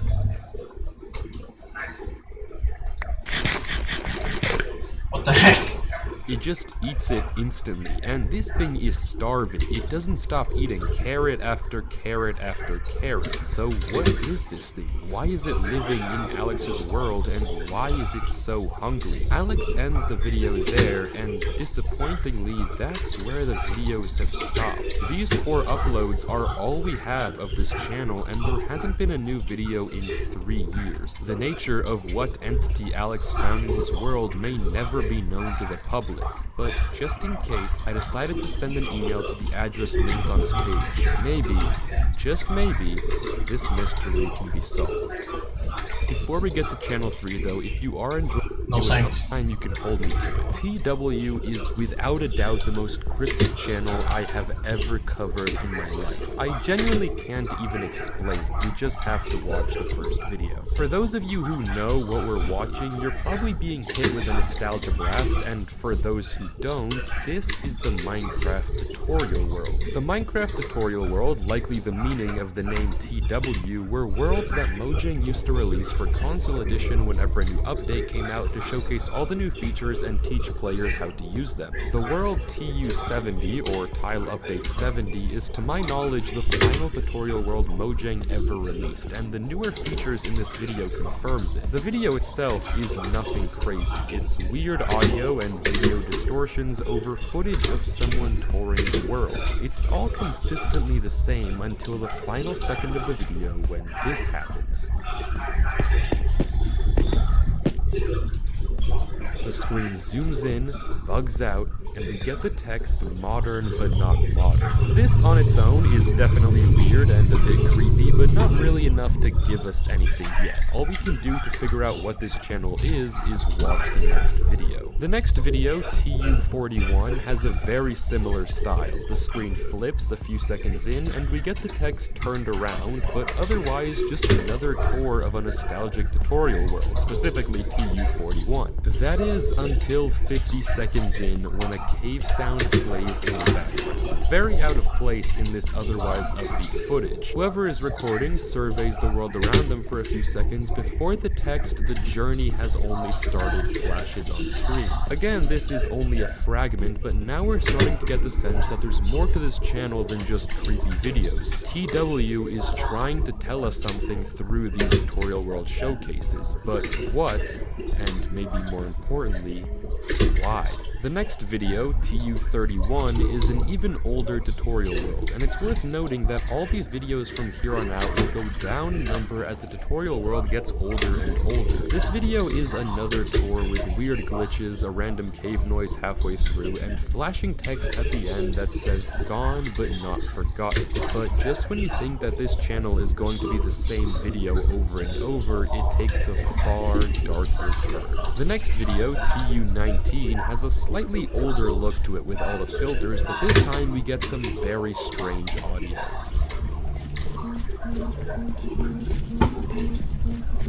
The beeps in the background are far too repetitive to be anything meaningful like Morse code, but this is the first time the audio has been this prevalent. And not only that, it looks like our character isn't just giving a tour anymore. The way they're looking around and sprinting almost makes it look like they're in some sort of hurry, or maybe even running away from something. This time we do get more text at the end, but instead of words, it's this. For the life of me, I can't read what this is trying to say. I don't know if I it's cannot see numbers, shit letters, either. whatever it is, I'm totally clueless, but it confirms that this channel is definitely hiding something. Something we can hopefully figure out by watching the next video. TU11 has the same weird beeps as before, but also considerably worse quality. The video ends with this weird series of glitches, but from what I can tell, no text appears at all. Even after more searching, I can't find anything of use in this video. The quality in the next video, TU5, has gotten awful, almost like this recording is corrupting.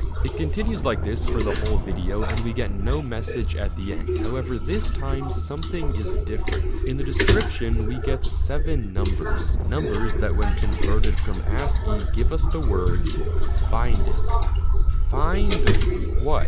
If we combine everything we've gotten so far, it's been modern but not modern, the journey has only started, gone but not forgotten, and find it. Apart, these phrases don't mean all that much, but bring them together and you start to maybe get an idea of what the point of this channel is. But to fully be sure, we have to watch TU1. TU1 is by far the longest video we've seen, a 4-minute tour of the original tutorial world. It has the same weird audio beeps and even worse quality to the point where you can hardly make anything out. But a minute in, the screen goes fuzzy and we get this. It suddenly cuts to colored footage of the world and C418 begins to play.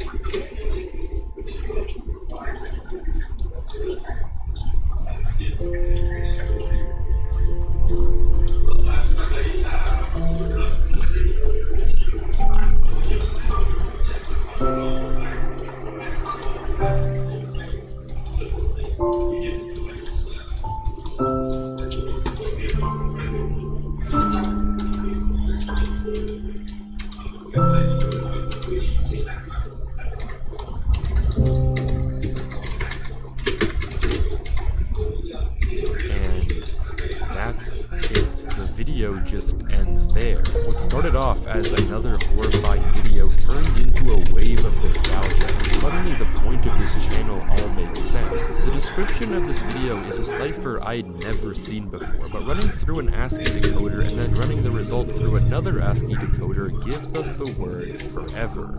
Forgotten forever. This channel doesn't have any weird entities or strange events. Instead, it's a message, a tribute paying homage to the Minecraft tutorial worlds. The new ones are modern, but not modern, turned around and twisted versions of the older ones. The old tutorial worlds are gone, with some even forgotten forever. A part of Minecraft history that so many people grew up on, now lost to time. Many players have begged Mojang for the tutorial worlds to return, but to no avail. The TW channel is really just one of those players' way to say goodbye to one of the most important important parts of their childhood, which makes the end of the final video quite fitting. The final video is a compilation of higher quality versions of all the videos we saw before, but with one other change. At the end of the video, we can hear this.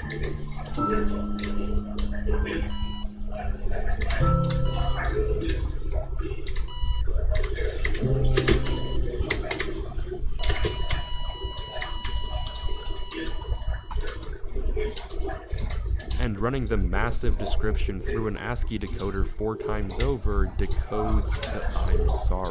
TW is saying thank you. The tutorial worlds are probably a part of history that we'll never get back, but if we cherish their memory, are they ever really truly gone?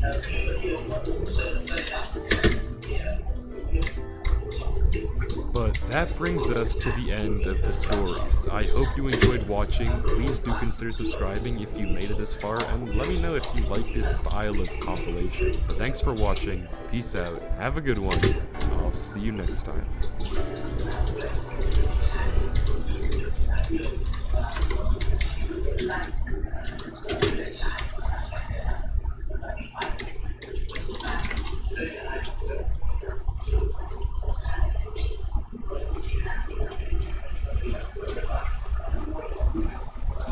The users on the screen, man. What do you mean?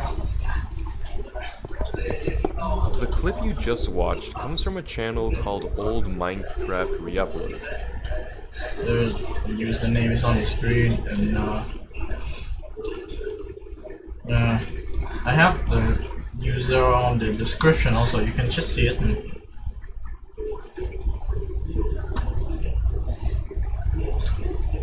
A sizable Minecraft channel claiming to re-upload videos from 2010 and 2011. There are only 9 videos, each of which seems totally normal on the surface, but upon a deeper inspection, these 9 videos house one of the most cryptic and unsettling Minecraft mysteries on YouTube. But to understand, we have to start at video 1, Minecraft Base Tour. The video begins as normal. It's evidently gameplay from an older alpha version of Minecraft 1.1.2 with some common music playing while our unnamed protagonist tours his house. Nothing out of the ordinary until we get to the mines. As the player leaves his house, all of a sudden the screen cuts to black. All his items are gone and he only has half a heart left. The video then resumes like nothing happened, but right before it ends, we get this really unsettling scene.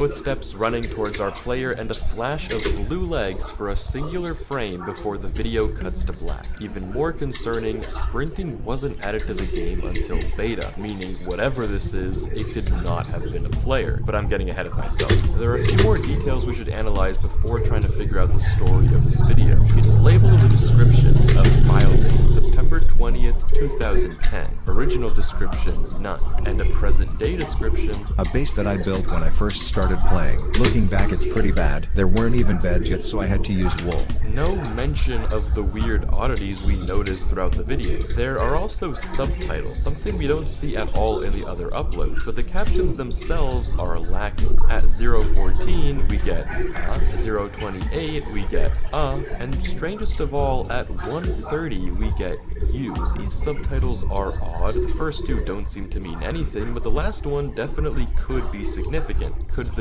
you be the entity we see in the last few seconds? Is our protagonist familiar with it? We can't know yet, but it's actually the music that poses the most immediate mystery. But for that to make any sense, we'll have to revisit it later on, because it's time for video 2, the TNT Pawner. This video is really nothing special, and for that reason alone, it might be the most out of place. It's a pretty innocent montage of the creator crafting up gunpowder, TNT, and then bombing the mobs in his world. The only mildly unsettling part is the text that comes on screen every now and then, and the questionable choice of music that I can't play for copyright reasons. But barring that, there's nothing to note here. The date in the description places this video at 2 days after the previous video, and this time we have an original message. The TNT Pawner gets his revenge on the monsters of the night. And a note from the creator on using Windows Movie Maker. That explains the text. This video doesn't give us much, but it will be helpful later on when we establish the different characters in the series. Case in point, video number 3,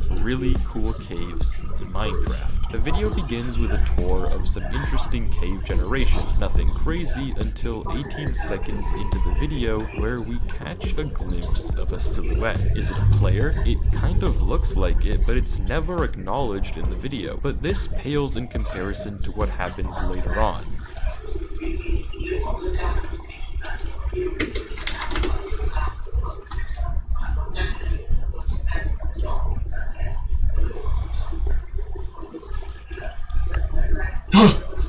That's extremely eerie. Footsteps occurring when the player isn't even moving. Something is in the game with them. The breathing noise is actually an unused sound file that Mojang was planning to add into the game but never did. And from the menu screen, we know that this world is on single player, making the player's silhouette and breathing all the more concerning. Again, we get a date for this file, 4 days after the previous and an original description. Really cool and weird cave generation I found in Minecraft. No mention of the oddities. This video, when put together with the first, makes it look like our player might be haunted by some sort of entity, but who and why?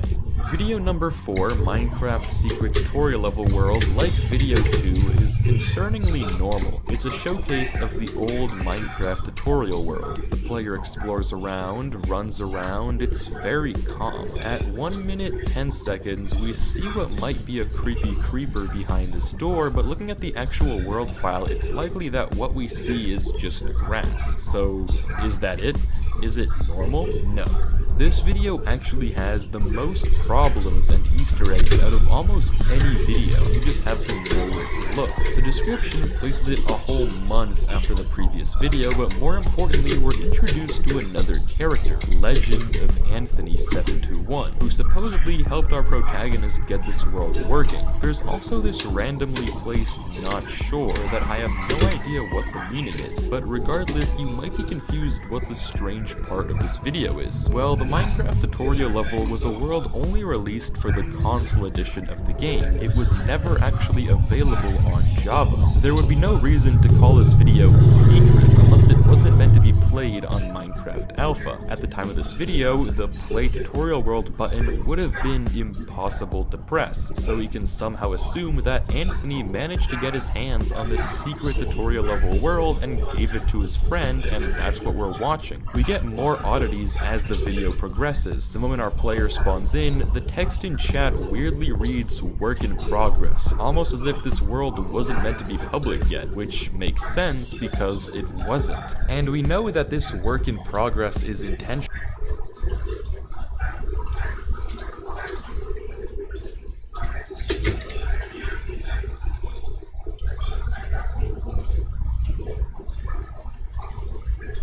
No. No. No.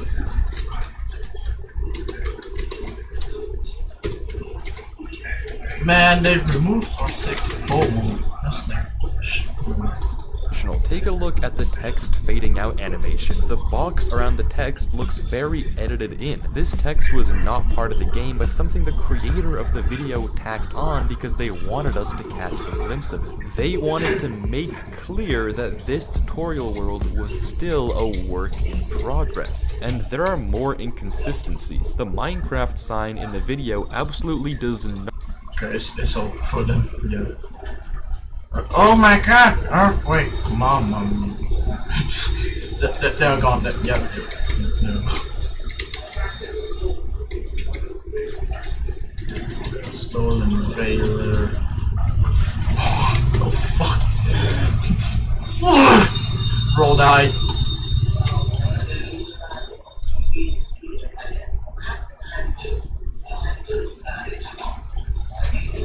Not look like the real one in the tutorial world. Even in the earliest iteration, brown and black sheep wouldn't exist until beta 1.2. Birch trees wouldn't exist until then either, and the powered rails in the minecart system and paintings in the castle are seemingly missing from the world we see in the video. Keep in mind, the footage you're seeing on the left is from the earliest released version of the Minecraft tutorial world, and this actually isn't the only time we've seen unreleased features in this video. videos. Remember the breathing files from Yeah, earlier? Even in the first video, we already got a hint of some time manipulation shenanigans. The song that plays over part of the video is Mice on Venus, my favorite of the Minecraft soundtrack, but a song that wasn't added until Alpha 1.2, later than the version the video creator was playing in. Are these inconsistencies intentional or just mistakes by the ARG creator? Well, obviously there's no way to know for sure, but I think there's just too many inconsistencies for it to be accidental. Somehow, our friend Anthony has access to features that don't exist yet, but we're not even halfway through the series. It's time to talk to Anthony face to face. The video titled Other is the 5th video on the channel, but the description reveals it's actually the earliest recorded video so far, 6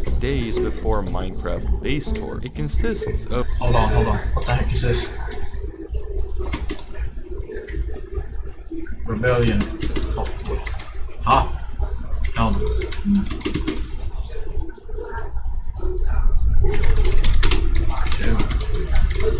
Of random footage I had lying around of me and a friend chatting in a server, a bit corrupted as you can tell from the quality. Oh my god, this video that we finally get a name for our protagonist, Gold Mario 982. The conversation is between him and Anthony. The footage itself is corrupted and boring, but the dialogue between the two is very interesting. I hope you've been doing better. I haven't gotten better at all, honestly. I still feel like total—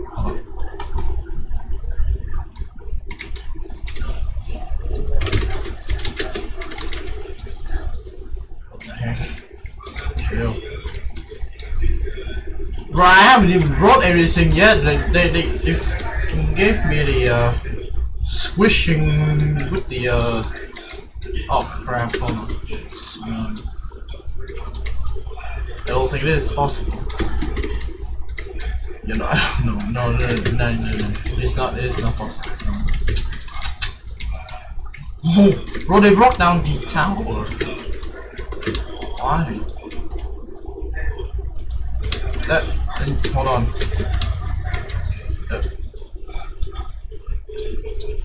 Hello. Oh crap, hold on. Need to get past this wolf. Good. I'll just stand here, please.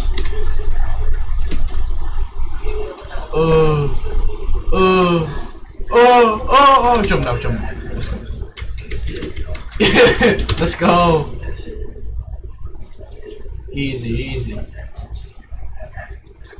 Oh my god.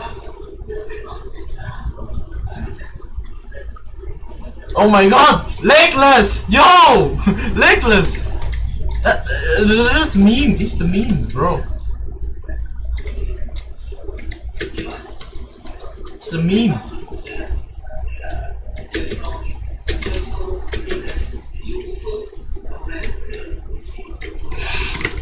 It's the meme. I made that meme, bro. Legless. This stream isn't good, and you have to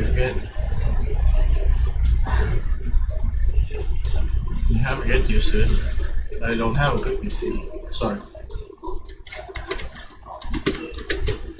Oh my god, content creator.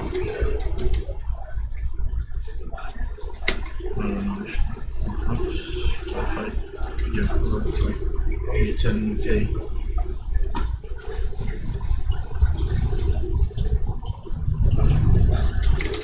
You have to accept the fate that I have a trash PC. I cannot go over 10 FPS. Sorry. Bullshit. Well, still I hope things do get better. I don't know if it's really that bad, but I'm starting to get worried. I woo. And then it cuts off. The final frame of the video is also suspicious. It's not where Mario was when the video was cut. It's a different shot entirely, one with no hearts and no items, similar to the cut in Minecraft Base Tour. The real mystery of this video is obvious though. What happened to Anthony? When I first watched the video, I thought he was sick. I hope you're doing better, I feel awful, I'm starting to get worried, all things that could be said if Anthony was suffering from some sort of illness. But that isn't the only possible explanation. It could be guilt for some reason or another. Maybe Anthony did something bad and is feeling guilty. guilty. He doesn't know if what he did was that bad, but he's starting to get worried. This also somewhat accounts for the last message Mario begins typing. The I would is almost definitely the start of I would, which implies some sort of recommendation. In my mind at least, it makes more sense that Mario would say this and give advice on what he would do if Anthony had done something bad and wasn't sure what to do himself, not if he was sick. But with only this evidence, it's too ambiguous to make a clear verdict on what happened. But luckily, there are 4 more videos that we can analyze, and these are by far the most sinister. The video Minecraft Castle Construction is supposedly from November 3rd, 2010, 4 days after the secret tutorial level world. It should be noted that this video was sent to Gold Mario by Anthony, so the gameplay you're watching comes from Anthony himself. The video starts with Anthony just building a castle as usual, however when he opens his inventory, his skin is pitch black. He continues to build, but his attention seems to I'm just gonna die. World. When he goes to explore it, he goes into the menu to presumably turn his music off. Since it says save and quit the title, we know this is a single player world, so nothing should be happening while he's paused in the menu. But instead of nothing, we're met with this scene.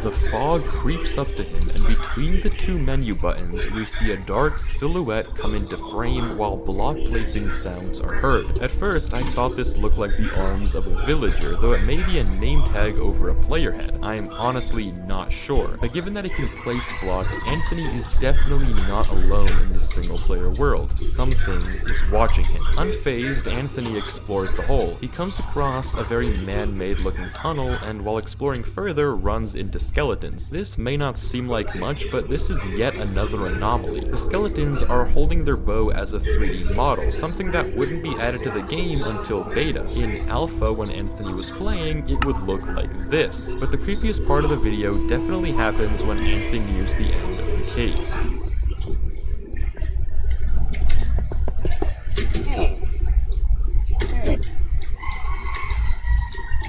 Again, whatever this is isn't human. It shouldn't be able to sprint, much less be in a single-player world. Anthony pillars out of the hole and seals it off with cobble, returning to his hiding in the corner on one part, evidently shook up. This is likely the same entity that jumped Mario in the first video, stalked him in the cool cave generation video, and watched Anthony while he was changing his settings. But again, why? What does it want? Well, to finally get to the bottom of this mystery, we need to investigate the final 3 videos. The lag. Was recorded just 2 days after the encounter. It's from the perspective of old Mario opening Anthony's world and exploring it for him. This makes the description all the more ominous. Subscribe. Well, if you're enjoying the video, then please do consider subscribing. It means a ton, and I want to try to make more ARG video essay content like this one. So if you like this, then subscribe. Bro! Where's Keith? I'm gone, man.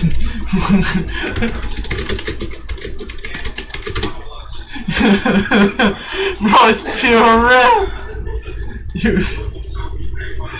Bro. No. Maybe. Just possible. No. Oh my god. Bro, one touch and I'm gone. Even if I'm falling down, I'm just gone. What the heck are you doing? Like, bro, oh crap, oh man. What the heck is this? Oh crap, this is sandstorm. Bro, if a piece of sand went into my fucking face, I'm gone. Like, I'm literally just one touch and I'm gone, man. You're not gone, you have to touch. You're not gone either. You. Oh no. You have to dodge them. Oh.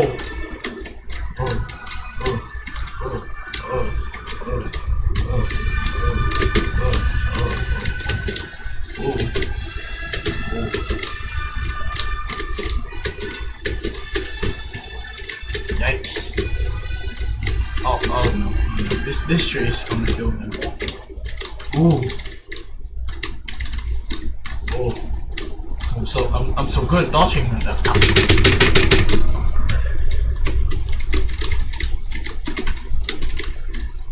Oh.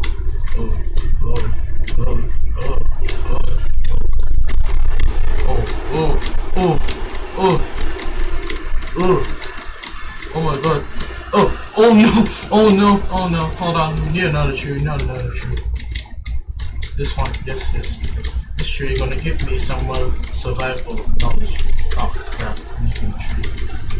Hold on. Oh, there we go. We have another tree. Oh, I just saw one next to me, man. No, there's no more tree. I'm gone.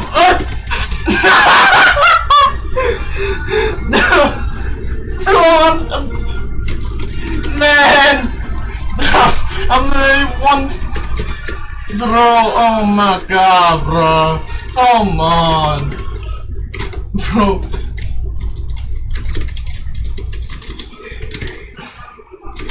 Man, I was dodging so good, but no.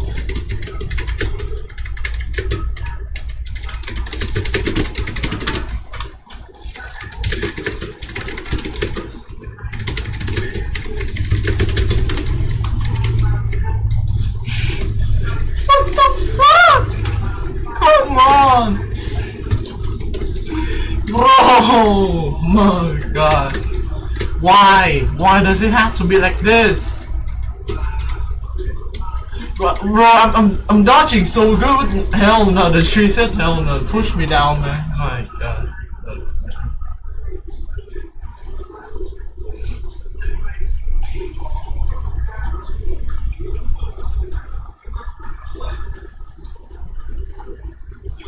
What's the 2 piece?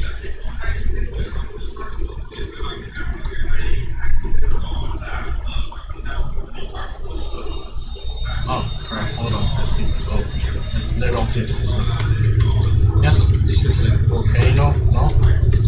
Okay, never mind, this is more worse than that. Crap. Oh no, I have to go up here, man.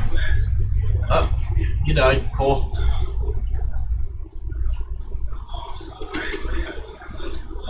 I had to get to the edge when the tsunami just oh wait, hold on, this tsunami, this is not flood.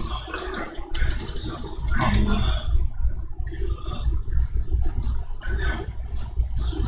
Hold on, this is survival, trust me.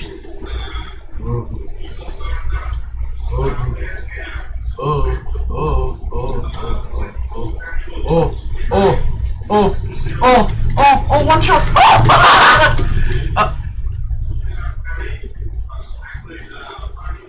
Yes, sir.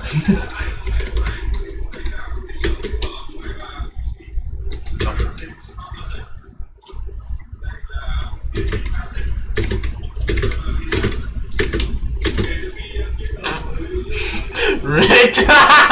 Sure, man. Rigged, yeah, sure. Rigged. What the heck? This is so survivable. I'm literally 5 centimeters away from that shit, man. What the fuck? Like, I'm literally 5 centimeters away. I'm so good at this game, bro. No, just kidding. It sucks.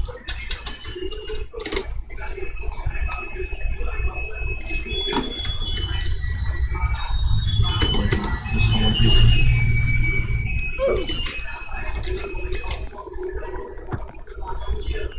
Was walking. Where's my first? Okay, good. Oh my god. High school. No way. Crap, high school. Oh, it's that K person. You need to interact with the R person. Where's the kid? Yeah, she's gone.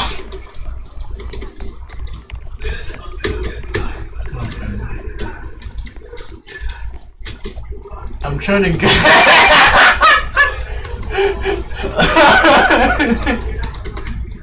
Gay!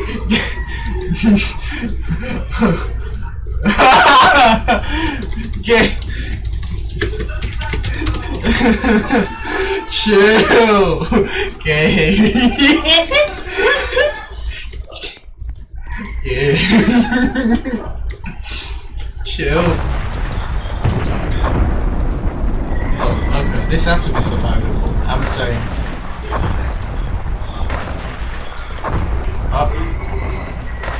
Yeah, it is. This is survivable. Trust me.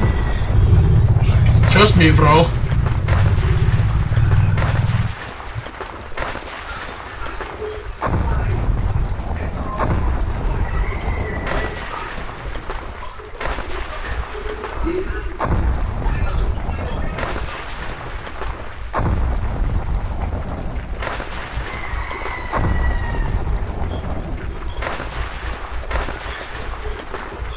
You died, cool.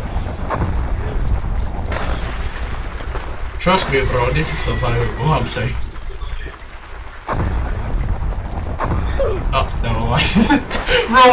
Bro flew into my fucking head. Bro, come on. Bro, what the fuck is this? How many hours am I gonna see today, man? Hello, Hugo. Hello, man. Welcome to the stream.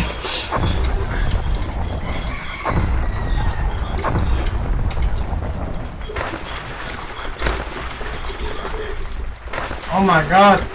Watch an ad for this piece of crap. Okay.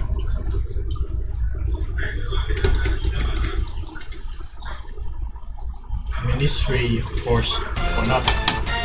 And that's long sleep. Oh, no.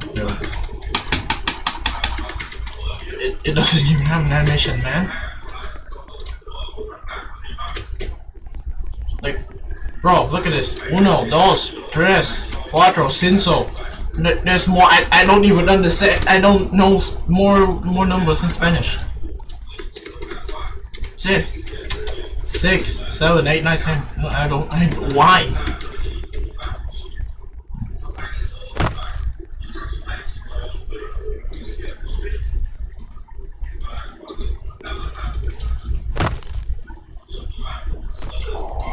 So it has to be like cool.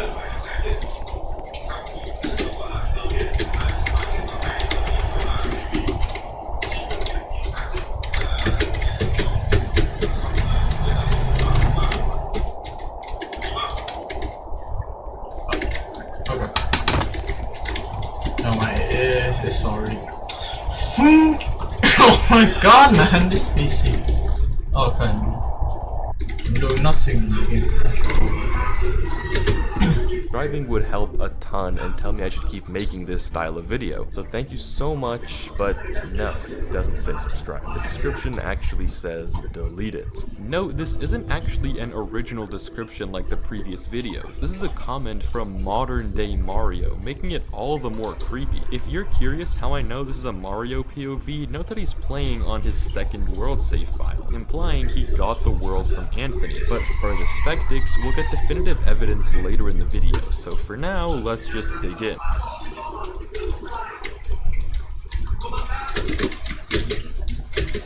Okay, how did you even die? This is like Blizzard or something. What the hell is this?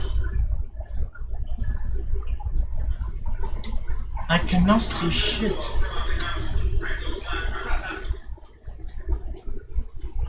There's no way you died to Blizzard, bro.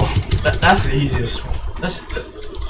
That's the easiest one of the fucking game. There is no way you lost to Blizzard. VR.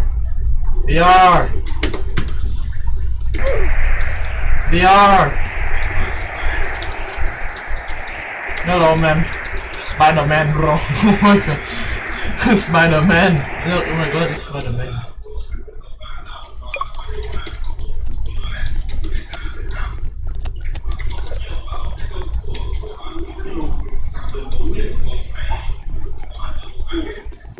Hold on.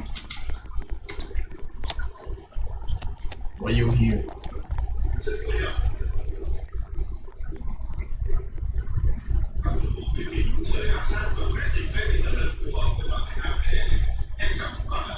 spin.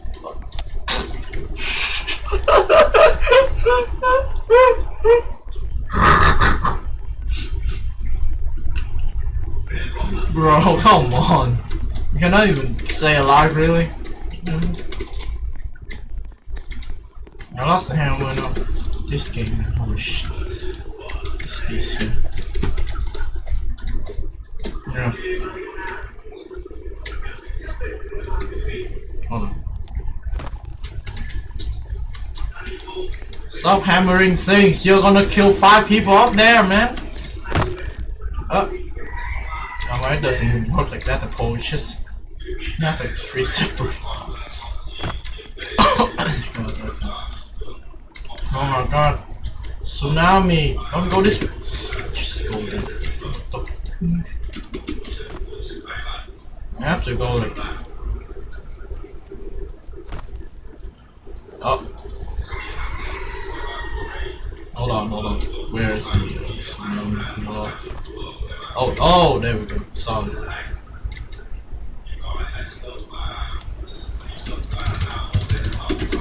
I finally saw it. No, wait. Don't fall down. No! Tao ái chị rồi thắng mẹ rồi. Let's go. Oh. Let's go! Dumbass. Let's go. Easy.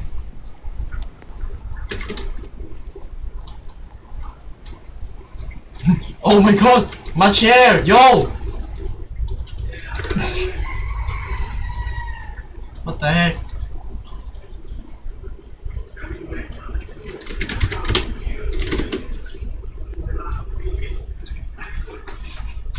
Share. Let's go.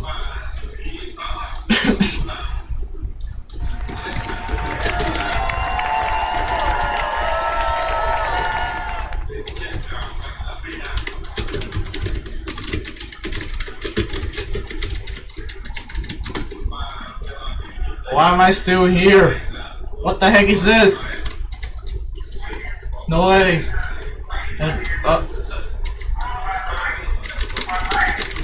I'm still here somehow. What the? No, I don't want to get teleported again. Let me. No! Come on!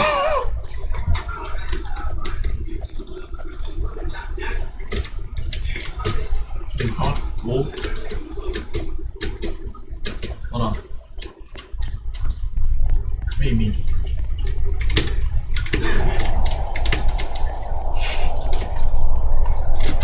Oh my god, sand phone. Okay.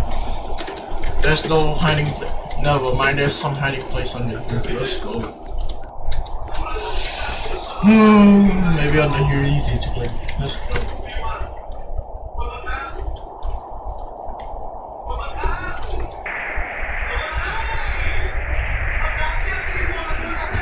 The shield! That's the shield! Not the shield! No! Stop going down this in the water, man. Let me hide in here. Oh god. Okay, no, that's the wrong direction. Shoot! Oh, why does this have to be this way? This way, not that way. This way.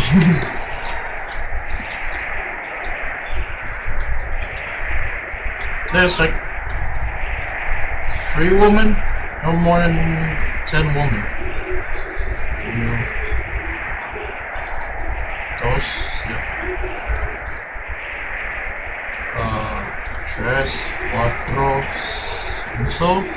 No. Oh, that's a spider.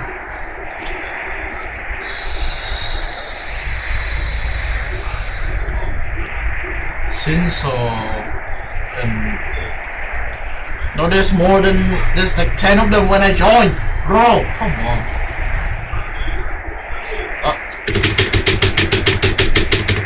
Oi! Come on. Oi! Mamma mia! Bro!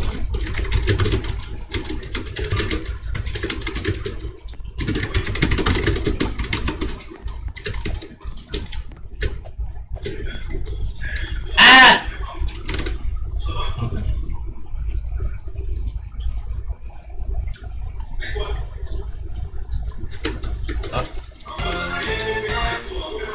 Emma, what are you doing? Emma, Emma, you need to break something. Oh. Oh.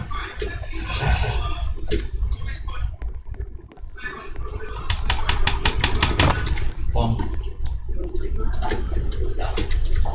I'm making this two legs on.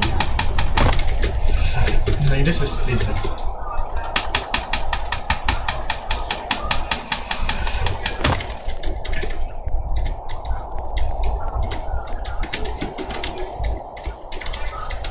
This blazer.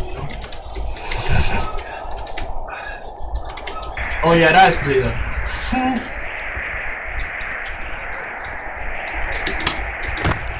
Give me a shelter.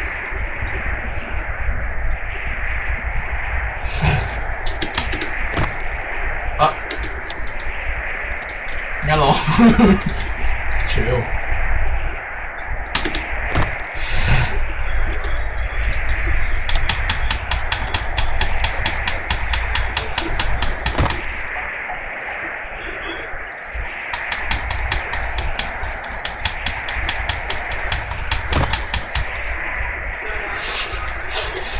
Bro, who's looking at me, man? What the heck? Oh.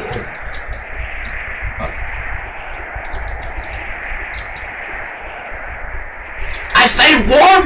Oh, hell no!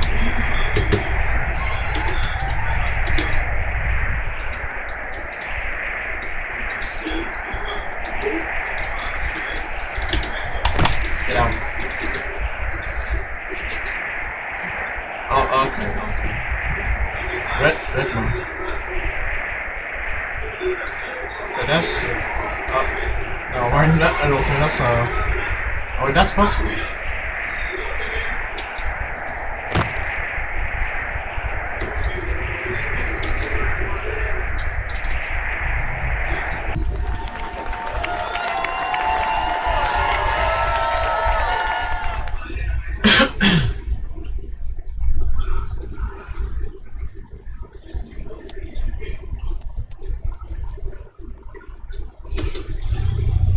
X edition.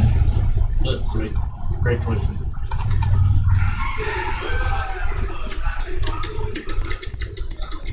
Can you even? No.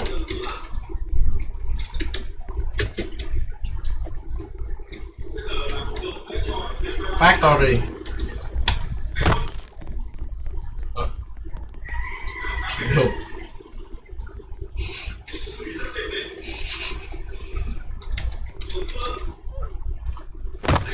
Die.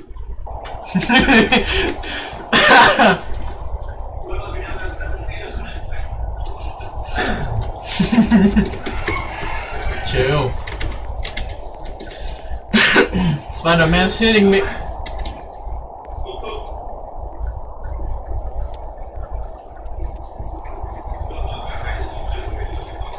What? Okay, I'm just gonna say you. Sure.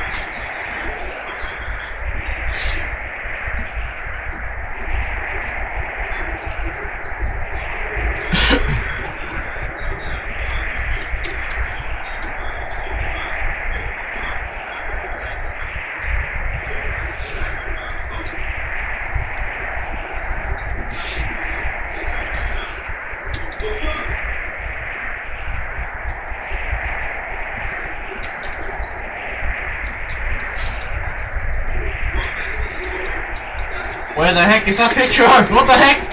What? They flew. Oh my. Oh no. It flew down. It fell down the stairs. The heck are you? Oh, this is friend group. I can tell. Of course. Sing with me, sing for the here. Sing for the... Yeah.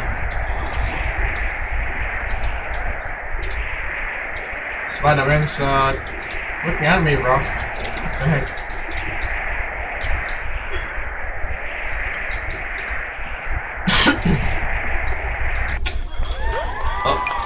Oh, cool.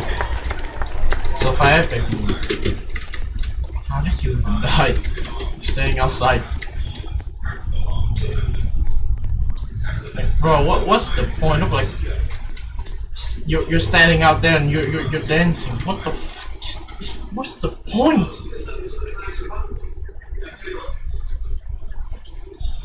Like, bro,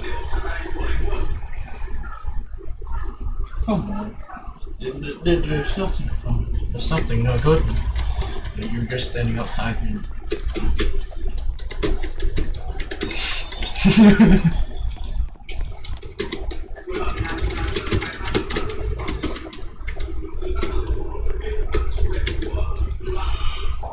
Oh.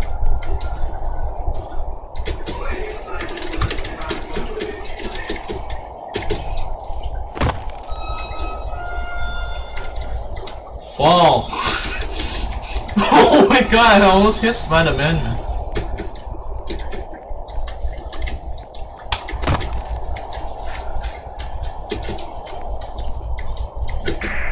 You cannot break glasses. What the heck is this?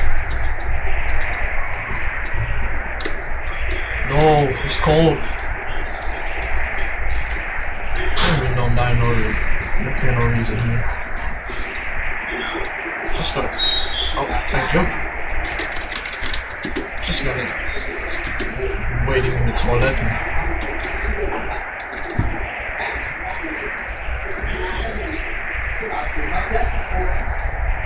How is this even warm? It's like 20.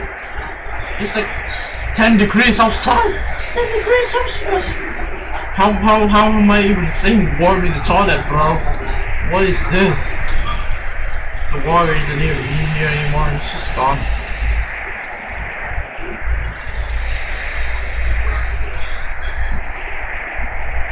Mario spawns exactly where Anthony left off, meaning the world hasn't been open since Anthony's encounter with the entity, meaning everything should all be the same. If you can't see where I'm going with this, everything is not the same. Mario heals back to full health and approaches the hole. He tries to turn his render distance up from tiny, but for some reason, it's stuck. He creeps down the hole until he gets to the caves, and boy has this entity been busy. Despite this being a single-player world that had no right being modified, sprawling tunnels have been dug on every surface. Epic moment.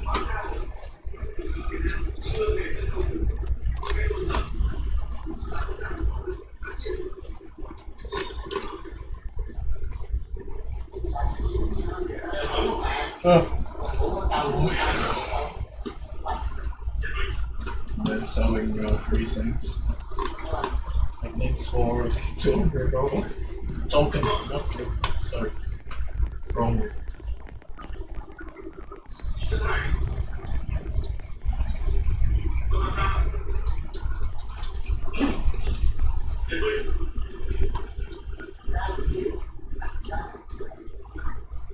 What is Spider-Man doing? Why are you punching, bro?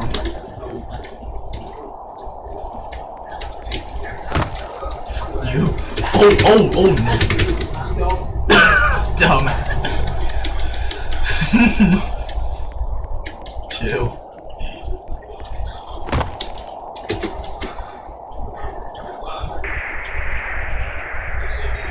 What?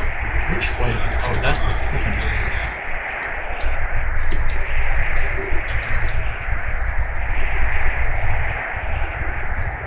Just saw one part.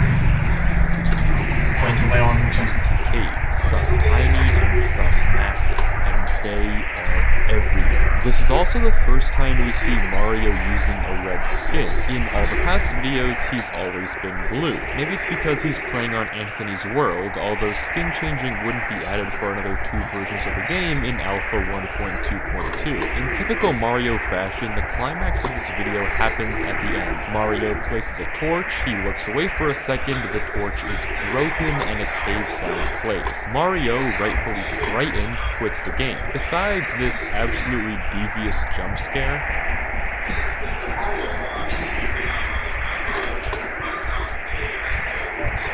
that's all we have to work with, a torch disappearance. Clearly, something is haunting Anthony's world file, something that Gold Mario now has to deal with too. We've almost reached the point where we can start analyzing the entire series, but there are still 4 minutes of content left, 2 more final episodes. The video titled Other 2 doesn't have a date, no description, no nothing. Looking at the version in the top left-hand corner, it could be anywhere between August 23rd and September 10th, making it the Why did the map wins? I just the video begins.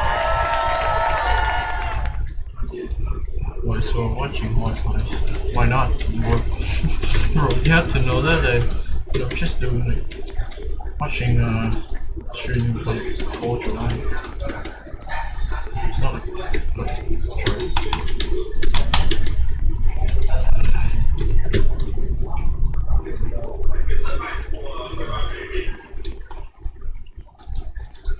Huh.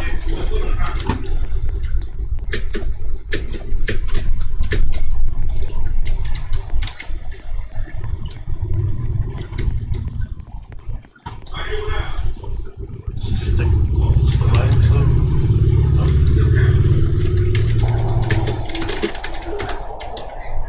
Just why not? Because yes.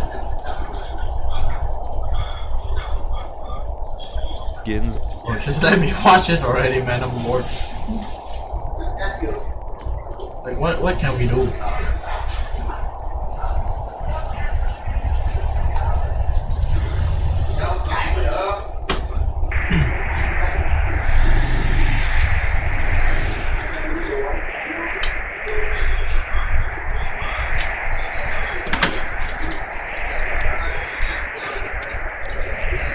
Fall. Sorry.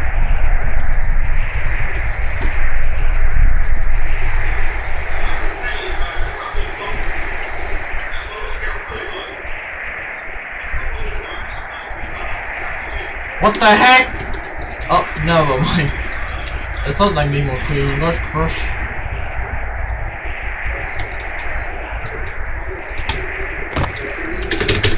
What the heck? Oh. No, let me in.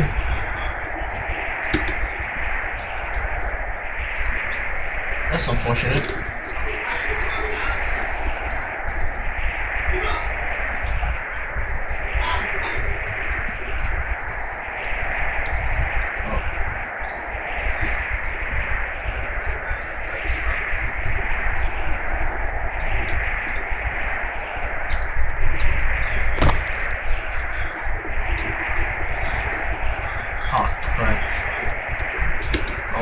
I'm surviving with like nothing on my crap. What is this game? What is this game? No way. Surviving.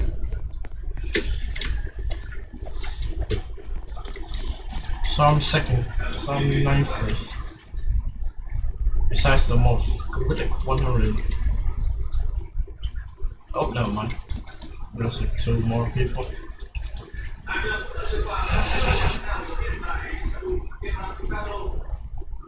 Six more to get that guy. 4. Die. No more one.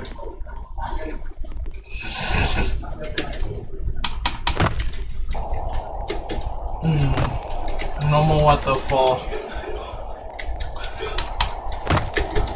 No more water. Okay.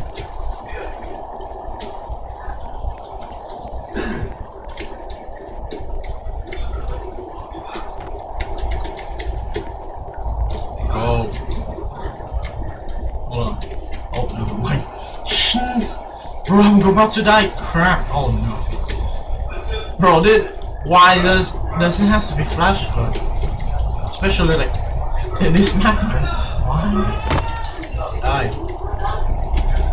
Fall. Bro, it has to be flash.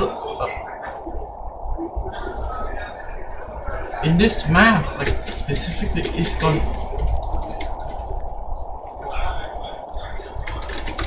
Yes.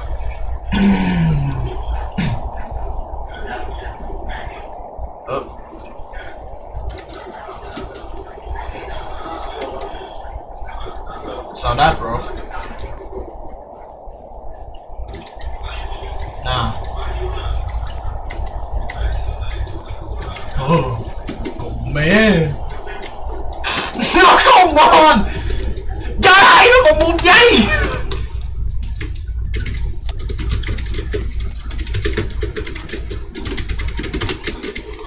What do you mean? Bro, 1 second away, bro. Come on.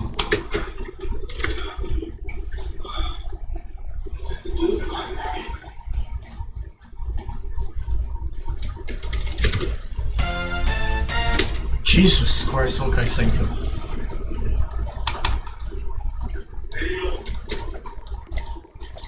Oh, the fucking tower fell out the moment it is about to be end. Yeah. Great game. Great physics of the year. I'm done.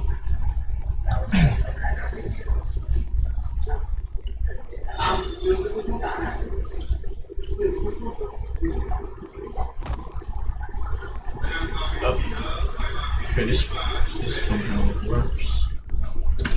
I don't know.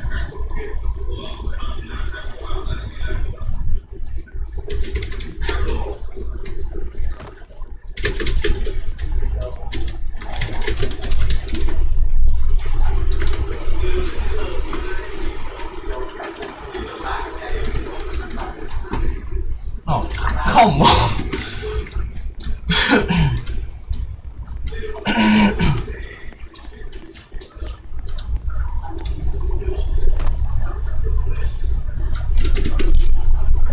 What the heck is this?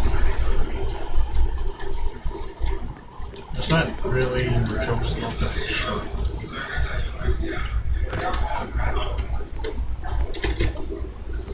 Water, no, not the water, okay.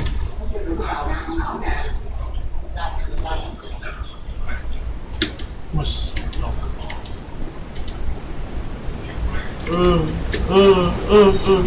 No. Yes, sir. Oh. Yes, sir. Bro died. No, he died. You know he has like full health. What the heck is this game? VR. Cool.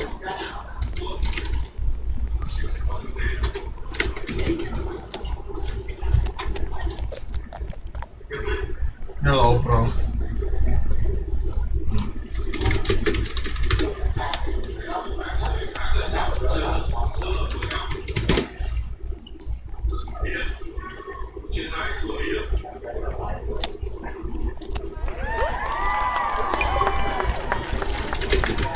What?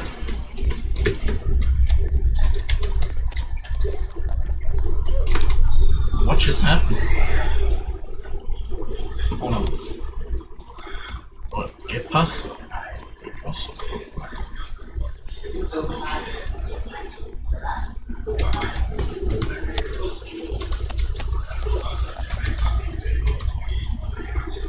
Oh.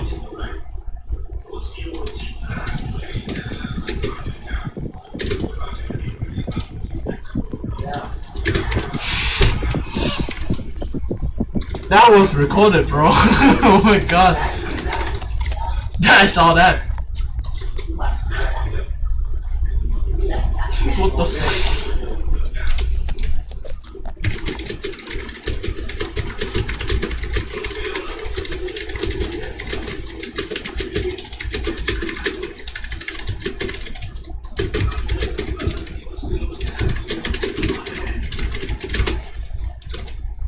Come on, man.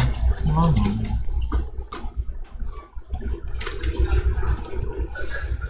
Oh my god.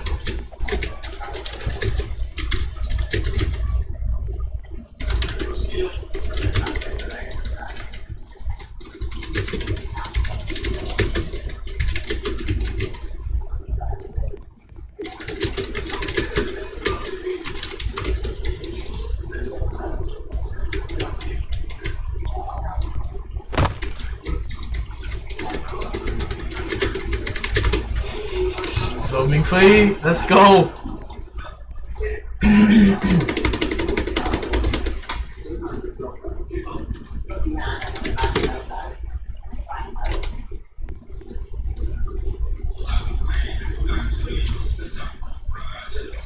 Spider-Man!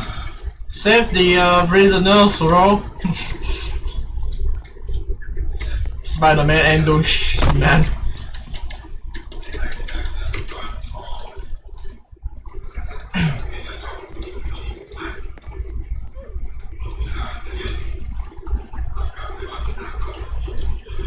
What do you mean?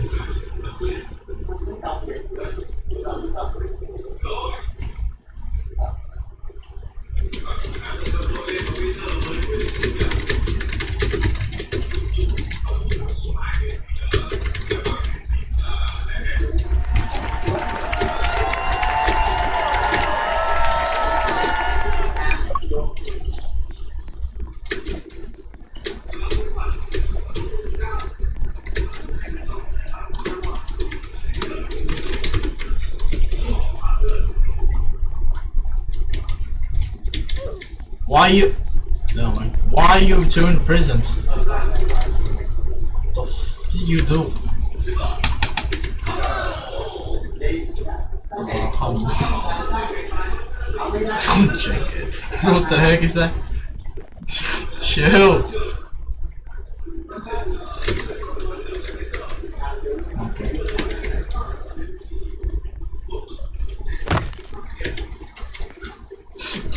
What the fuck? How?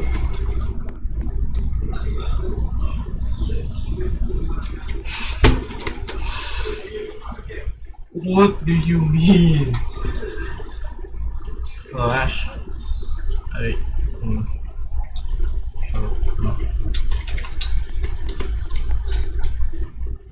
Can we please stop? Like, I don't know anymore. Alright. Oh. There has to be tsunami every 5 damn rounds. And Jesus Christ, my ears!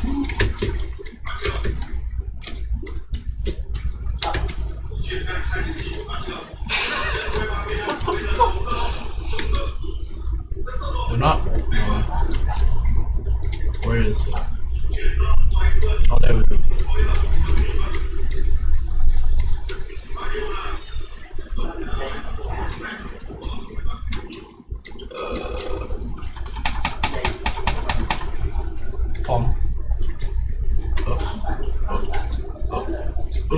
Oh my god.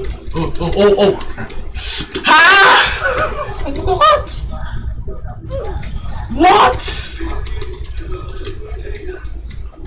What? What do you mean? Bro, come on. This fun game, man. At the live 7, you know. Game. It just doesn't make sense. What? Just let them watch, or they just go to the stream.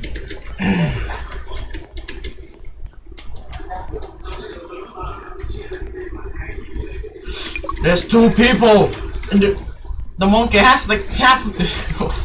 Come on.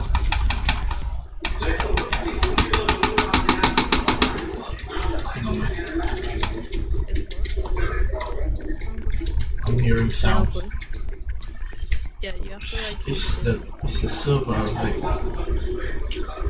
Bro, it's the server. It's like 80% mobile players. I kept hearing this. I think this walking sound effect, man. And they have like maximum volume. Just let others hear it. Smash the floor. Why is it?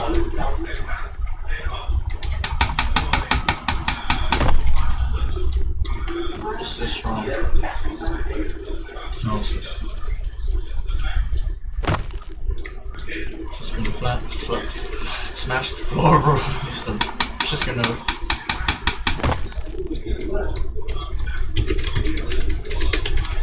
Destruction.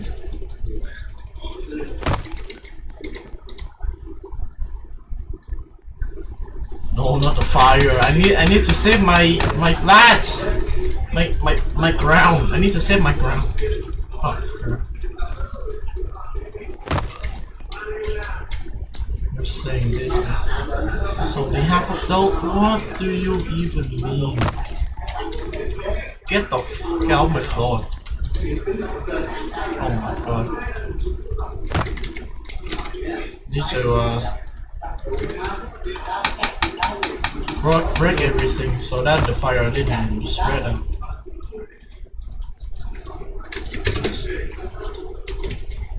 What is this?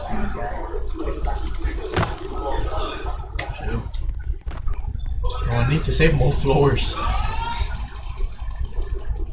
No, do not spread out the floor. I need to save the floors. I need to save my remaining floors. The fire is about to spread soon. No. No, my floor.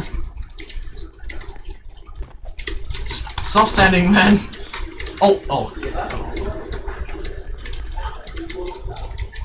Oh, I'm.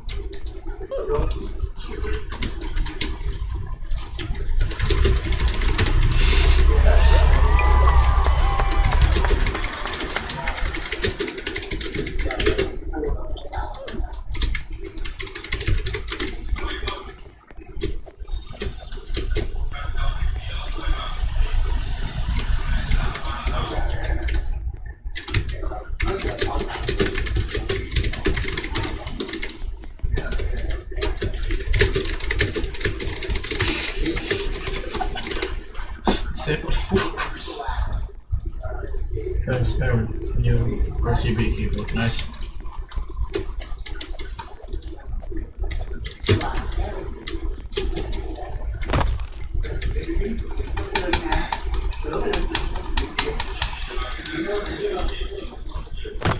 Stop driving. Stop driving the tractor and help me get the haze. Hey, bells. I'm just gonna crash the tractor. Stop driving. Come on. Boom. Stop driving. Come on. I'm gonna. Oh. No. I'm just gonna break it up. Oh no. No.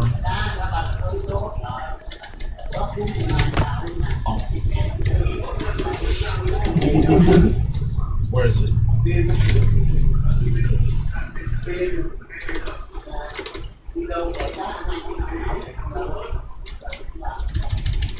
Where's the... Oh, there we go. I see it now.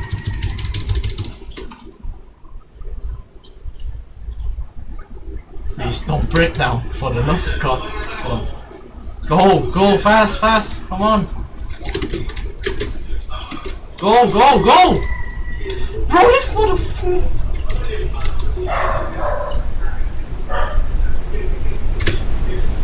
Damn! He died! Yes! He died! Dumbass! I saved that guy at least. Holy crap. Oh. At least I saved him.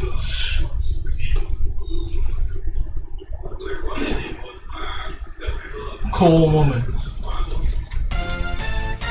More hammer. You damn dumbass. Anyways. What the heck is this? Hey!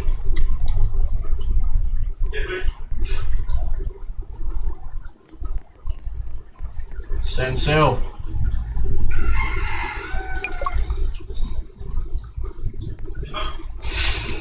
What the fuck? Chill.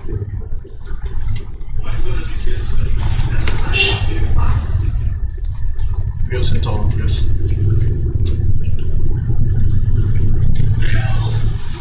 Yeah, that guy's alive. That guy's alive. Cool.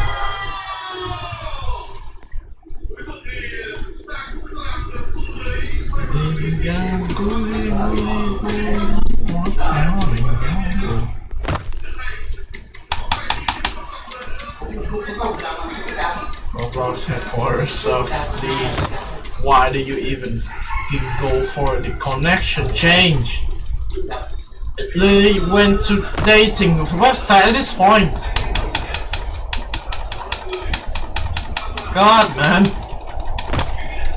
Get out. Rocks. Locks. Destroy everything. You suck. Ox, you suck. You should break everything, man. The connection piece of crap. Why do you even change this to that? It sucks.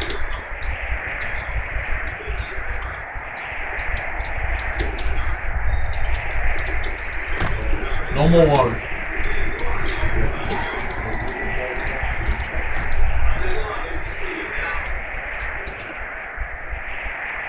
Hello. Monkey, bro. I'm disconnecting you. Chill. Roblox moment. I'm bananing you. Nah. Now we're going for. I'm disconnecting you. Chill.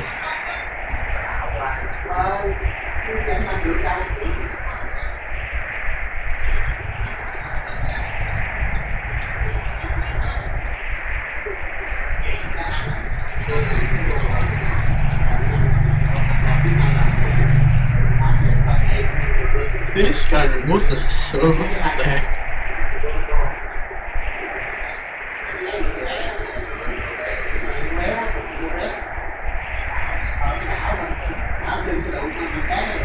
But yeah, sure. You know. Easy game.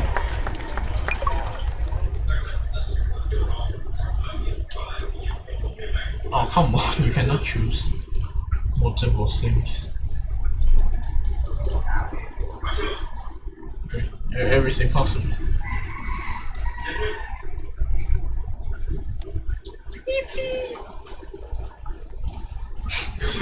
You must have one invite. Oh no. No. Hold on.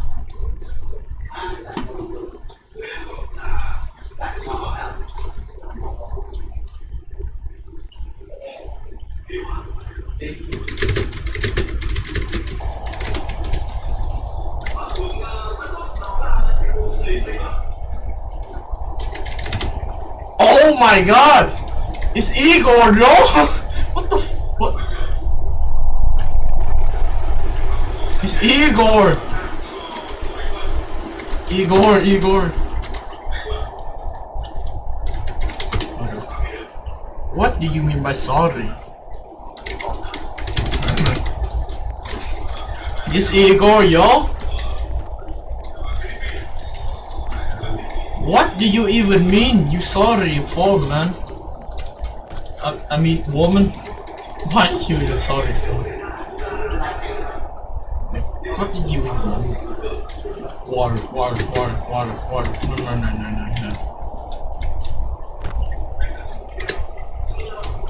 Why can I not go? Frick this piece of shit. Hey, get mom.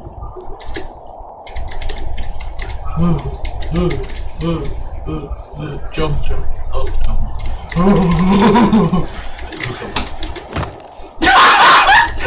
Hey, chết mẹ. Chết bà. Oh no. Keep going.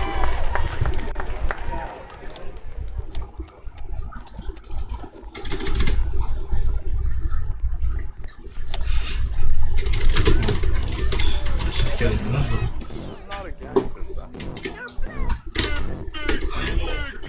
No, no, no, no, no, no, this is mission. This is going back. I'll buy if you want. Why not? Need more things. Need more. No, just kidding.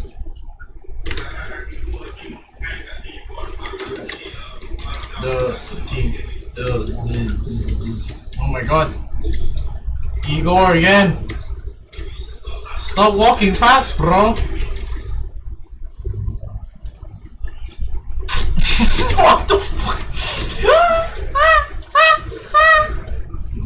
Chill. Bro, I'm about to die. I'm having this.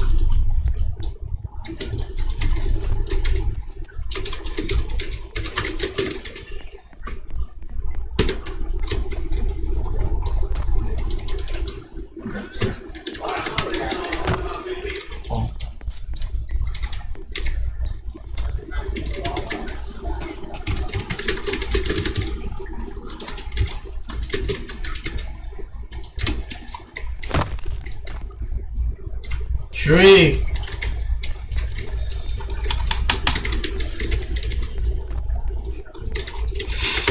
I'm about to scream, bro.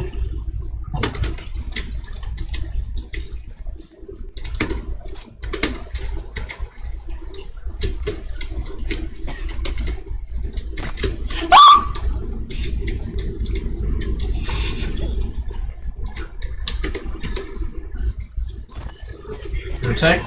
Okay. Okay, protect. Cool.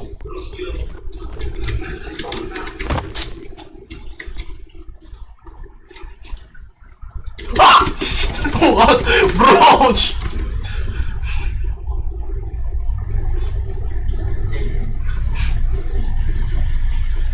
And so, bro, we need more bullets, of course. What the heck am I even on the sky? Oh, never mind. Oh. bro tries to kill me and it doesn't even work, man. No, look. We're doing it. Who needs him here? Dumbass. I don't think we'll get the camera now. This guy, he's just gonna fling me.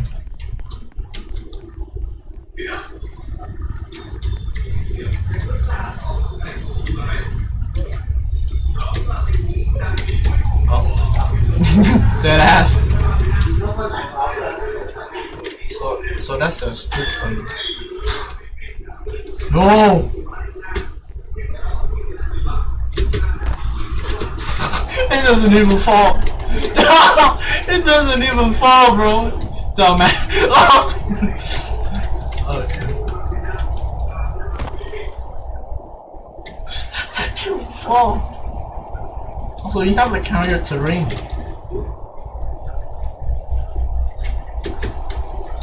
This might be like. Let's see, this is Weasel. Lisa, not Weasel. Weasel is him. Support.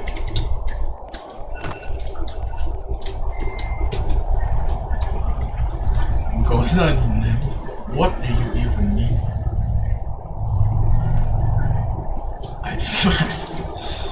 Oh, what the heck is this? He flew up, man. So we have like flash flood.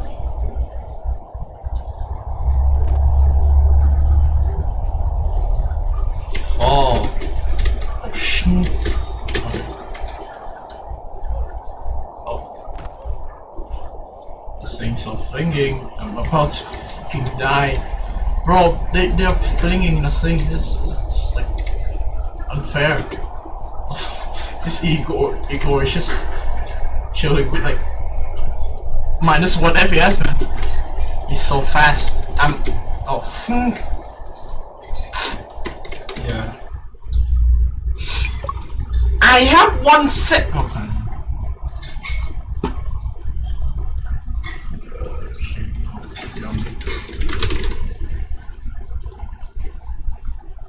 Okay, goodbye. Mamma mia.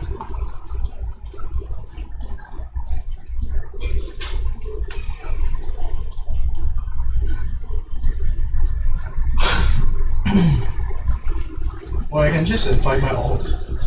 That's a smart move.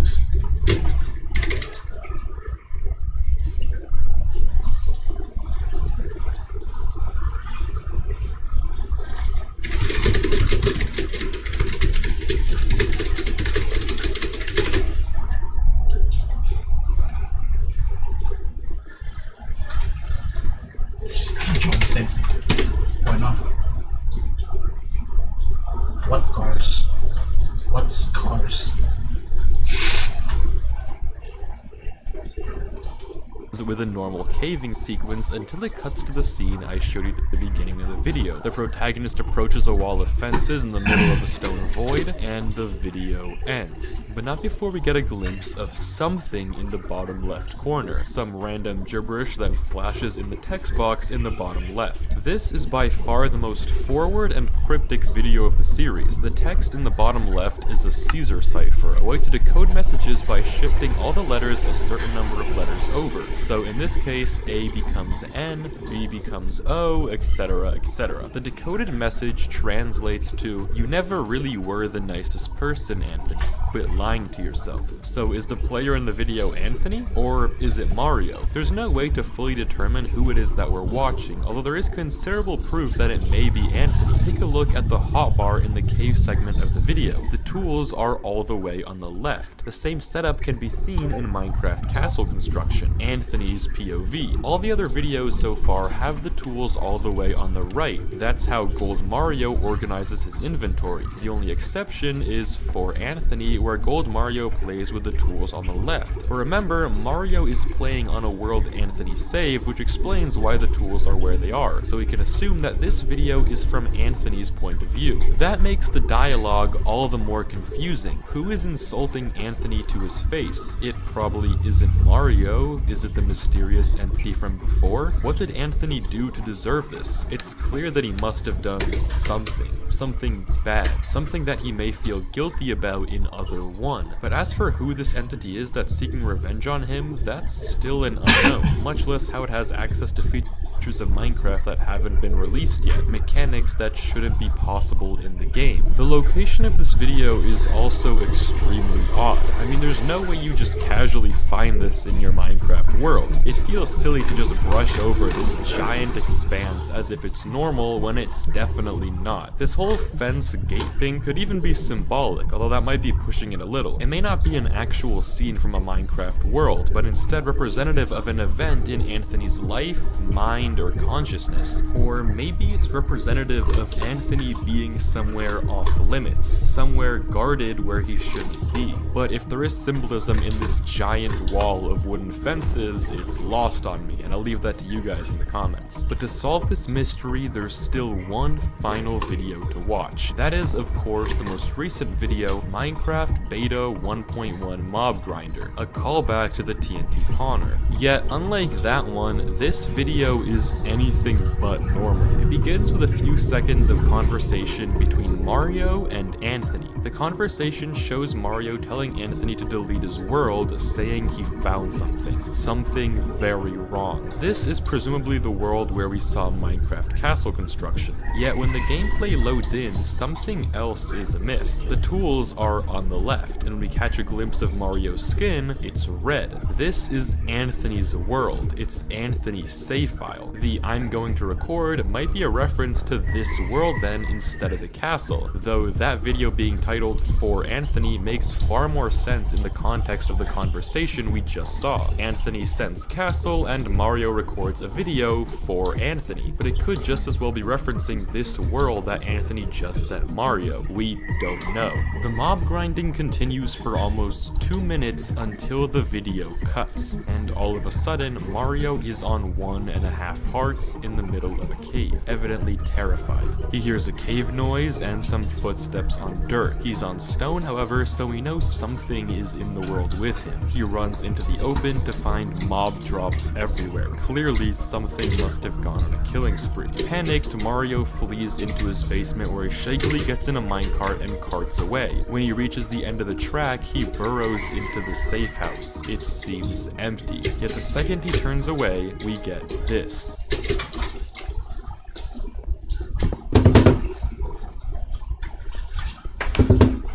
The entity locks him in the room and Mario again runs away, perpetually trying to escape the demon that's following him. There are a few more things to point out here. The most obvious is the length of time that Anthony looked away from the stairs to the time the blocks were placed. The entity crossed this entire distance in a single second. It isn't a regular player, it has complete control over the game. Another potential detail is that this could be the same world we saw in the video Other One. The giant mountains we see in that video and the ones we see here for a split second could align, though what that means is up in the air. But most interestingly, the description of this video places it a whole month and a half after the previous. This should immediately be strange. If the conversation Gold Mario and Anthony were having references the For Anthony video, why would they be having it a whole month after that experience took place? And we know they're having it now because we can see that Anthony is typing. So what's with the time skip? Are they instead referencing this world? Well, now that we've seen every video, we can try to piece together all the information to form a cohesive story of what we've witnessed. Anthony did something morally wrong as evidenced from Other Two, something that he feels really guilty about and he's worried might get worse, as he told Mario in Other One. But what did he do? Did he bully a child and now it's haunting his game? It's plausible, but there's no reason to think that. What the objective facts say is that there's someone in Mario and Anthony's games who shouldn't be there. Someone with unnatural speed and superhuman powers. And moreover, there are features of the game that haven't been released or implemented yet. My theory is that somehow Anthony managed to get his hands on leaked Minecraft game files, work in progress testing of worlds and mechanics that he shared with Mario, stuff in development that wasn't meant for the public to have, hence the off-limits and gated area he's about to break into in Other Two. This is the moment where he steals the files and the guilt begins. He tells Mario that he feels horrible, but unbeknownst to him, there's an entity protecting those versions of Minecraft. An entity that's part of Minecraft, giving it seemingly superhuman powers. An entity that is now haunting his worlds and tormenting him, so he sends it over to Mario to have a look, causing it to invade his game as well. An entity that, for what it's worth, has never killed either Anthony or Mario, despite leaving them on half a heart many times over. Why? Why doesn't it just kill them? It definitely has the power to, because it doesn't need to. It just wants to scare them. This entity's purpose is to protect these leaked versions of Minecraft, and doesn't want Mario and Anthony to be playing them, so it tries to scare them away from the game, by stalking them from a distance, leaving them on half a heart, by jump scaring them when they aren't looking, by breaking their torches, killing all the animals around them, breathing in their caves, and chasing them around the world. It wants to scare them away from what they stole. It doesn't want them to play. Hence why Mario tries to get revenge on the mobs in TNT Pawner and the Mob Grinder. He thinks he's against this sort of spirit of Minecraft, so he's striking back against the mobs, against Minecraft itself for revenge, but his efforts are sadly not enough. The entity is too powerful, and it drives Mario and Anthony to keep running away from the game forever, just as it wants them to. But this conclusion is relatively speculative, and there are still many loose ends left to be desired. What does the not sure mean in the description of Minecraft's secret tutorial level world? What is the fence room in Other Two?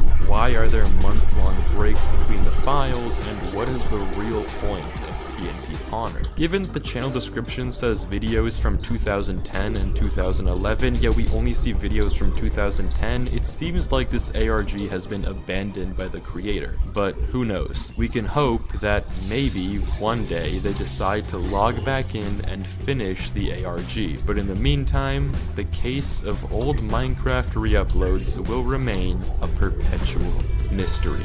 Thanks for watching, peace out, have a good one, I'll see you next time.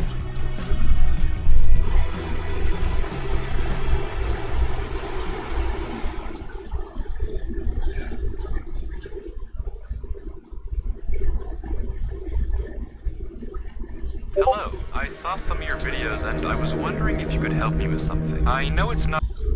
Hello, I saw some of your videos and I was wondering if you could help me with something. I know it's not some big mystery to solve or anything, but I lost contact with a friend I used to play with a while ago. Him and I had a falling out, but I just want to make sure that after all these years, he's just okay. The only things I can provide to help are just some old videos of me and him playing on a server a long time ago. Thanks so much. At first, I didn't think much of this message. People stop talking for all sorts of reasons. Friendships grow apart, life gets too demanding. There are countless possible explanations for what happened to Alex, all very normal. But for just a moment, curiosity got the best of me, and I decided to take a look. And I can now assure you that this, what happened to Alex, this is not normal. And it all begins with the first video on Crafty's channel, which opens with him on the multiplayer screen joining a server named Eternal. We can see several other players in the distance welcoming him online, and just a few seconds later, there he is. Alex joins, seemingly very much okay and not disappeared. According to the description, this was recorded in December of 2010. Crafty and Alex ask where they can make a base and are told that anywhere is alright to build. They go off searching for a cave and eventually just end up digging down to get resources. There is this odd bit a minute in where Crafty punches Alex to get his attention and Alex just kind of zones out for a second, but otherwise this video ends very normally. Crafty has to leave to go to work and the recording cuts off there. At this point, I was skeptical that these 3 videos would have any clues as to what actually happened to Alex, but video 2 is where things start to get strange. It resumes with Crafty logging back on to find that Alex had built up their house and even gotten 2 full sets of armor for the both of them. The video continues with a normal, friendly discussion, and the 2 decide to work on the roof, until suddenly Alex freezes and says this. Crafty? We can see Alex staring off into the distance. He asks Mine, another server member, if that was him, and Mine doesn't know what he's talking about. Were you behind the house? Mine says no, and Crafty is equally confused. The subject then gets changed though, and Alex doesn't mention it again. But what did he see? I doubt Alex would just say this out of the blue, and judging by the fact he asked Mine if that was him, it's likely he saw a player. But if it wasn't any of the 3 of them, who was it? Surely if they knew another player was online, Alex would have asked them as well, like he did Mine. But he didn't, implying that nobody else should have been connected to the server. So what did Alex see? From the mildly ominous description, we learn that this video took place 2 days after the previous one, but other than this odd incident, nothing particularly strange happens. 6 minutes in, some music begins to play that I can't say I've heard before, and just like last time, Crafty has to go, asking Alex for a full set of diamond armor before he leaves. Something is unsettlingly wrong with this server, but Alex still seems to be totally fine. If we're going to get any clues as to how he eventually disappears, it's going to have to be in this final 3rd video. The video begins with Crafty joining and the whole server getting ready to light the nether portal, but before that, Crafty asks if anyone has seen Alex. This is the first time he hasn't already been there waiting when Crafty hopped on, but the response of the server members is odd. It's apparently the exact opposite.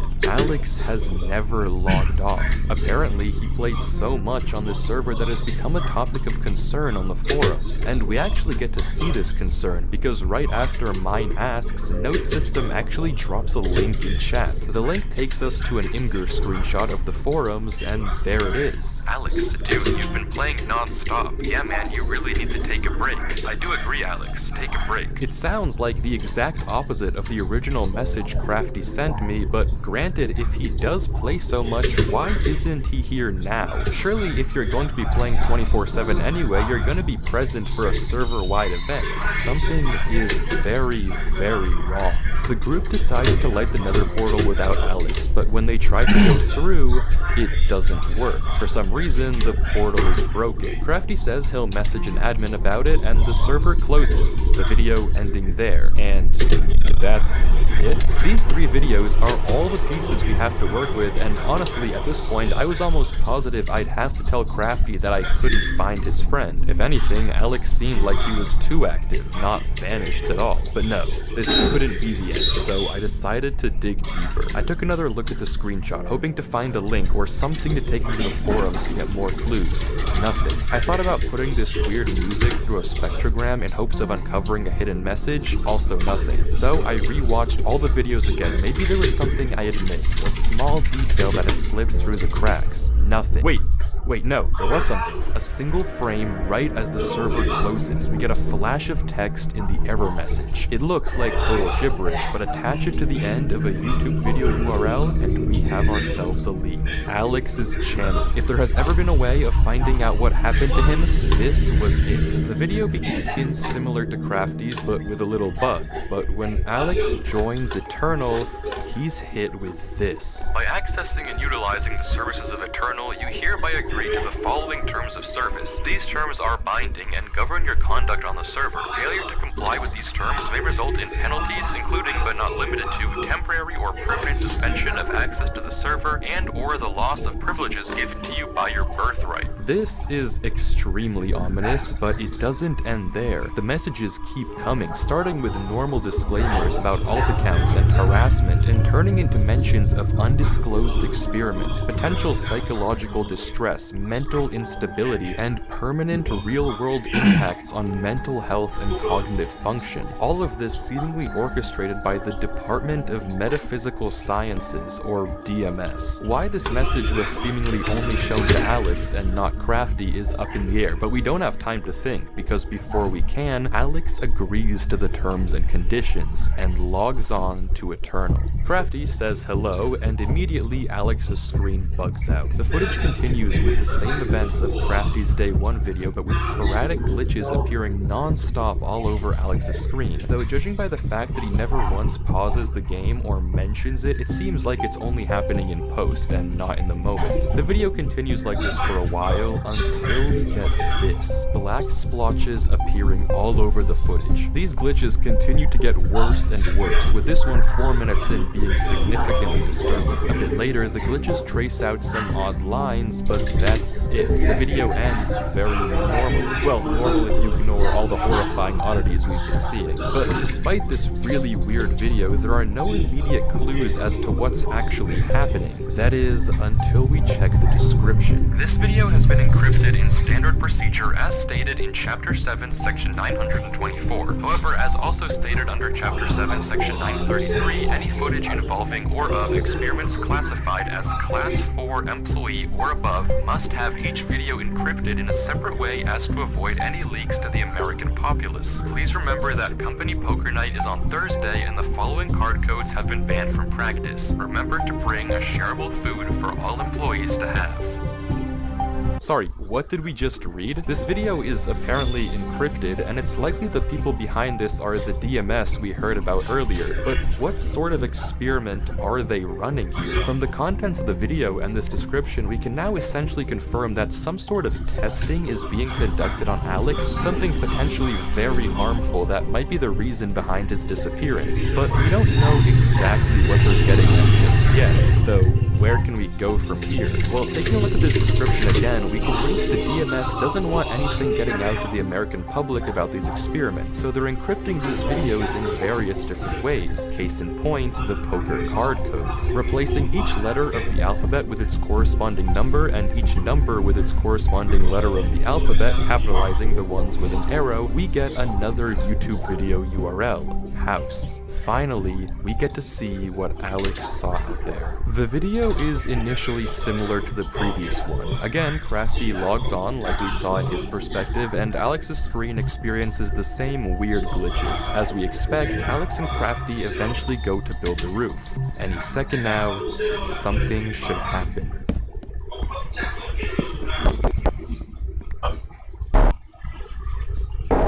There it is. The screen glitches and we get a zoomed in shot of a black player watching from a distance, and looking out onto the beach, we can see it, watching Alex and Crafty. The screen flickers again, and it's gone, and we get the same interaction we saw earlier. The video proceeds as usual with Crafty logging off, but this time it doesn't end. Oh my god.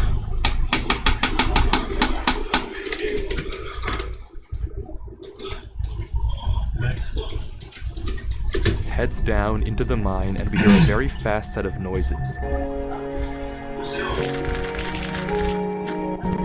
Alex looks around, scared, but continues to go deeper. He collects iron before heading back out of the cave, all the while looking back over his shoulder, until suddenly...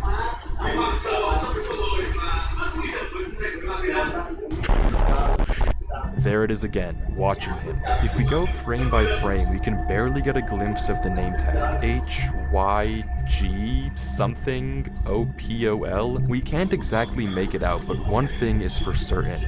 Something is horribly wrong. The description is very similar to the last, but this time the URL is in plain sight. No encryption, no nothing, which is odd considering the line that comes right after. Maybe someone at the DMS wants us to find this, which is good because the next video is genuinely insane. Alex begins in a different part of the server, notably with strange burning trees. He proceeds normally, cutting sugarcane, replanting wheat, but begins to become strangely attracted to this gravel path, and seemingly without reason begins to follow it. As he does, his screen continues to glitch more and more, and the path takes him away from everything else on the server, out into the unknown. He heads onto a beach and into a dark tunnel dimly lit by redstone torches. He follows the tunnel deeper and deeper, entering a strange maze, until he finds a ladder and climbs down to see this.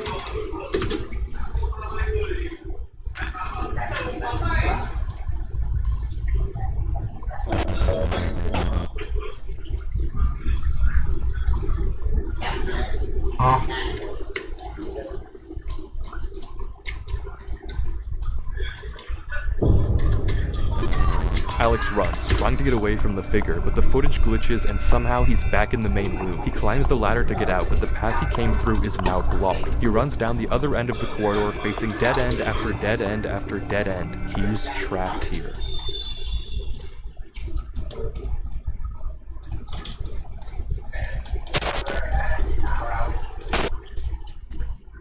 Suddenly, Alex is back in the main server spawn, and as if slipping into a trance, runs into his house, grabs a compass, and begins heading north.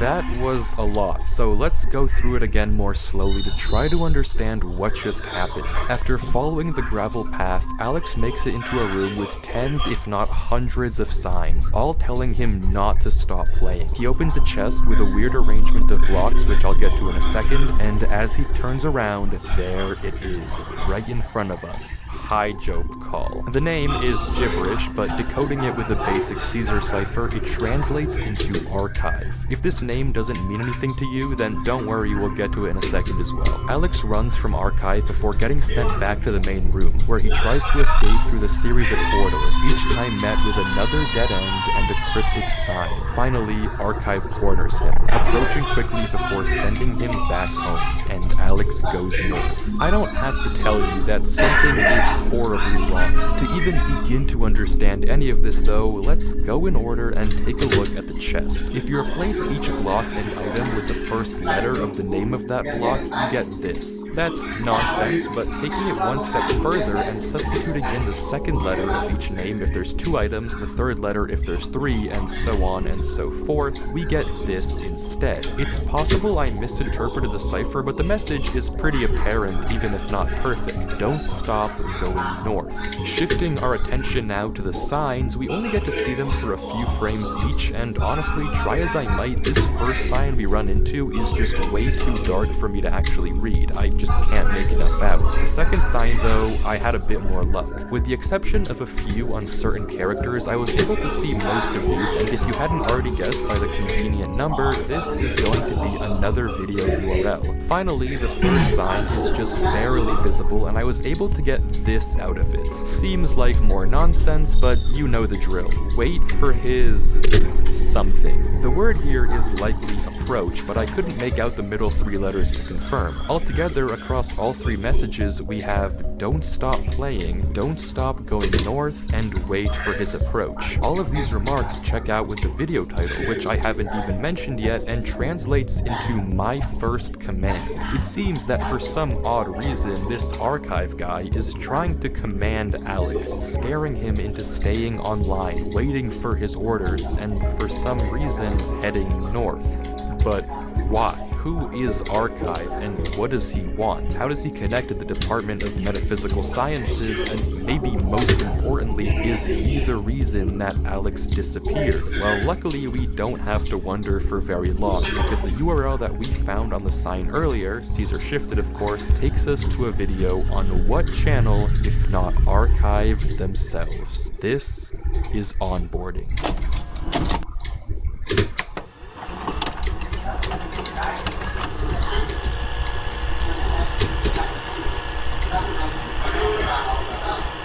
Welcome to the United States Government Department of Metaphysical Sciences.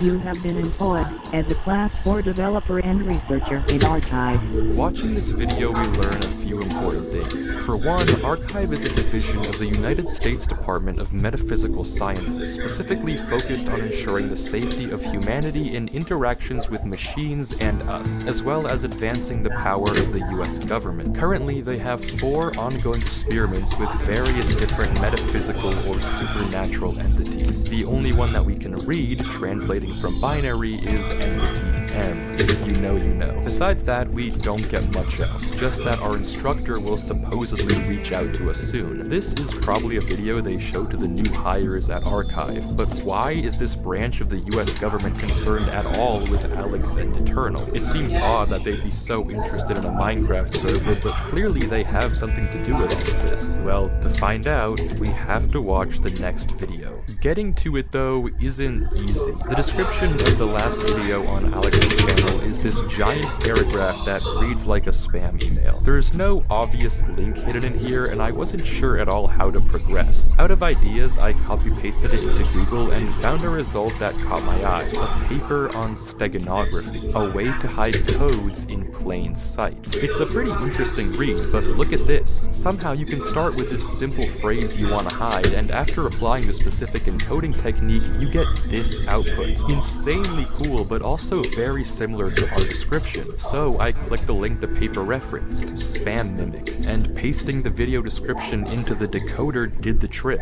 Somehow this giant text decodes to this, another URL. The next video, just titled North, features Alex going, well, north. He mines into the wall, unwavering in his focus, until suddenly something joins the server. Shifting the letters over, we get Crafty? Hey Alex, he says, also Caesar Shifted, but Alex ignores him, continuing to mine, and this is the conversation that follows. You're still online, huh? Most of the other guys have stopped playing the server a while ago. Of course, you're still playing though. LOL. You always did play non-stop when this place was at its prime. LOL.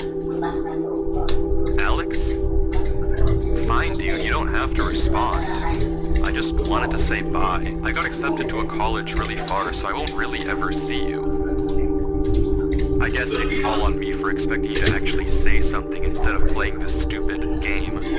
Well, have fun wasting your life playing this game. Do you expect to play Minecraft forever? Let him go north, man. It's just north. Do you think in like 6 years' time you'll still be playing this stupid game? Whatever.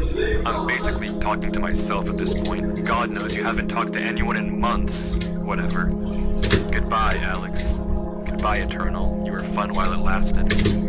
And Crafty logs out. The entire time, Alex paid him no attention whatsoever, his mouse never giving any indication that he even noticed. His pickaxe even broke mid-mine, and he continued to break through the mountain with his fist, unwavering. He mines through trees without ever straying off his path, fixated on going north. It's as if he's in a trance, but it only gets worse. Throughout the various glitches in the video, there are scattered parts of a QR code. Putting them together in a photo editor takes us to a Google Drive link for an audio file. Hey Alex, just calling to see how you're doing. It's been a minute. I know you keep getting busy and you can't make it to dinner or anything involving us really. I just want to make sure you're taking care of yourself. The reason why I'm calling is that earlier today some guy came by and told me to sign a paper. I don't really know exactly what it is, but they said you are moving somewhere and we'll help you out. But just give me a call soon, hun. Okay. Bye. A falling out? Crafty, you berated him with insults. Why would you get mad at him if you were talking in a Caesar cipher? How is that his fault? He didn't understand you. But why did Alex not even question it at all? Why was he so focused on going north? I don't get it. Why isn't he talking to his mom? Why are people taking him away? What's happening? I don't know anymore. I don't know. Archive is doing something with Alex, forcing him to obey their command to go north for some unknown reason. And we're going to find it. Okay, according to the description, someone has been leaking classified archive videos to the public, probably referencing that really hot hidden link we saw earlier. But okay, never mind, not important. The rest of the description has a new encryption, but yeah, we can solve this. Just taking the first letter or number and saving capitalization, obviously, we get another URL to a video. New objective.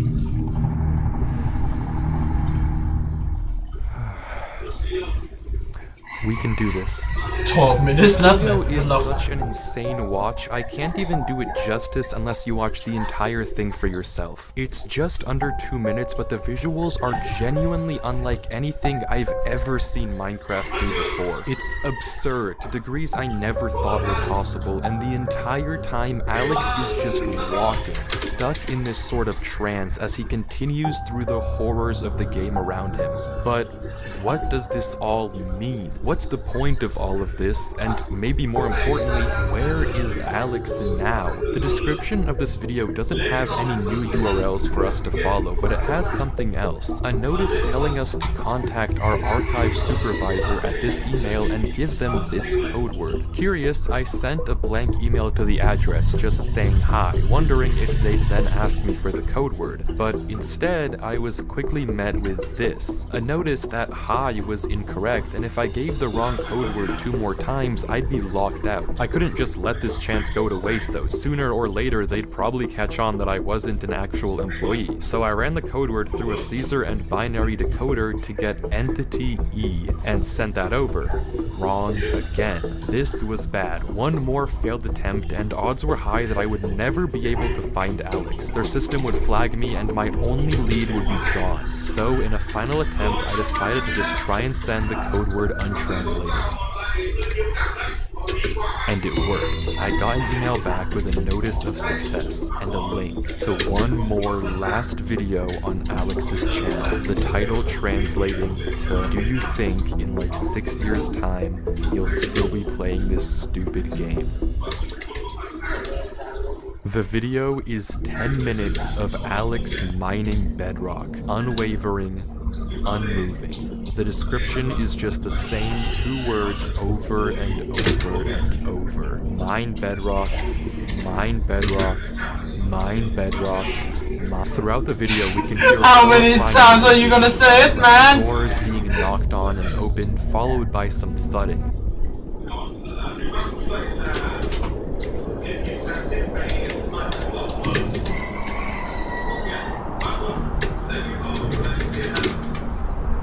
Something being wheeled through a corridor, horribly unsettling sounds followed by a come here.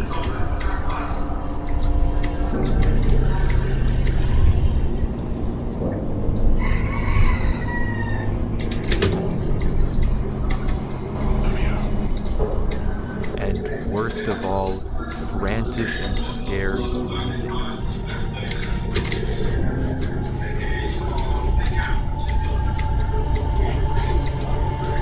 And then it ends. What is going on here? Why is Alex just lifelessly mining this bedrock? Why is Archive making him do this? Why do they have to take him from his home? I don't understand. All of this that we've seen has been Alex getting progressively worse and worse, tormented by strange figures, disturbing noises, and eventually turning into some sort of drone that just follows orders. And if the title is to be believed, he's been trapped mining in this trance state for 6 whole years. What does it all mean? Well, I think I know how to find out. Something I've neglected to mention up until this point is that all the videos we've seen so far have had hidden messages in the subtitles, and decoding it gives us this, a broken link to a WordPress site, Woke Sheeple's Truth. The about reveals that this site was made by some sort of government conspiracist, and all of the blog posts have these crazy ravings about various types of mind control the government is using on us. Subliminal messaging in advertisements to get us to buy more fast food, music videos with patriotic undertones, Super Bowl ads trying to control our minds, and movies pushing pro-military agendas. The list goes on, and at first I thought it was a red herring, but then on December 12th, 2010, around the same time Crafty and Alex first logged on to Eternal, Woke Sheeple posted this. Yo, so you guys remember my post on video games? So I went through with the plan and I found something crazy. Everything I was saying was true. The government is controlling you at these games and I have proof. I'm gonna post some of this. The people need to know. This is finally what we need as a group to pull the wool from everyone's eyes. There's so much involved with the server, mind control, programming humans, human experimenting, everything I've talked about. There's even a secret government department like I said before. I am going to post some of the documents I found in the server files tonight. So stay up, sheeple. It's time to prove the government's controlling you. See you tonight. This is it. This is exactly what I've been looking for. If we go back to the post he's talking about, he mentions how he has a buddy that plays on this Minecraft server and he's going to hack his account and do some digging. And all things considered, this could well be Eternal. I mean, it lines up with everything we've seen so far. Human experiments, hidden government branches, whatever Woke Sheeple found could be the key to it all. The key to finding out what's going on here and what actually happened to Alex. This is it. Alright, buckle up because I've uncovered something huge. For years, a secret government department has been running mind control experiments on us, using media, technology, and social systems to manipulate our thoughts and behaviors. Everything is part of their plan to turn us into mindless drones who obey without question. This is just the beginning. Get ready to see the truth. Here it is. Classified. Experiment Eternal. By leveraging the open-ended nature of sandbox games, Experiment Eternal aims to evaluate the potential for prolonged psychological immersion, leading to a full neglect of the outside world. Phase 1. Have quiet audios and whispers to promote exploration and reinforce behaviors. Phase 2. Disturbing visuals to scare them and keep their focus on the game. Unsettling audio and horrible game distortions. Don't let them stop playing. Keep them dependent on the virtual environment. Phase 3. Endurance. See how long you can keep them controlled and immersed. Recover the subject's physical body and pump them with food and water through an IV so they never have to look away from the screen. Intensify the visual and audio distortions, employing fear to push the bounds of how far they can be manipulated and scared. The program will intercept any messages that they receive from the outside world and alter them, so the participant can't possibly understand and snap out of it. Make them fully dependent on the program. Make them controllable. This is what was happening to Alex. This is the point of everything we've seen. A government branch focused on testing interactions between machines and biology, developing a system to push the bounds of psychological control. It all makes sense. All the disturbing visuals we've seen, the strange noises, everything makes sense. The reason Alex was taken from his mom, the reason he couldn't read Crafty's messages, and the reason he's been brainlessly following these orders, it's always been about following orders, controlling him, turning him into this drone, this sheep, for the sake of this sick experiment. For 6 years, he's been locked up, forced to mine bedrock, just to see how long they can keep this up. It's horrible. There's one more blog post on the site. A van outside Woke Sheeple's house. People knocking on his door. They found him. There's no one left who knows the truth anymore. No one who can save Alex. Except for us. we can save him. The last line of the document says this: assets needed to access the program will be provided on the title page. Okay, title page. The username is blacked out, but there's the access code for us right there. And if I'm thinking about this correctly, the username is probably just PyJobCall archive. Archive sent another email. They think I'm one of them. I can do this. I can access the server. I can stop this. There's the link to the console right there. Log in with the details from the document. We're in. There it is. Eternal. The IP. How do I know if it's correct though? I can't accidentally touch the wrong thing. One mistake and I'll out myself. I have to be careful. No mistakes. I have to make sure this is the right server. I have to log on. I have to find Alex.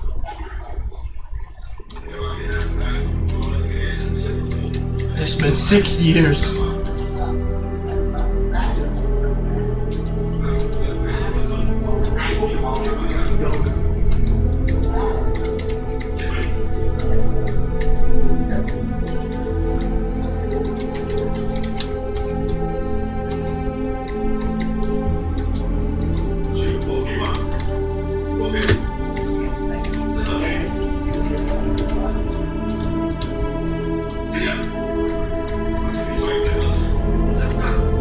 Ooh, diamonds. Why?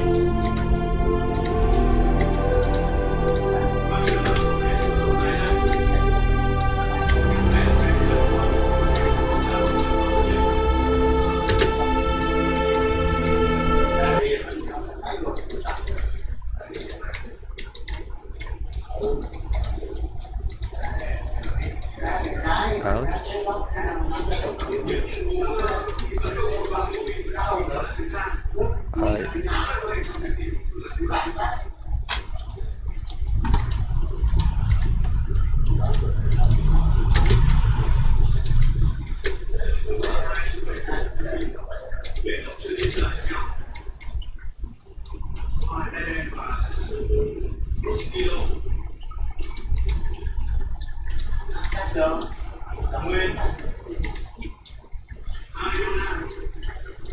Greetings. It has come to our attention that you are not, in fact, a Class 4 employee. The experiment has been prematurely terminated. Ordinarily, you would have been severely punished. However, we acknowledge your ingenuity in bypassing Archive's encryption systems, so consider this a postponement of punishment. Try it again, and the consequences will be swift. This is your first and final warning. From this point forward, your life is no longer your own. Sincerely, Archive.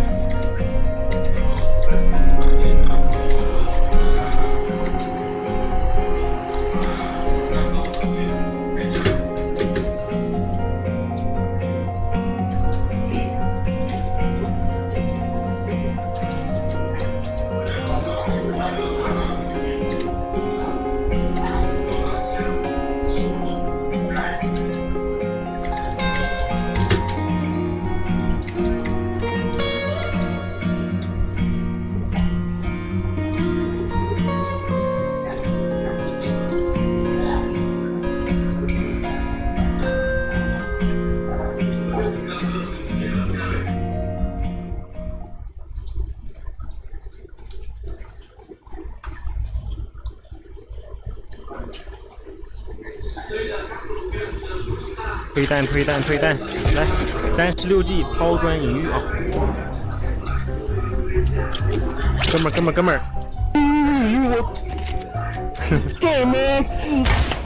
？Stand 啊！呀，打炮啊！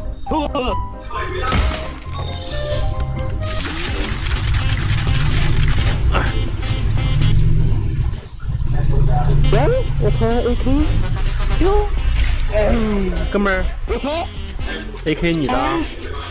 我他妈走！推弹。Two. Hello, I saw some of your videos and I was...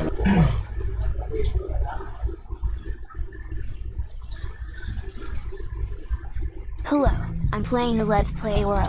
I made it for The player you're watching right now goes by the username Navy208. He chats to us casually as he shows off his house and his farm, completely unaware that he's being watched. The story begins with a series of relatively normal YouTube videos, but skyrockets down a deeply strange and unsettling rabbit hole, with multiple players going missing and something very unnatural just watching. But let's rewind a little back to Navy, who starts off his first video wondering what happened to his skin, though we don't get much context as to what exactly is wrong. He gives us a tour of his house, his mildly lackluster farm, and his strangely ambiguous green block atop a tree. Navy then shows us some of the land and expands the back of his house and ends the recording there, picking up where he left off in his second video titled Windows. He tries using a door as fuel despite having 17 coal and... wait, there it is. Atop a hill in the distance, for just a second, you can get a glimpse of a strange black block watching Navy with two eyes. Navy doesn't notice it though, and continues walking around his base unaware. He comes back to the furnace. The door didn't smelt, so he swaps in coal. He digs holes for the windows. The glass continues to smelt. The block still on the hill outside. Navy leaves the house, looking around. Does he know? He harvests his cacti, evidently unaware he's being watched. Or is he pretending? His items finish smelting. His coal runs dry. He places in the windows of the house, one by one by one by one, avoiding the spot with the block on the hill. He digs a tunnel into the basement of the sandstone foundation. He tiles his floor with cobblestone.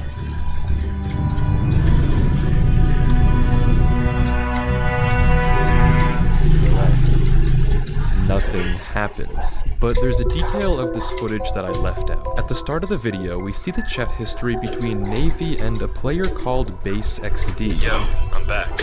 Yeah, I'll come back later.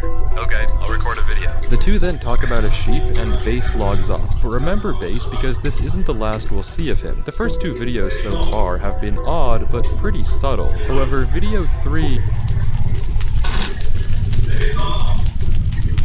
the black block from before has now totally consumed Navy's base with fire, but Navy returns in the next video to no trace of it. Instead, a sign just saying sunlight. Interestingly, as Navy tours the rubble, we can see the black block is now gone from its perch on the hill. In its stead, however, the solid green blocks we saw in video 1 have now replaced Navy's cacti. Navy is clearly puzzled and continues to walk around the world, unsure what to even make of it all. Also worth noting, the arm in this video isn't the blue skin we've seen before. Instead, it's a regular Steve. The sun sets, and the video ends with Navy walking over to a pumpkin patch. The next video, titled Watching, is just 7 seconds of the black blocks. Nothing else. So we know these black blocks are important, but this then begs the obvious question, what is their purpose? And why did they burn down Navy's house? And who's watching him? We don't know much yet, but we get a better idea of what's going on here when we take a look at the description of the last video. The message seems like total gibberish, but if you attach it to the end of a YouTube URL, it takes you to an unlisted video on Navy's channel. Inside, the footage is very strange.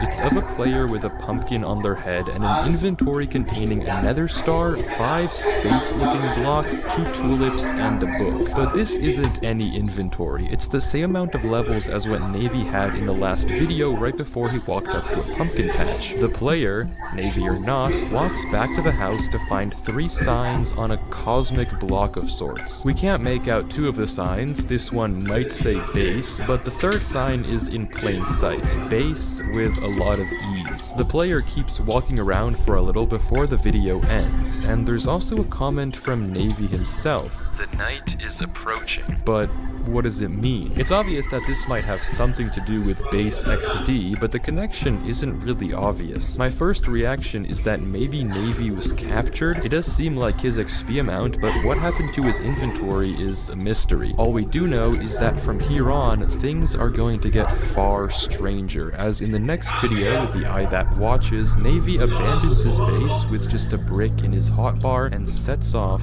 into the desert. In the top corner of the screen, we can see the black block, back atop a tree, watching Navy. He leaves his house and keeps walking, seemingly unaware of the black blocks that line the rim of every body of water he passes. He either somehow doesn't notice, or for some reason is pretending not to. He continues until he reaches a savanna plateau. He climbs over the edge of a hill and sees red cows. Surely he should react, but he doesn't. He keeps walking until there's no excuse not to see it anymore. Navy stares at the cows, and the video ends. Something is evidently wrong with Navy's world, and maybe even Navy himself given his lack of a reaction, but we don't get much time to think it over, since the next video takes us into a completely different world. The video titled Forest notably doesn't have Navy's usual skin, and is in a square aspect ratio with far worse quality than before. The video consists of a player hiding from a skeleton, burrowing down into the ground, and only when they think the coast is clear, running off into the dark of night,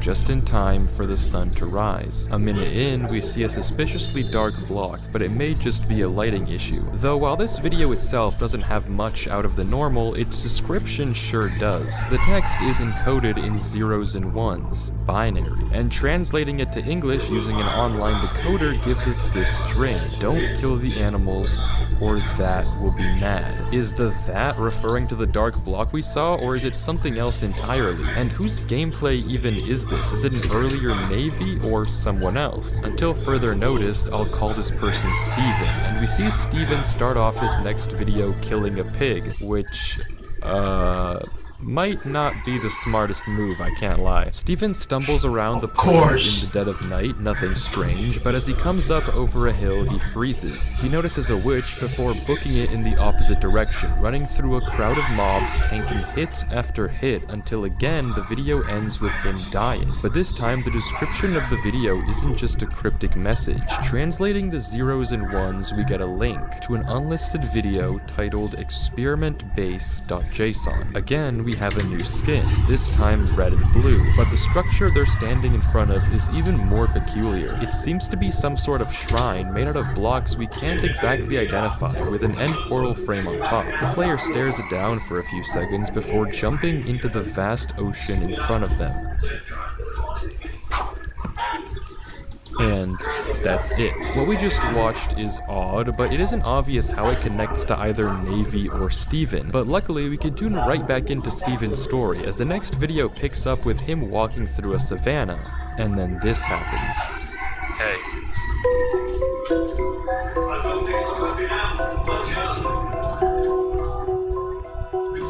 Steven turns to run, taking shelter in a nearby cave, shaking his head no. The base says to come closer, and Steven obliges. The video ends abruptly, with a brief chat message flickering in the bottom of the screen before it cuts. This is the 4th time the name base has come up, and the 2nd time we've seen it directly on a player. So does this base have anything to do with the base XD we saw in Navy's videos? It could be, but whoever he is, it seems Steven is irrationally scared of the guy, yet also obedient given he comes back when base asks him to. It's not enough to draw any conclusions yet. All we can do is follow the story, which takes us to the video port, where Steven, I assume, is building up a little house by the beach. The video is extremely normal until 26 seconds in, the screen goes black and this text appears. It then cuts back like nothing happened and Steven finishes the port. But okay, this wasn't an ordinary— Oh my god, man! Really some sort of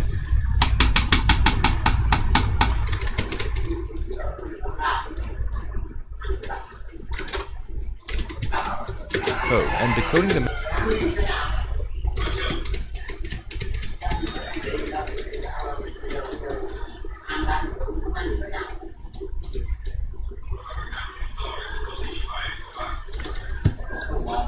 message from base 64, which you can identify by the 2 equal signs at the end, gets you another link to an unlisted video, Inside 2. If you remember Inside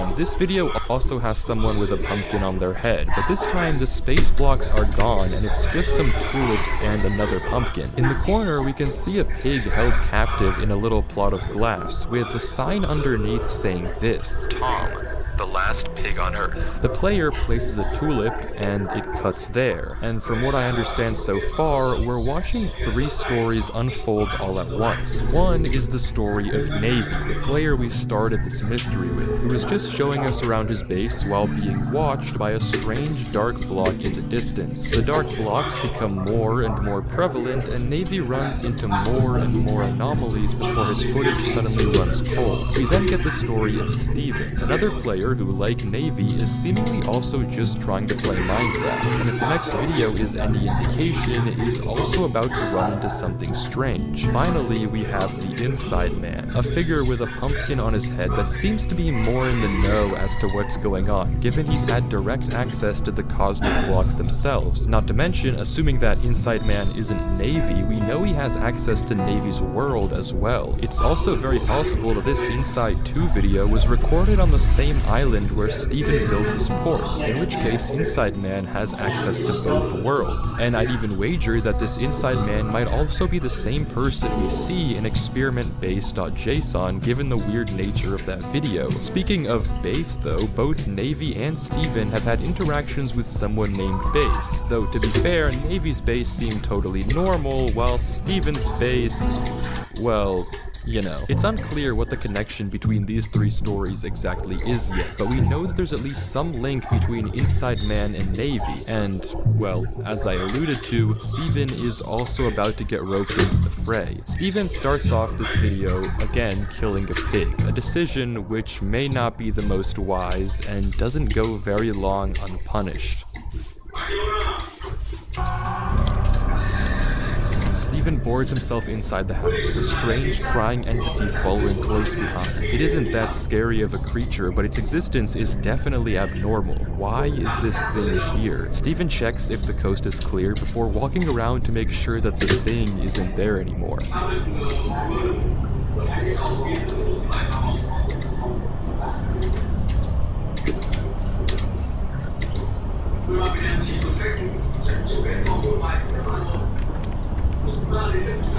He walks back into his house before tearing down the door and boarding himself in, and that's the last we see from him. The description of this video is another base64 URL, but this time it's part of a Mediafire link to an image called ttlo.png. Though the link is broken and we can't actually download the image, we now almost surely know that Navy and Steven are both being watched and tracked down by someone, but that someone's intentions are still very much unknown. Is it really for killing animals? Well, killing animals, especially pigs, has been a recurring motif in the series. Navy, as you may notice, only feasts on pork. Steven starts off 2 of his videos killing a pig, and Inside Man is pretty concerned with preserving pigs, a goal that aligns with whoever the he we heard about earlier is. In any case, things are about to go from bad to worse, because in the next video, I Want to See You, we're actually back to some very oversaturated footage from Navy himself. I know this isn't his usual skin, but you'll just have to take my word for it, and I'll show this as Navy later on. He walks through a regular field, but then we see something odd in the tree next to him, and the video cuts. The word stop appears on screen, and the footage repeats over and over in some sort of loop before it breaks and the video ends. The floating head we saw resembled that of the entity that jumped Steven in the last video, and it's clear that what was coming for him has just come for Navy as well. The description is more base64, and it's the same message over and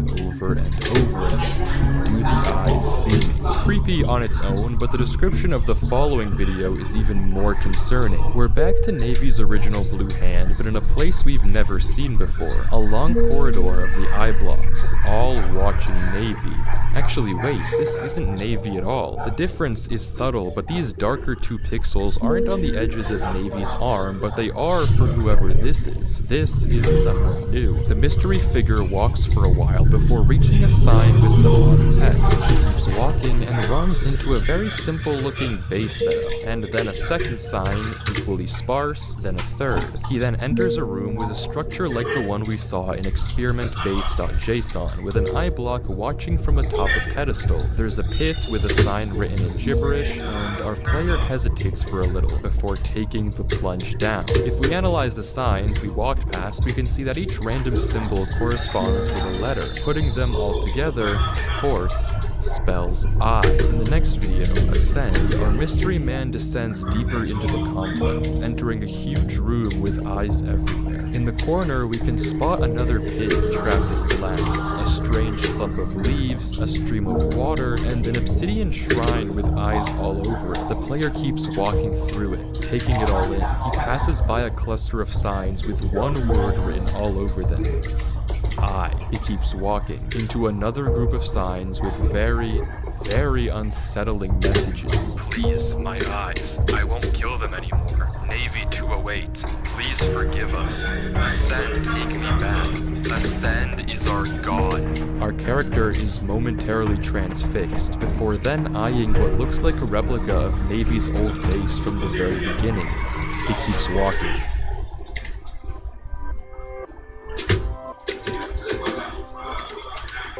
Hello. The player then reads one more final sign, asking if he'd like to ascend.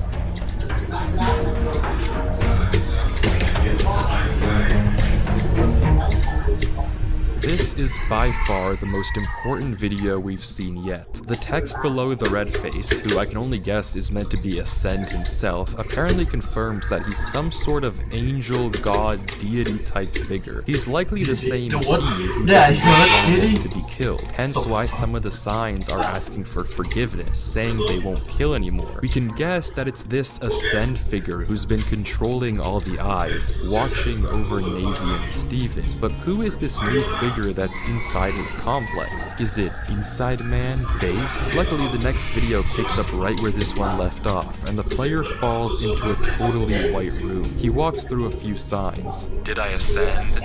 Do I ascend? Ascend with them.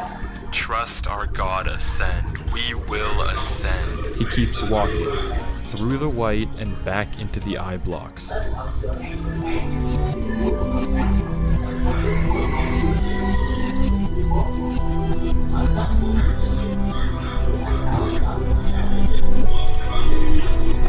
And there's our god once again. The footage suddenly cuts though, and we're greeted by a familiar hotbar, Inside Man. The screen is half covered in eyes, and we can barely tell what's going on. Briefly, we can see the book in his hand is titled Ascend. He runs through plenty of signs that I can't make out, but this one definitely says, I need eyes. The next video picks up with Inside Man running through the same area, coming across these new red eye blocks. It suddenly cuts to a piece of text, which I'll come back to in a moment, and when it cuts back, Inside Man is investigating the large clump of these Ascend eyes, I'll call them. He hesitates before, of course, jumping down. Whoever Inside Man is, they're clearly going deeper and deeper into this Sky Eye complex. Whether they're part of it or some sort of infiltrator is yet to be known, but unlike the player from before, he seems to have some sort of idea of what he's doing. But let's revisit the text we saw earlier. Running it through a base 64 decoder, we get a MediaFire link to a file called ascendfootage.png. And I want to say now, do not do what I did and download files from the internet that you don't know who created. That's how you get viruses. With that said though, this is what the image looks like. It's a red filter over a beta house with a weird white light shining through the door. For a link that was on screen for essentially half the video, I was expecting something a bit more informative, but the next video takes us somewhere completely different. We now get to see a hand for the first time in a while, and it's... Okay, thank you, Nike fan, for subscribing. An Alex skin we've never seen before. Someone actually left a comment about the skin change, to which Navy responds with a link to an Imgur file of a house. It looks like the same house we see in the video, except before some sort of disaster. Alex enters the house and looks around, showing us a strange black block in the top corner. The house extends much further back than you'd think, and Alex walks up to two tunnels, one labeled No Exit and the other Exit. After a bit of deliberation, Alex Alex picks exit and continues down the hall. She heads down a side corridor and runs into a few signs. They're too dim to see at first, but brightening the video, we get, "Do you see me?" Alex turns around and heads towards the exit before the corridor turns into eyes. And of course, Alex jumps. The story picks up right back in the next video, and Alex looks around to find themselves in a strange gray world. The playground. There are spiraling towers, a tall pillar, trees made of wool, strange floating cacti, and suddenly a jump cut to the Ascend footage image we downloaded before. When we cut back, Alex is standing on a pile of Ascend eyes, and it appears she's back in the headquarters, but a few of the buildings remain. Alex runs off into the darkness and seems to materialize inside a house in the following video, the center. After a second of looking around, Alex walks outside into a gray world with signs waiting for them. I watched you. I know what you did to them. I'm not gonna let that happen. Welcome to Experiment Base. You are gonna ascend. Follow me and ascend with me and the other people. Beside her new house is a pen almost overflowing with pigs. Scattered all around are strange structures and pillars of blocks leading into clumps of Ascend eyes watching over it all. Alex follows a trail of torches into a nearby building. There's a sign that says art, and as they walk in, we get hit with a very strange bit of audio.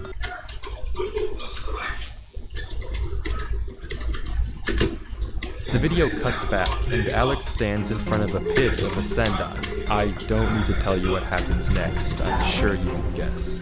Let's try and digest what we just watched. It's uncertain if Alex is the same person as Inside Man, but given her hesitance and Inside Man's apparent confidence, I'd wager they're two different people. In that case, how Alex got to the house in the first place is unknown, but their behavior looks very similar to that of the player who got abducted into the Sky Eye. It could well be that they shared a similar fate. In any case though, after traveling through the various oddities of whatever this place is, Alex runs into these messages, which I'd guess are from Ascend himself. The most interesting sign by far though is this one. It implies that this whole setup is some sort of protocol or experiment made to deal with players who Ascend wants to capture. And actually, the sign Ascend with all of us makes me think that this writer isn't Ascend and maybe someone who works under him. Perhaps it's Base himself, though that's largely speculation for now. The audio we hear inside the house sounds like it could be some sort of audio cipher, though after putting it in both a spectrogram and oscilloscope, it came back with no hidden meaning. It seems like it's really just weird noise. There's also these buttons out on the front of the house, which I thought could be some sort of Morse or binary code, but no matter what I tried, assigning torches as dots, buttons as dots, multiple buttons as dashes, single buttons as dots, nothing gave any intelligible message. So all that we're left with is that this Alex player quote-unquote ascended, just like the others we've seen. But why? And by now, I'm sure you may have lots of other questions, but don't worry, because so does me. Our guy, Navy 208, is back, clearly not gone just yet. The arm we see here is the same arm that I told you was Navy a few videos ago, so we can assume that this is where he was sent after whatever that was captured him. Navy stumbles across a weird misshapen player named Void Base N566, and then we see something huge. This player has the exact same arm as the arm we saw from Sky Eye to Descend. This is that same player who was exploring the complex. Hello? Who are you? You. Me. You. Me what? What do you mean? Him. Who? Hello? Ask. Who is Ask? Him. Who is him? Who is him? He wants me. What? My eyes. Eyes?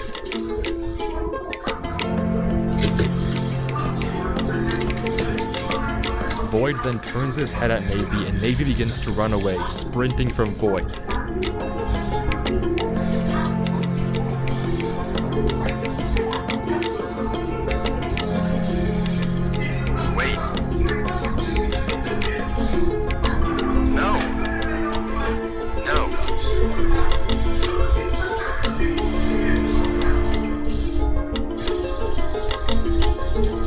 Finally, we're getting somewhere big. The description of this video is in binary and translates to the end of a Mediafire URL. Downloading it gives us an image of void with more binary. Translating that gives us everyone will become void. Evidently, when players ascend, they're turning into these hollow void versions of themselves, hence the "they took him" in the description of Inside Man's first video. The ascend demon thing we saw earlier must be trying to convert people into void for some reason or another, but we don't know why just yet, nor what the eyes have to do with anything. We've heard many mentions of eyes being important, but as for what they represent, it's still largely unclear. Regardless, we can only keep watching as Navy lands in a pit of ascend eyes with a now corrupted inventory. He calls out to Void, but gets no answer. He keeps walking into a larger room, and in the distance, there he is. Ascend. Watching, but maybe it's too late to react. Ascend approaches fast and... well... he's not the most scary, is he? But after that, Navy's screen turns into the same misshapen form we saw Inside Man and the Ascended players had earlier. This must happen when their eyes are taken. He runs away and the video ends. The description is just another link to an image of Ascend with 7 eyes. In the video and title, he only had 6, and after the encounter, half of Navy's screen is now black. You can piece together the rest. And it's not only Navy who gets a visit from this thing. The next video following Navy's ascension is from the perspective of someone called Maximum01. They give us a tour of their house, and nothing out of the ordinary happens, except at the end of the video they happen to chop up a rabbit, and in the last few seconds they watch as the sun cracks and turns red. Maximum is immediately taken off guard and opens his inventory to find this, text and lines littering the screen. Obviously he's confused, but just a few seconds later, someone named Hello joins the game. Maximum tries to talk to it, before suddenly the footage cuts and you can hear a man talking. It cuts back, and it turns out that what we just saw happened to Maximum live, and he freaks out. He runs back to his house, and then he sees it. He has a very reasonable reaction to seeing this thing and runs to hide inside his house. As he looks at the creature, it cuts to just a frame of its eye staring right at him, with a siren noise playing in the background. Hello says hello, and in a panic, Maximum boards up all of his windows, before telling Hello there's no chance in the world he's leaving his house. He stays inside, panicking, and the video ends. The description of this video is in base 64, 32, and 2 respectively. Translating it all, it gives us this. Hello, I am watching you. Come with me. The sun is gonna die soon. The end is near. It seems Hello is yet another entity that works under Ascend, and Maximum isn't his only target. I'm skipping 2 videos that I'll return to in a second, but in the video Open Your Eyes, we get a new player, this time with an Alex skin, Raid 10012. He's also giving a base tour, and all is normal until the screen cuts, and when we're back, all of his windows are replaced with eyes. The sun has died and gone a deep red, and standing behind him too is Hello, another victim. Though this time I want to suggest that maybe this Raid guy is the same Alex we saw in the playground video and in the house video. The link in the description is just another image with the text "Do you see me?" and that's the same text as both the title of the first video the Alex skin appears in, the description of the following playground video, and the text we see on the sign. So maybe these are actually out of order. Raid was first captured by Hello, as we see here, and then transported to the house and playground dimension we saw later, but that's just a theory. A game theory. Dumb!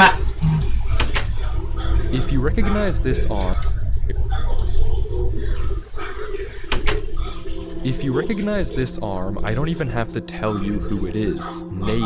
Earlier, I skipped 2 videos to get to Raid, and this is the first. He's in a new white room with Ascend eyes by the entrance. He descends down a long staircase of blocks, opening each one as he goes. Halfway down, the screen cuts to the message, "It's your fault." Navy continues, unfazed. He arrives at the base of the structure to find a world that looks like the playground, with a horribly disfigured sun. But looking around around, it looks somewhat familiar. That's Navy's base. These are Navy's trees. This is Navy's world. Corrupted and turned into whatever we're looking at, littered with strange towers he never built. He reaches a pit of eyes, and for the first time in the series, a character doesn't jump down an ominous pit. He returns to the tower and climbs up a little before he sees this.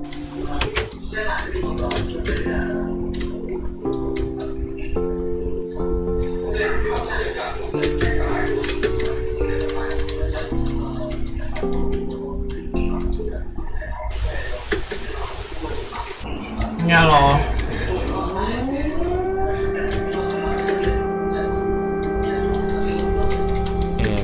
That's it. Now The that's... thing stares Navy down before we cut to the next video, and Navy is running through a dark corridor. He reaches a junction and keeps running before the footage cuts to a picture of a city. He keeps going, and only a few seconds later we see the same thing. A city with the text, "It's your fault," but Navy just keeps running. And then this. Why? Then Navy stops and encounters another player, Void and Base. I know you. The screen cuts to black again. It's all your fault, Navy. He is dead because of you. My brother. What? You and that stupid war. If he can't have the sun, you can't either. I've been watching you for years. I know what you did. I know everything. You work for them. Sorry.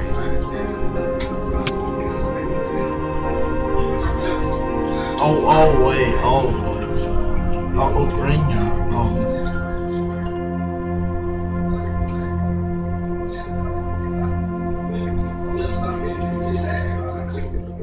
Addressing the elephant in the room, the images you saw, if you haven't figured out yet, were all taken of Ukraine. The final image is the most obvious, and I was able to find it here, but the other images are also likely those of Ukrainian cities, with their signature blocky architecture. This is by far the most important video of the bunch, and we're finally getting a sense of what this series is all about. But before we talk about it, there's one detail about this all that I left out. If you look into the description, the binary turned MediaFire link isn't to an image, it's to a world, ascend.raw. And I repeat now, do not download sketchy files off the internet.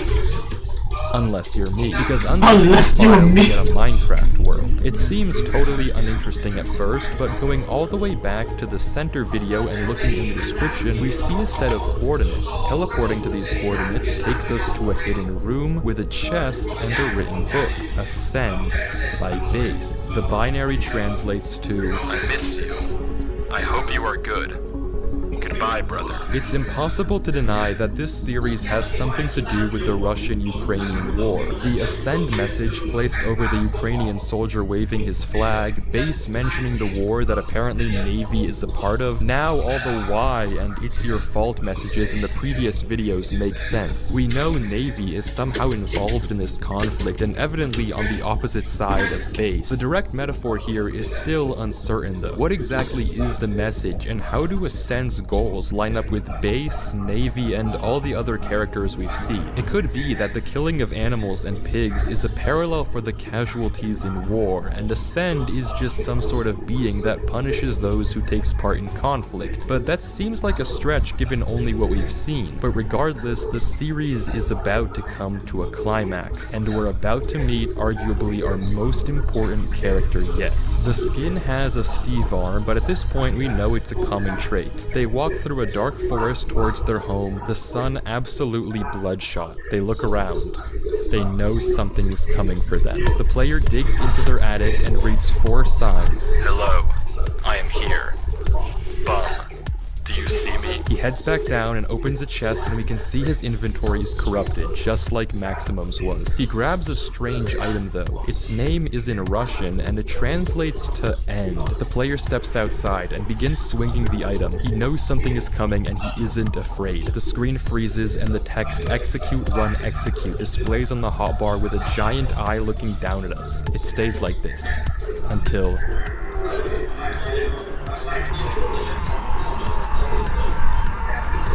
On your ears, man. A man talks in what is likely Russian. We see the message, "Open your eyes," and Kyiv, the capital city of Ukraine, comes on screen with the text, "Do you see me?" and the video ends. We're getting two messages at once here. At first, on the surface level, our protagonist is clearly somewhat competent in fighting back against the monsters capturing people, unafraid of taking them on with his strange gadget. On a higher level, the series seems to be telling us to pay attention to Ukraine, not to be oblivious to the conflict they're fighting. It may be that Ascend, the collector of eyes, is representative of some force taking eyes off the war, silencing those who are aware. But then why do so many people want him to save them? All we know for certain is that this Steve here is the only one we've seen who can truly fight back, and he's not done yet. The next video continues with the same player now inside a large white room in the void. He takes a look around, peering over the edge at the various towers and bridges, looking for something, until someone called "I'm Good" says hello in chat. Our protagonist says hello back, and we can see his name is Russ00100. Russian Federation.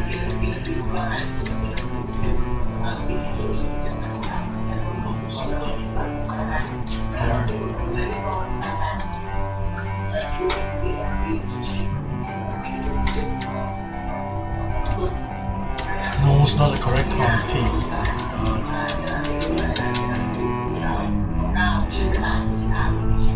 What? Where is Navy 208?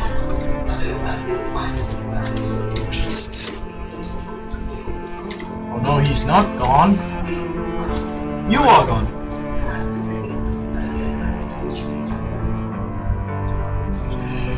Who are you? You cannot type properly, bro. Come on, fucking Russian Federation. Russ panics, threatening to jump off the map, asking I'm Good to take him out of this place. I'm Good stays silent, and Russ jumps off. But he doesn't escape, and he comes back with a corrupted inventory and broken skin. He runs back to the entity, begging. I'm Good gives no closure, and Russ keeps jumping off, again to no avail, until finally he jumps one more time and finds himself in an even darker world, approaching 3 more I'm Goods, as well as hello. The screen cuts to black with the words "Dead Trees" written all in caps. From what we've seen, Russ is the best hope of anyone figuring out how to stop Ascend and the rest of these beings. He's the first we've seen to survive a corruption, or at the very least get a reasonable response from an entity, but it's not enough, and apparently we now learn that Navy 208 never existed, that he was just a dream Russ created, though that may not necessarily be the case. In the description, we can find a code of ASCII, and translating it to text gives us another Mediafire link to an image with a simple message. Don't trust him, that's a lie. Don't trust who? What's the lie here? Who is lying? Is it I'm Good? Is Navy really alive? Russ walks through a corridor, reaching a sign labeled Navy 208. Another door with a sign referencing Maximum 01 and someone named Stambrop, and a final sign down the hall for Raid 11012. He opens tab and everyone is there. Silent. Russ opens Navy's door to find him well and alive. The entity was lying. Russ begins to talk to him. Navy, I thought you were dead. Navy doesn't respond, and instead throws him a book. I can't talk. I found the way to escape. That thing lied. I'm real. I'm alive. Trust me, that thing is not real. The behemoth is the creator. He created Ascend. Ascend is just one of them, like you. Ascend recruits more people into this cursed place for the behemoth. In some time, the behemoth comes here to eat us. But don't worry, I know how to escape in case the behemoth is coming. Russ doesn't understand, and they decide to just wait. In the meantime, he opens the other doors of the corridor, confirming everyone is really there.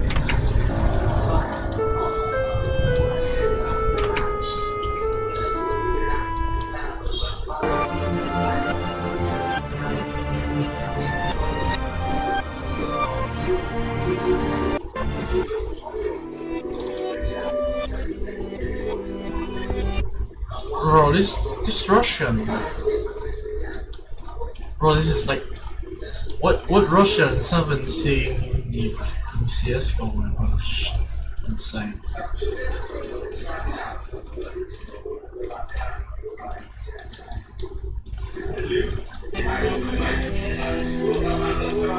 Navy throws Russ another book.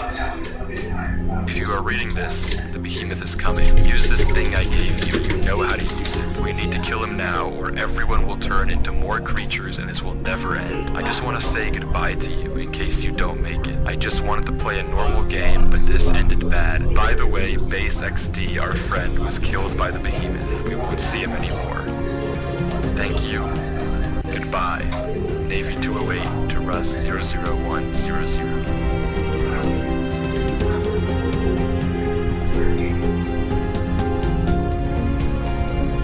Thanks.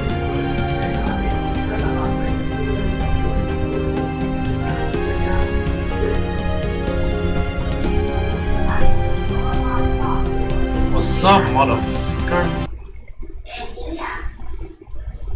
When the footage cuts back, Russ is holding a tulip and returns to the room to find Navy waiting for him. They head together back down into a normal world.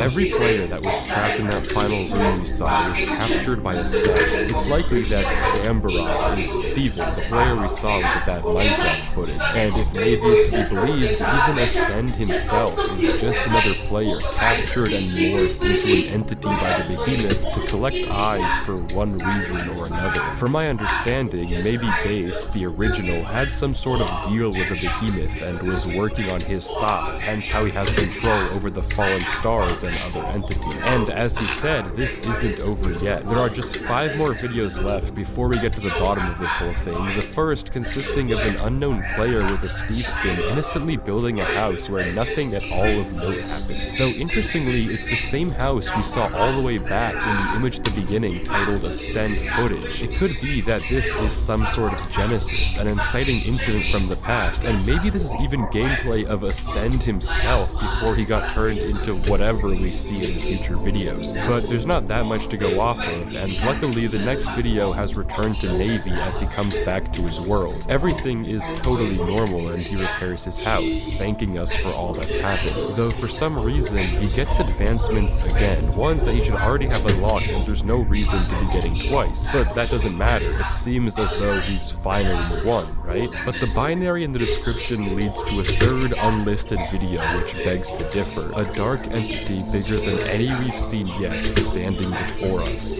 This isn't over yet. Navy begins to notice things that are wrong. His skin has gone black and he tells us there's something he found in his world that shouldn't be there. The footage bugs horribly while he runs, as if something is taking a toll on his world. And then we see it. A house. A house that shouldn't exist because Navy didn't build it, but Steven or Stambarop or whoever this is did. This house is a block-for-block replica we see in the encounter with the entity video, down to the torch by the ground. But what it's doing in Navy's world now is a complete mystery. But Navy's not done. He takes us over to something else he found. A tunnel. This time I have no idea what this is referencing. It seems like a random tunnel, but who knows, maybe I'm missing something. Navy goes to leave the area, but as he does, we see it. Another black player, watching Navy inside his world, but he doesn't notice. After all this, there's still something watching him. Navy takes us home, unaware the player is following him. He chops cacti, then plants it, and without warning runs back to the area with the house and the tunnel. The black figure is gone, but Navy discovers a pit he's never seen before.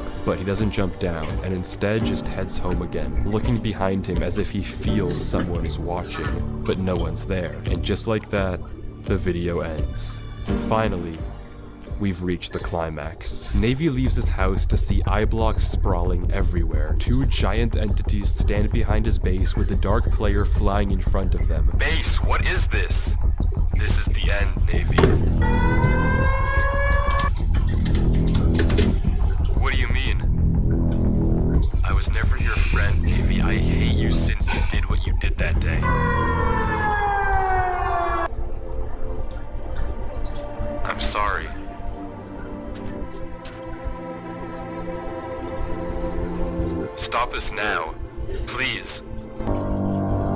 Hello. Please.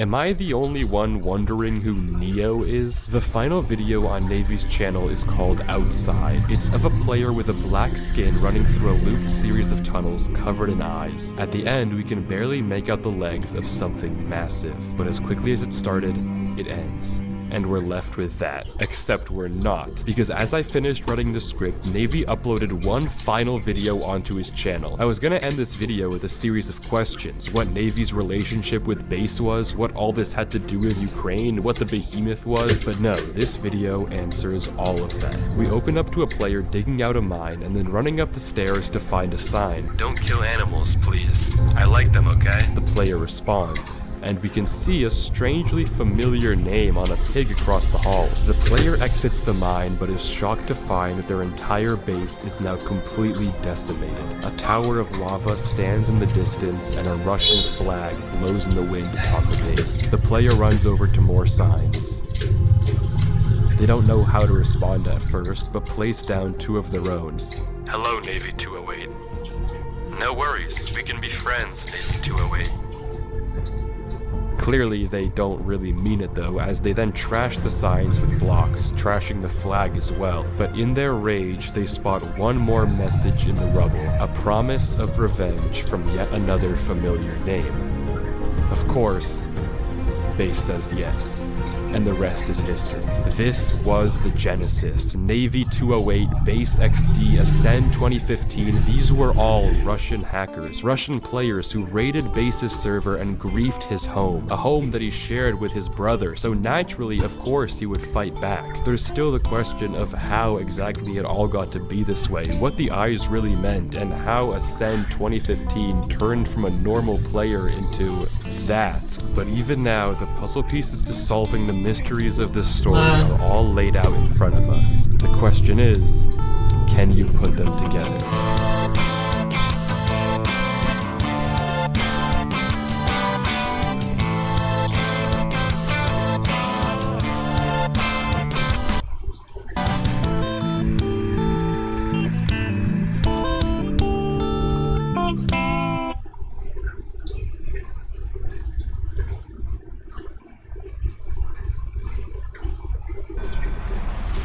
Budweiser chúc mừng 10 người đại thắng chuyến đi Mỹ. Xem FIFA Club Quần.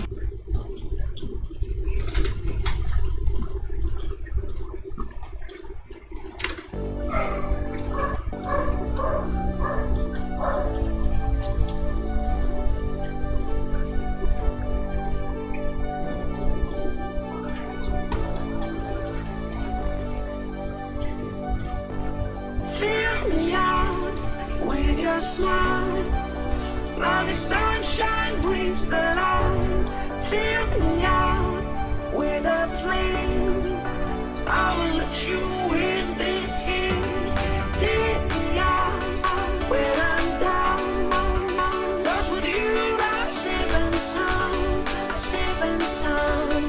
saving sound, I'm saving sound, I'm saving sound, I'm saving sound, I'm saving sound, I'm saving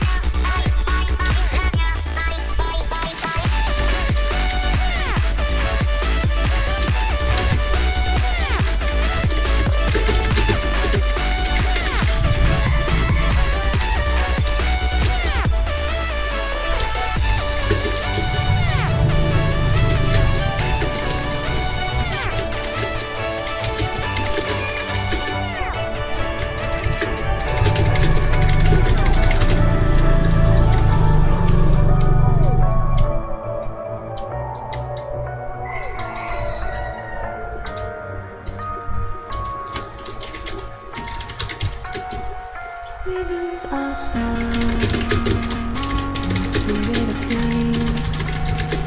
We lose our sight, and put our trust in things of this material world, of things that fade away.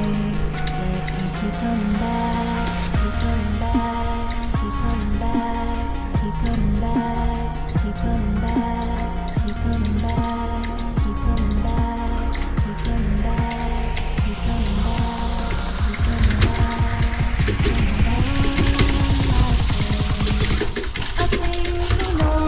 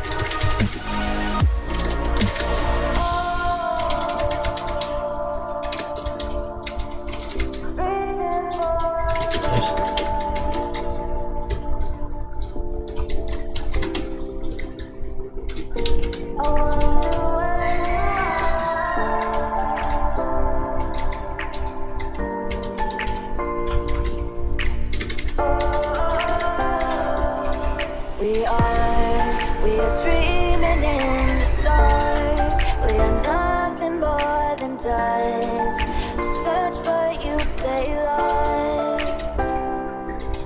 We are reaching for the stars, but we're making a mess too hard. And I wonder where you are. Mysterious,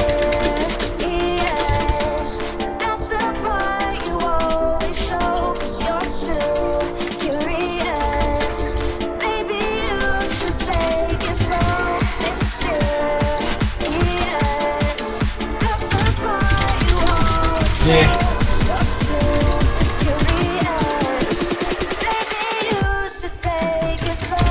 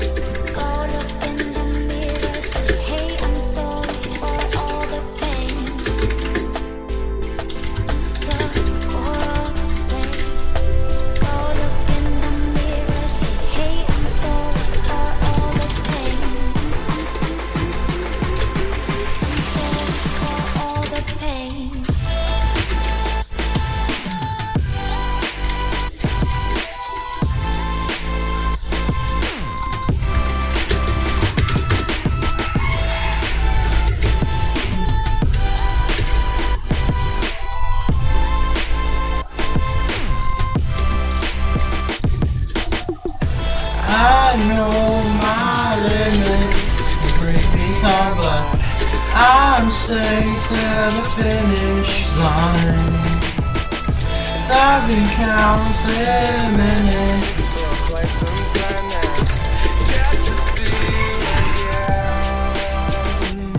And I've been counting days to get away, to see you again, see you again. Been fighting ways to get away, to see you again, see you again.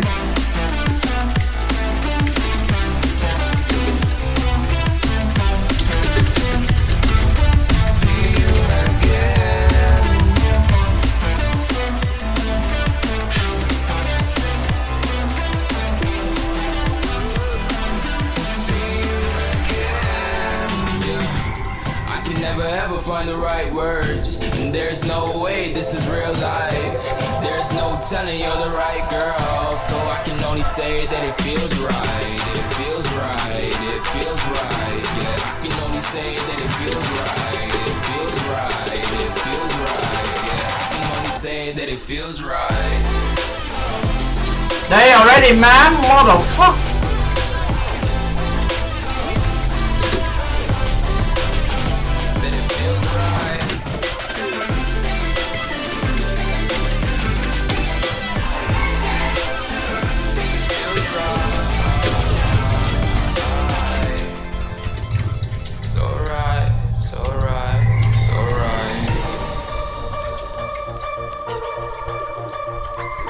Chill.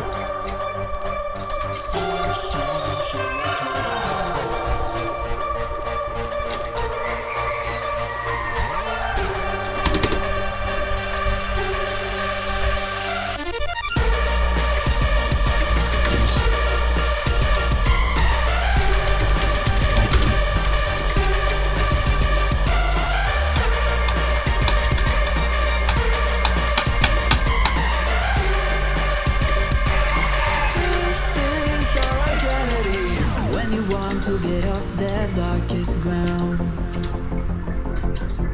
the gravity pulls you straight down. Earth from a bird's eye view. You should grow feathers and see this too. When you want to get off the darkest ground, the gravity pulls you straight down.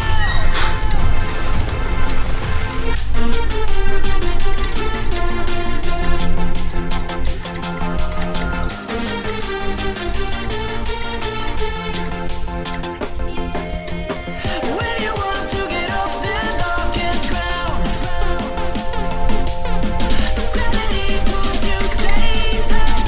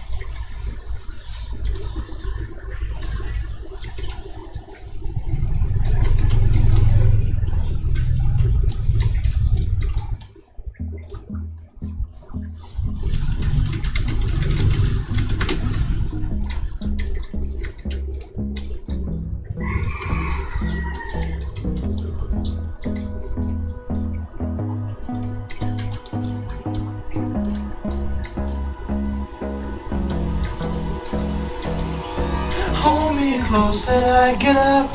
Time is steady outside.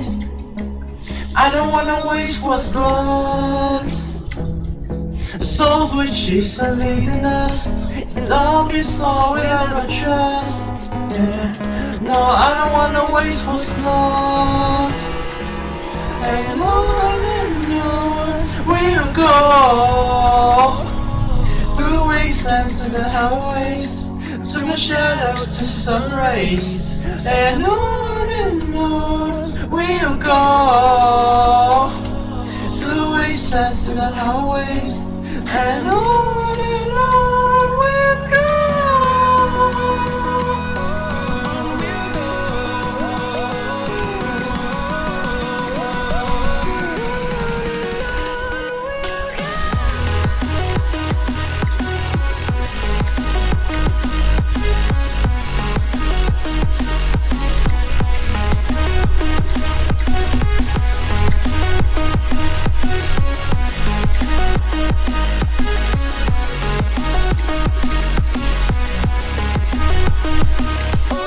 On we'll go,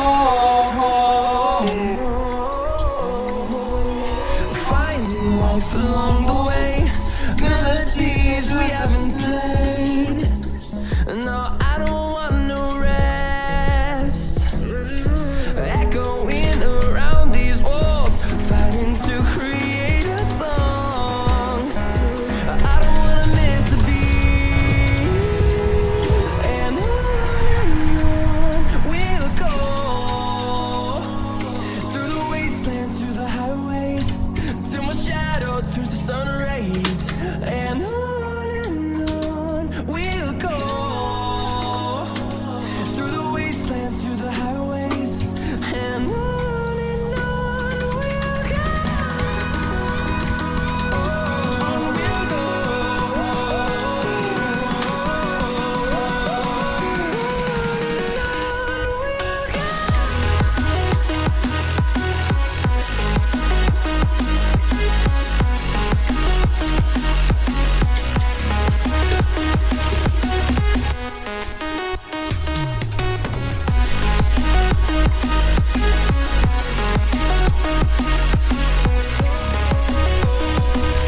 We'll grow in number, fueled by them to see the horizon, turn us to thousands. And we'll grow in number, fueled by them to see the horizon, turn us to thousands. We'll go through the wastelands, through the highways. What the heck? Shadow turns to sun rays. And on we'll go through the wastelands, through the highways. And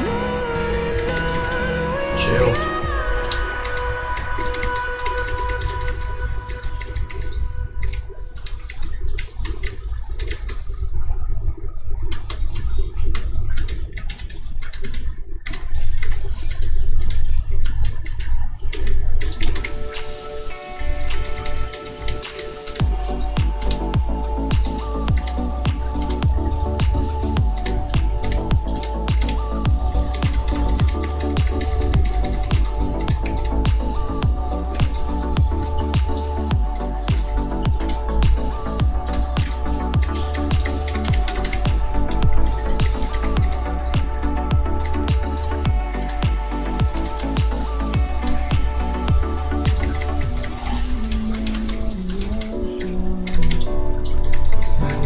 side are too hard.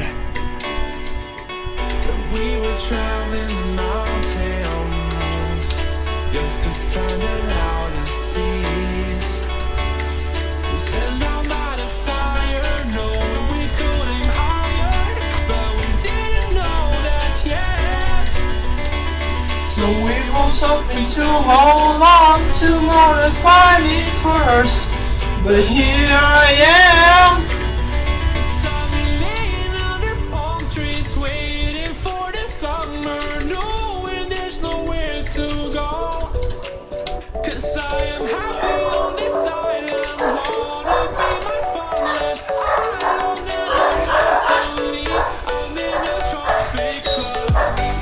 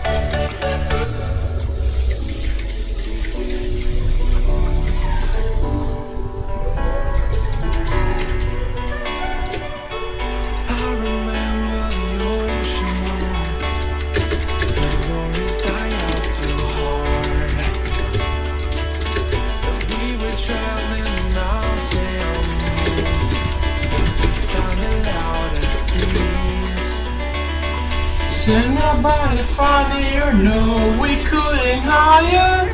No, we didn't know the chance. So if you want something to hold on to, gotta find it first. But here I am, 'cause I've been laying under palm trees, waiting for the summer, knowing there's nowhere to go.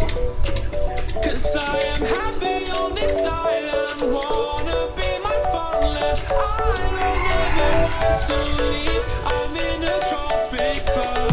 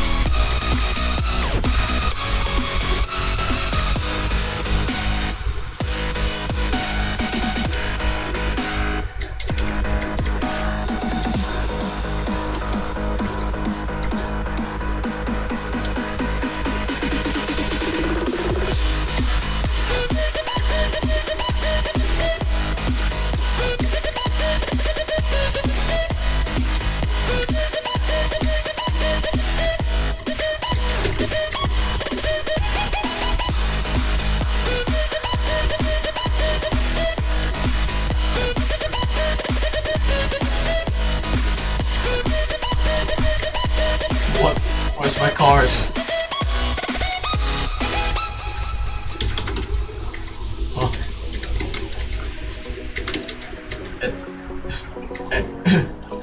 Cross the road. Okay. Cross the road. Sure. Okay, it works. Sure. I'm not gonna say anything.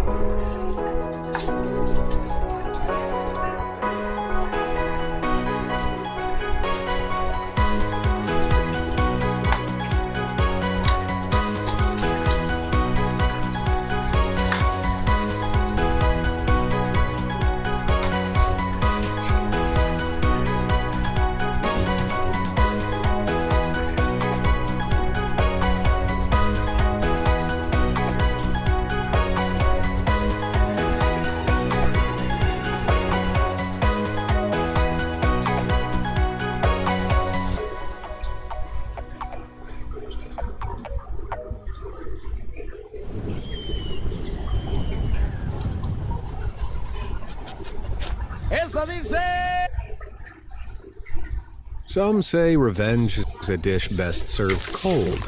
Well, those people are wusses. Revenge is best served flamin' hot and covered in spiders. Yep, it's time for more dastardly tales of fiendish vengeance. So, from some truly impressive uses of dog doo-doo to a group of thugs made homeless and destitute, here are some more extreme stories of revenge that went way too far.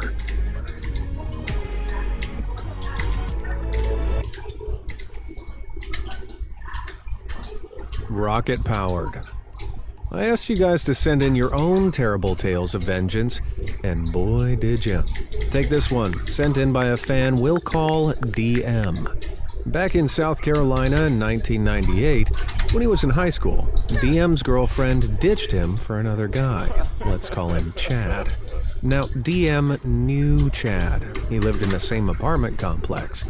Also, he knew that Chad drove a Camaro that he loved more than life itself. So, heartbroken and enraged, DM thought up a gnarly way of getting back at him. He began by setting an animal trap in the dumpster of a local Chinese restaurant. Then, he waited. About a week later, he'd caught 2 huge, smelly raccoons. It had worked. Now our hero needed to act fast and snagged himself a vehicle entry kit from the auto shop he worked at. Around 1 a.m. that night, when all was silent, our guy snuck down to the complex's parking lot. After grabbing the caged raccoons and locating Chad's car, DM used the entry kit to pop open the lock and proceeded to drop the 2 supersized animals inside. Then he quickly shut them in and snuck back to bed. The next morning, Chad woke up to a supremely nasty surprise. His precious Camaro was utterly ruined. The raccoons had spent the entire night fighting, pooping, peeing, and tearing up the inside of his beloved vehicle. Staring down who knows how much in repair costs and completely unable to get the stench of raccoon dookie out of the interior, Chad was forced to scrap his darling car. I hope he enjoyed taking the bus. I'm sure DM enjoyed watching him. Pranks a lot.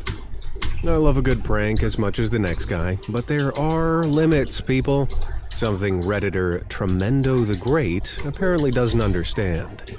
Sometime in the 2010s, Tremendo was trying to work, but kept relentlessly getting prank called by his pal Mike. Hey, if it was a prank war Mike wanted, then it was a prank war he'd get. But, rather than drag out the fighting, Tremendo decided to finish things with a single move. Knowing Mike was enjoying the single life right now, he got to work gathering free legal documents online. Income disclosure, visitation schedules, statements of parental rights. Yep, Tremendo was going to serve Mike paternity papers and convince him he was a dad. After filling them out and crafting an emotional cover letter from the phony mother, an Irish exchange student named Eliza, it was time. Now, Mike was a popular local bartender, and Tremendo wanted to amp up the carnage to 11. So he enlisted another friend, one Mike had never met, and instructed him to deliver the documents at 10 p.m. on Saturday night, when the place was guaranteed to be packed. He also let Mike's boss know what was going to happen, trusting him to play along. When the time came, Tremendo hid away from the bar, so his laughter wouldn't give anything away. Then his pal approached, coldly served Mike the paternity documents, and left. Cue 10 minutes of absolute terror as Mike ran around the place like a headless chicken. He poured himself several drinks to try and calm his nerves before dashing to his boss and begging him for advice. After a long conversation that probably centered around responsibility, his boss finally relented. A huge smirk formed on his face as he told Mike to take a closer look at the final page of the documents. There, in minuscule size 2 font, was the phrase, "Go frick yourself, Mike." Mike's face twisted into a strange mix of relief and anger, and he ran over to Tremendo, who was in hysterics, before thwacking him hard in the chest. But it was a small price to pay for Tremendo. The prank war was over as swiftly as it had begun.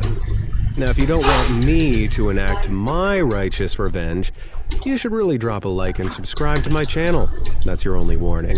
And if you have a revenge story you're itching to tell, shoot me an email at revenge@beamazed.com. You could make it into the next episode. Firing a coworker. Lunchtime is sacred. If someone interrupts me and my can of Campbell's SpaghettiOs, oh, it's beatdown time. Clearly, Redditor Detroit Yeah Dude agrees. See, back in 2015, while working a job in a big factory, he fell afoul of a lunch thief. And they weren't just a one-off criminal. Whoever it was, they raided his lunch from the fridge for an entire week straight. Safe to say, Detroit was ticked off. Now, like I said, this factory was big. Couple that with the fact that dozens of temps regularly came and went, it would be nearly impossible to track down the culprit. So Detroit had a better idea. If the jerk wanted his lunch so bad, they could have it, but they certainly wouldn't be enjoying it. That night, he carefully crafted the tastiest looking fajitas you could imagine, then made them completely unsuitable for human consumption. The secret ingredient was in the salsa, as well as the usual tomato, onion, etc. Detroit minced up an unholy amount of Carolina Reaper peppers, once known as the hottest in the world. But on the face of it, the booby-trapped lunch looked delicious. The next morning, Detroit arrived at work, popped his creation in the fridge, and got busy. Sure enough, within just an hour, a blood-curdling scream echoed over from the lunchroom. Bingo. Detroit followed the cries for help to discover a man lying on the floor gasping for air with worried people all around him. It turns out the intense heat from the fajitas had induced a severe asthma attack in the lunchbox bandit, and he had to be rushed straight to the hospital. He ended up fine, but remember kids, crime doesn't pay, but you will if you mess with somebody's grub. Scumbag stepmom. Ever since Cinderella, stepmoms around the world have suffered a bad rep. Sometimes that rep is fully deserved, though, like in the case of Reddit user Young Sour Swedes. After his mom passed away at just 55, his depressed and lonely dad married Grace, a Machiavellian character 15 years his junior that was clearly, at least a Swede, only after his dad's dough. See, dear old dad was a successful investment banker, so he was quite the prospect to a gold digger. However, their marriage wasn't to last. Sadly, though perhaps not to Grace, Swede's father passed on not long after they'd tied the knot. Predictably, he left a huge sum of money to Grace, but he left the family home to Swede, and she couldn't stand that. Several months later, Grace was already dating somebody new, Ivan, and both were staying in the family home. You know, the home Swede owned now. Although you wouldn't think of it from the way Grace and Ivan acted like they owned the place. The Swede didn't like them one bit, but he put up with their arrogance and entitlement out of respect for his dad. Well, one day, our guy returned home to some bad news. Grace had given away his PlayStation 4 to her new man's cousin because she'd decided Swede was too old to be playing video games anyway. That was the last straw. Soon after, Grace dropped the news that she and Ivan would be leaving the country for a short while to get married, and asked Swede to watch the house. Yes, his own house. Rather than act offended, Swede simply smiled and agreed. Now was his chance.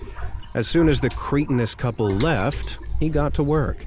Swede hired movers to take all of Grace's possessions and place them in rental storage.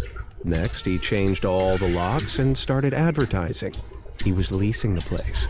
Swede was quickly inundated with inquiries and settled on a nice young family to become his tenants. When Grace returned to find the locks changed and a family she didn't know living there, she was furious. But after kicking up an almighty fuss about losing her home, Swede's lawyers were quick to remind the self-entitled gold digger that the house legally belonged to him. And just like that, Grace and Ivan were officially homeless. what a wedding present. I hope they enjoyed the honeymoon. A slideshow shock. There's nothing more satisfying than people getting publicly shamed for being unfaithful to their partners. At least, if you're channel fan Ayat. Ayat's friend Josiah was married to a woman named Mercy. Josiah and Mercy seemed blissfully happy, and everything was sunshine and roses. That was until Ayat spotted Mercy at a party cheating on Josiah with a guy named Payman. Like a good friend, our guy snapped photos of the misdeed and went straight to his pal's house to tell him. Naturally, Josiah was heartbroken. What was he supposed to do now? He and Mercy had already planned a huge anniversary party, and it was only 6 weeks away. But Josiah saw an opportunity. 78 people would be attending the shindig, so instead of canceling it, he was going to give them a party to remember. To begin, Josiah let some of his closest friends know about the infidelity and encouraged them to take incriminating photos of Mercy and Payman whenever they caught them in the act. Over the next 6 weeks, they did exactly that. Well, the day of the party finally arrived, and Mercy was excited to start showing off a romantic slideshow of her and Josiah to all 78 guests. But when the slideshow started, her face dropped. There, on the screen in front of her family and friends, Josiah was nowhere to be seen. Instead, there were photos and videos of her cheating on her husband with Payman. She begged Josiah to stop the show, but no dice. Meanwhile, the guests sat in utter shock. When the ordeal was over, Josiah regaled the whole tale of betrayal to everyone before shoving divorce papers in his soon-to-be ex-wife's hands and leaving. His final words to her were simple: "Don't ever say my name again with your disgusting and toxic mouth." Sheesh, that's brutal. Pooper Soaker 9000. Prepare yourself for a stinky fan submission from Jeff, whose mom was having a bit of trouble with a rude neighbor when he was 8. This neighbor, Scott, had parked his huge motorhome right outside of Jeff's house. Annoyed, Mom gave him a piece of her mind, and he eventually agreed to move it. All solved, right? Well, no. See, a few days later, Scott moved the motorhome right back. Irritated, Jeff's mom approached him again, but this time, he wasn't cooperating at all. Instead, he flung swears and insults at her and outright refused to move it off her property. If that wasn't bad enough, he started throwing his trash all over the yard, too. And that was it. Mom wasn't going to take it anymore. It was a boiling hot summer, and the heat gave her an idea. On top of everything else, Scott's dog had been crapping all over the lawn. Obviously, he hadn't picked it up, so Jeff's mom walked around the yard collecting the brown butt nuggets and dropped them in a container. Then, like some sort of poop witch leering over a cauldron of doo-doo, she poured water in and stirred it all together with a maniacal grin. Eventually, the concoction became a grotesque brown liquid, or forbidden chocolate milk, as Jeff put it. And now, the moment you've all been waiting for. Mom picked up her son's squirt gun, filled it with the rancid goo, and started blasting all over Scott's motorhome. She didn't stop until the whole thing was covered in poopy water. Remember, it was a super hot summer too, meaning the poopy paint cooked hard in the sun. Enter the mega stink. All that heat hadn't just set the poopy mixture, it also made it absolutely pong. Toxic fumes filled the air as Jeff and his mom fled into the house. The next morning, Scott walked over and was beside himself with rage. His once beautiful motorhome looked like it had been squeezed out of the BFG's backside. Without a word, he pulled the poopy door open and drove away in a rage. Jeff and his mom never saw him again. Some say Scott's still driving around the USA, desperately seeking a way to get rid of the horrid smell. Debt destruction. What would you do if the love of your life had a degenerative health condition and you knew that one day they'd wind up in a wheelchair? Well, if you're anything like this now deleted Redditor, who we'll call Walt, you'd commit to supporting them. Unfortunately, Walt was in for the shock of his life. See, his fiancée, who we'll call Anna, had told Walt about the future that awaited her. But Walt embraced it. In fact, he planned to build the two of them a wheelchair-accessible home using his construction business. In the meantime, Walt began doing work on Anna's current home. He invested over $30,000 of landscaping and construction into the place, running everything through his construction business to increase the value for when they eventually sold it and moved in together. Everything seemed to be on the right track, but then the worst happened. Out of nowhere, he began to feel ill. After going to the doctor, he was diagnosed with cancer. Man, Anna stepped up, just as Walt intended to do when her condition worsened. She helped Walt around the house, took him to chemo appointments, and generally offered support. But when Walt suggested they put her house on the market and move in together, she suddenly stopped seeing him and became increasingly distant. Then the bomb dropped. She was breaking up with Walt because she couldn't see herself looking after someone long term. Let me just reiterate this. She dumped her seriously ill fiancé because she didn't want to look after him, despite being seriously ill herself and knowing she'd need a partner to look after her one day, something Walt was more than willing to do. Oh, and did I mention, it was by text. Shattered, Walt forced himself to accept the situation and drove to Anna's to drop her things off. But when he got there, he saw something that made the situation even worse. Anna and a longtime friend were getting intimate on the couch. Man, what a piece of work. He left her belongings by the door and left, but later discovered she'd been having an affair with that friend for a long time before breaking up with him. This couldn't stand. 9 months later, Walt had finished chemotherapy and was on the mend, feeling much better.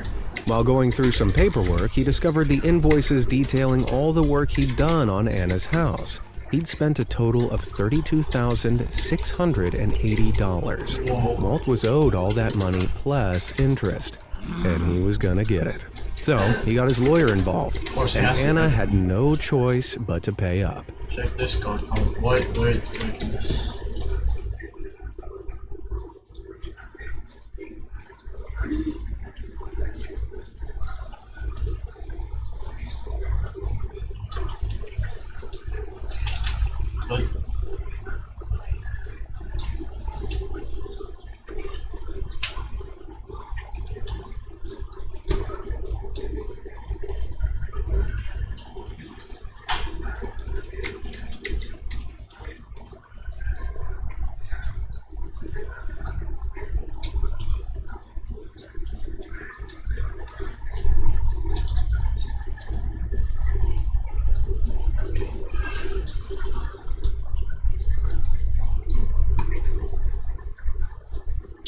She was selling her home at the time, but even so was left with barely anything after settling her mortgage and paying Walt his dues.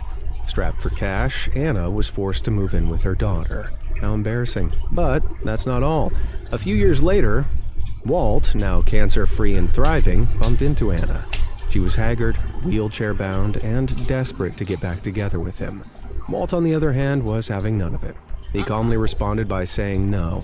He just couldn't see himself looking after someone long-term. Small world. Don't tick someone off in a tight-knit community. You'll never be treated the same way again. Redditor A Quiet Borderline knows this all too well, as she recounted a story told to her by her late father. See, Daddy Dearest lived in a booming city in the U.S.'s Rust Belt region, where almost everyone there was destined to work at the local car plant. Remember that for later. One day, Dad found out that his good friend George had been jumped by some local thugs and was in a seriously bad way. He survived, but was forced to retire early and go on disability. Now, George's dad, Walter, was a World War II veteran and no-nonsense tough guy. So when he discovered the identities of the three attackers, Flynn, Mac, and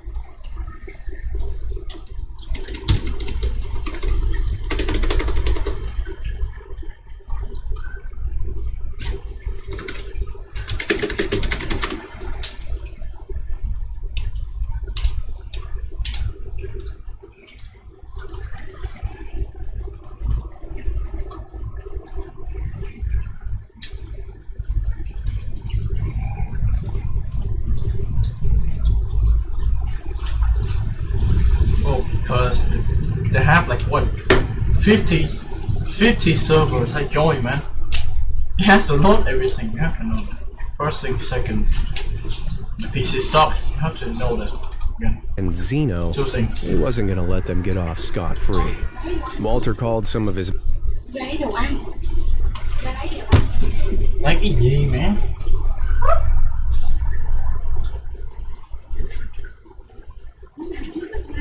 What the?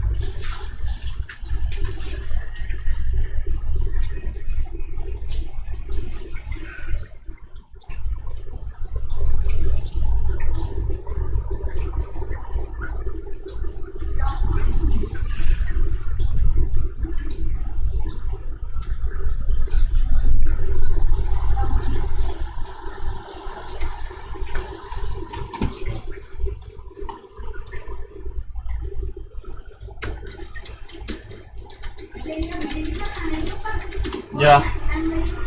Yeah. Yeah, yeah.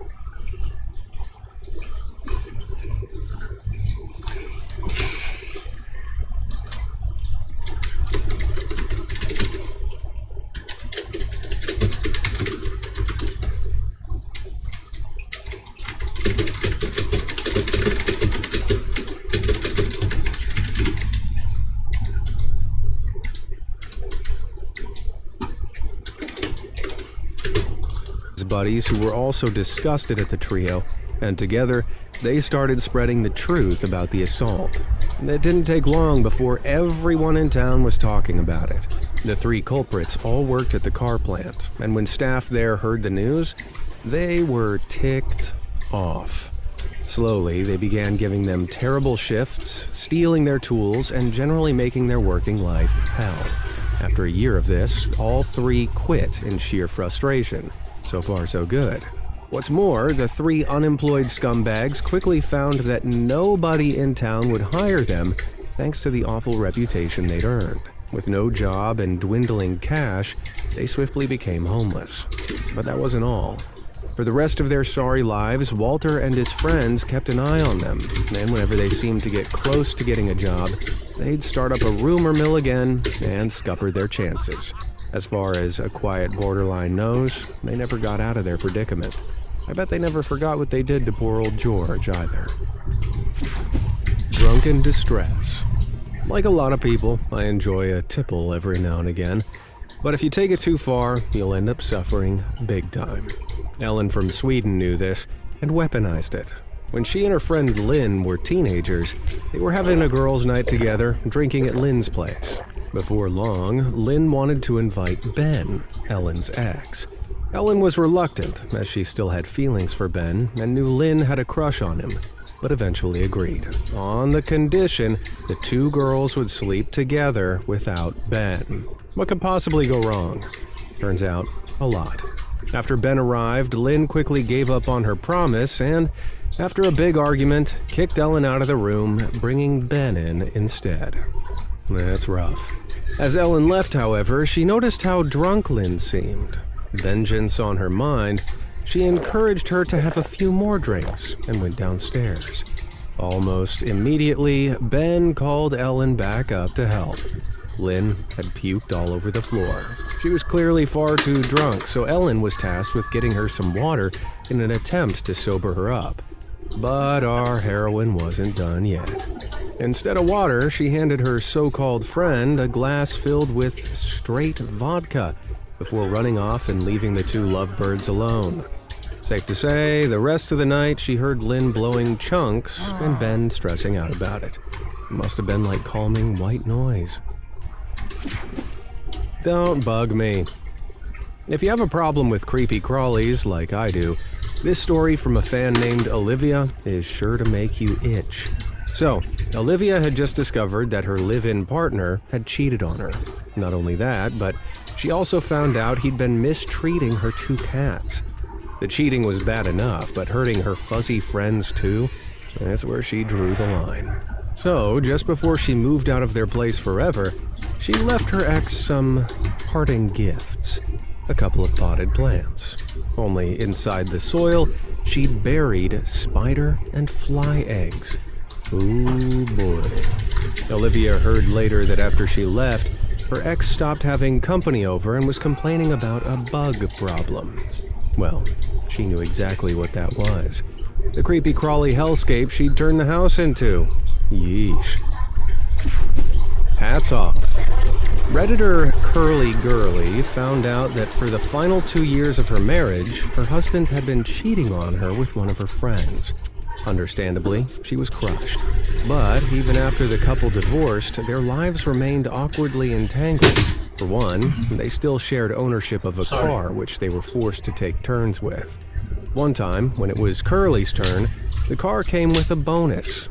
A hat had been accidentally left inside. One that she instantly recognized. It belonged to her old friend, the very same one that her ex had cheated on her with. As she stared at the traitor's headwear, a devilish idea crept into her mind. Curly grabbed a Q-tip and ran outside to her dog's freshly dropped dookie. I'm sure you can see where this is going.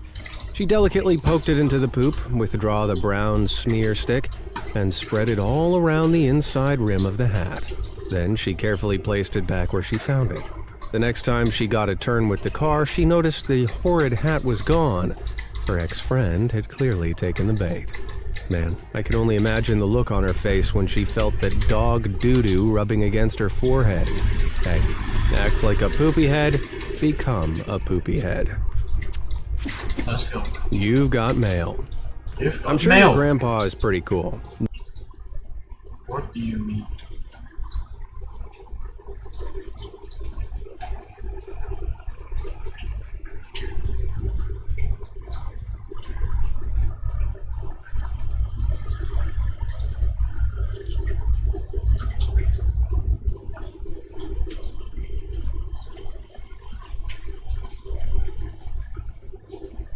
I don't know anymore, man. Like, I don't know. Hold on. No, still works. But I doubt he's as cool as this next one. A fan that goes by Bugs had a granddad with a problem. Some young neighborhood punks had made a habit out of messing with his mailbox, bashing it, setting it on fire, even yanking it clean off with their truck. But our hero wasn't one to take this lying down. Oh no. After repairing it countless times, Gramps decided enough was enough and came up with the perfect vengeance. One day, the old man wrapped super strong bulletproof metal around his mailbox post and concealed it behind a layer of wood. That night, he popped on a ghillie suit, lay in the grass nearby, and waited for the kids to show up. Sure enough, the teens arrived right on cue and went straight for the mailbox, wrapping it in a chain and attaching it to the rear bumper of their truck. But things weren't gonna go the way they expected. This time, when they floored it, the mailbox didn't come with them. It stayed rock solid, and their rear bumper was ripped clean off instead. And because these punks were flooring it, they went flying off the road and straight into some nearby trees, totaling the vehicle. The teens all emerged unscathed, but their wallets sure didn't. According to Bugs, it cost around $50,000 for them to fully repair the truck. Whoa. Jeez. Okay, Bugs, admit it. Your Gramps was in the Secret Service, wasn't he? Doggone. Some revenge stories are so crazy, so psychotic, they can only ever be admitted to while drunk off your ass. When Redditor Angry Inky Owl was at a party back in his first year of college, he found himself chatting with a girl we'll call Pam, and she had such a story. See, the girl had a cat. This little kitty was her best pal, and she loved it dearly. But one day, her feline friend got out and came across the neighbor's aggressive, poorly trained dog. Heartbreakingly, it didn't survive the encounter. Distraught, Pam confronted her neighbor, but unbelievably, he blamed her. He was known for being super defensive of his dog and angrily claimed that Pam was at fault for allowing her cat to leave the house. Well, with no money to pursue legal action, she was forced to accept the loss and move on. Only joking. She did the complete opposite. One night, she blended ground meat with weed killer, stuffed it in a hen's carcass, and launched the toxic treat over the neighbor's fence. You can guess what happened next. The next day, the neighbor came around screaming that Pam was responsible for his dog's demise, but she denied everything. After all, how could he possibly prove it? Sure enough, she got away with it and never told a soul.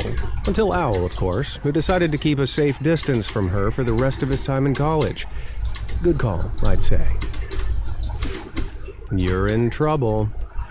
It often feels like the only way to deal with bullies is to take matters into your own hands. One British fan of the channel called Mark took this to the extreme. Oh my god, See, back in high school, Mark was the victim of a particularly persistent bully. We'll call him Bob. Every day, Bob would demand Mark give him his drink, usually a bottle of cola, or else he'd get a beating. At the end of his rope and tired of Bob's bullying, Mark returned home from school one day and asked his family for some advice. His uncle laughed and told him that he should empty half of his drink away and fill it back up with pee. It was clearly a joke, but Mark wasn't laughing. Next day, he asked for 2 drinks, one to keep and one for Bob to steal. Then he poured half the cola out of one of them, topped it back up with his own personal brand. Sure enough, back at school, Bob the bully stomped over and demanded his soda. Mark happily obliged, handing over the tainted bottle and struggling to contain his laughter as the brute guzzled it down. He didn't guzzle it down for long. After realizing how awful it tasted, Bob spat out the foul liquid in disgust. What's worse, he passed the bottle around for all his friends to try, wondering if they could figure out what was wrong with it. Holy cow. Needless to say, after that, Bob never hassled Mark again. And on that grotesque note, I've had my fill of extreme revenge for one day. Which of these stories did you find the craziest? Let me know down in the comments below, and I'll see you in the next video. Thanks for watching.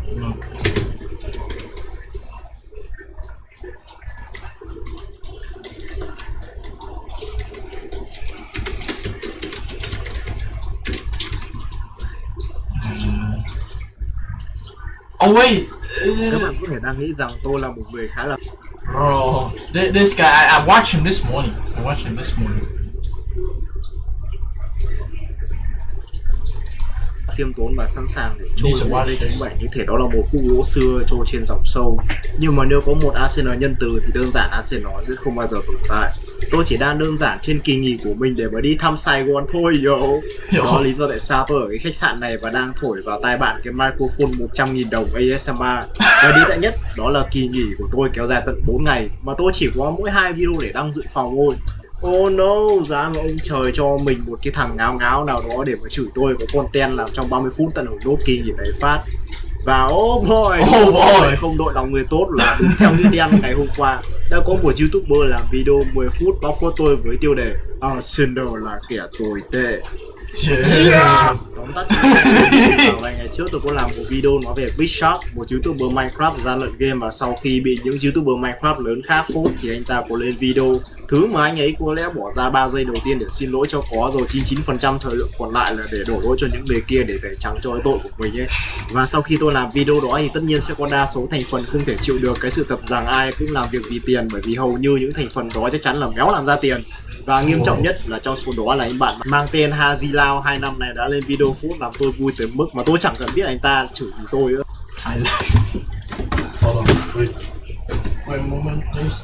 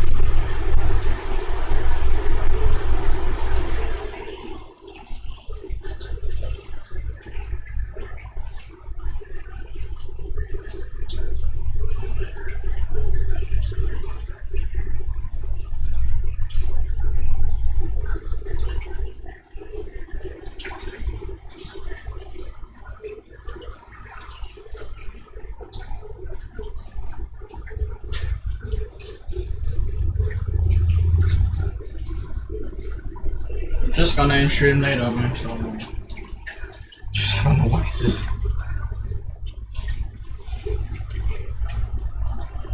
Tôi chỉ quan trọng cái việc tự dưng có content để tôi được nghỉ thêm một ngày Sài Gòn thôi ha.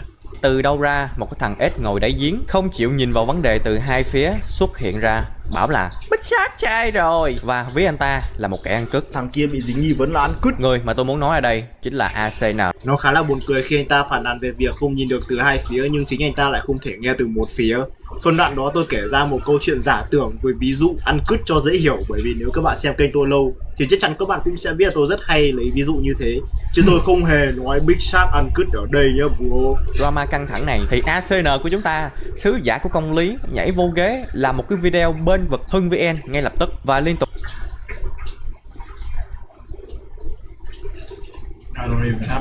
Lăng mạ Big Shark trong video vì họ kiếm thêm thu nhập thôi á.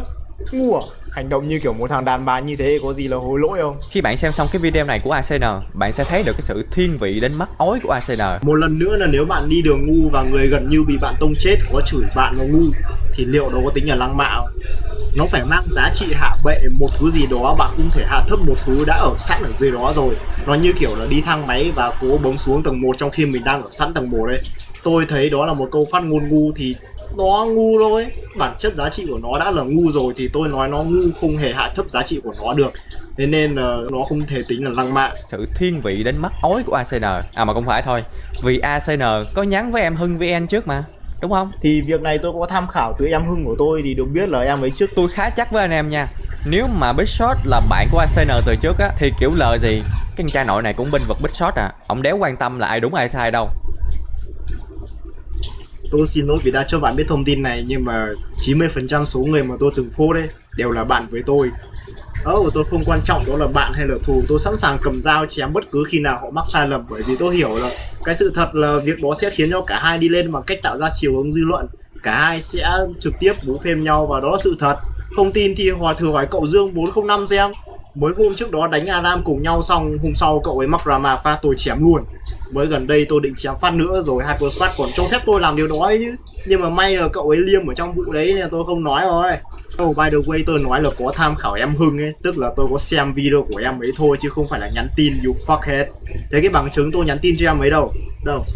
Chắc là lại nghe mấy cái tin vịt ở trên TikTok đúng không? Ok, nếu mọi người hôm đó có xem stream của Duy Lê thì mọi người sẽ thấy tôi sàm lờ là tôi đang nhắn tin cho đặc vụ cát với em Hưng này, bla bla đấy. Nhưng mà nếu là người xem livestream nhiều của anh ấy thì chắc chắn là ai cũng sẽ biết 30 phút đầu bọn tôi hoàn toàn nói bullshit. Duy Lê lúc đó còn công bố tôi vào Hyper Squad như thật luôn. Nhưng thực tế thì bọn tôi chỉ đơn giản đang ngồi sàm lờ với nhau. Lúc đó tôi thậm chí còn nói là Big Shark là bạn tôi cơ.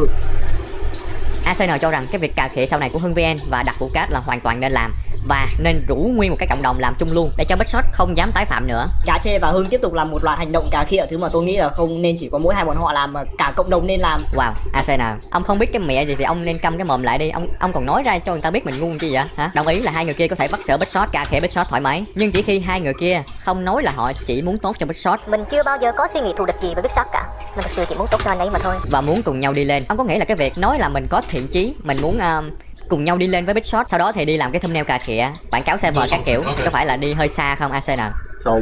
Không. Thế nào là đi quá xa? Tôi khá chắc chắn là đi từ cái giường này ra chỗ cái cửa kia còn xa hơn những câu nói của họ. Nó chỉ đơn giản là sàm lờ hoặc làm gì đó chôn đó là việc của họ. Tôi tất nhiên là không ủng hộ việc đó, nhưng nó không liên quan đến cái mức mà bạn lấy nó ra để làm bàn đạp để chửi tôi là ngu. Bởi vì bạn đang bảo trường hợp tôi nói chỉ trích như vậy là đúng, trừ khi họ nói là muốn thiện chí và cùng nhau đi lên. Mẹ họ nói như thế thì chửi họ đi chứ liên quan gì đến tôi, what the fuck. Với cả video của họ thì họ thích nói gì thì nói, miễn sao người xem còn ủng hộ hay không, chứ có phải là ký cam kết là sẽ không được cá khịa hay là cùng nhau đi lên đâu. Nhưng bây giờ tôi nói là tôi không thích sữa chua ấy. Tôi không thích sữa chua ấy.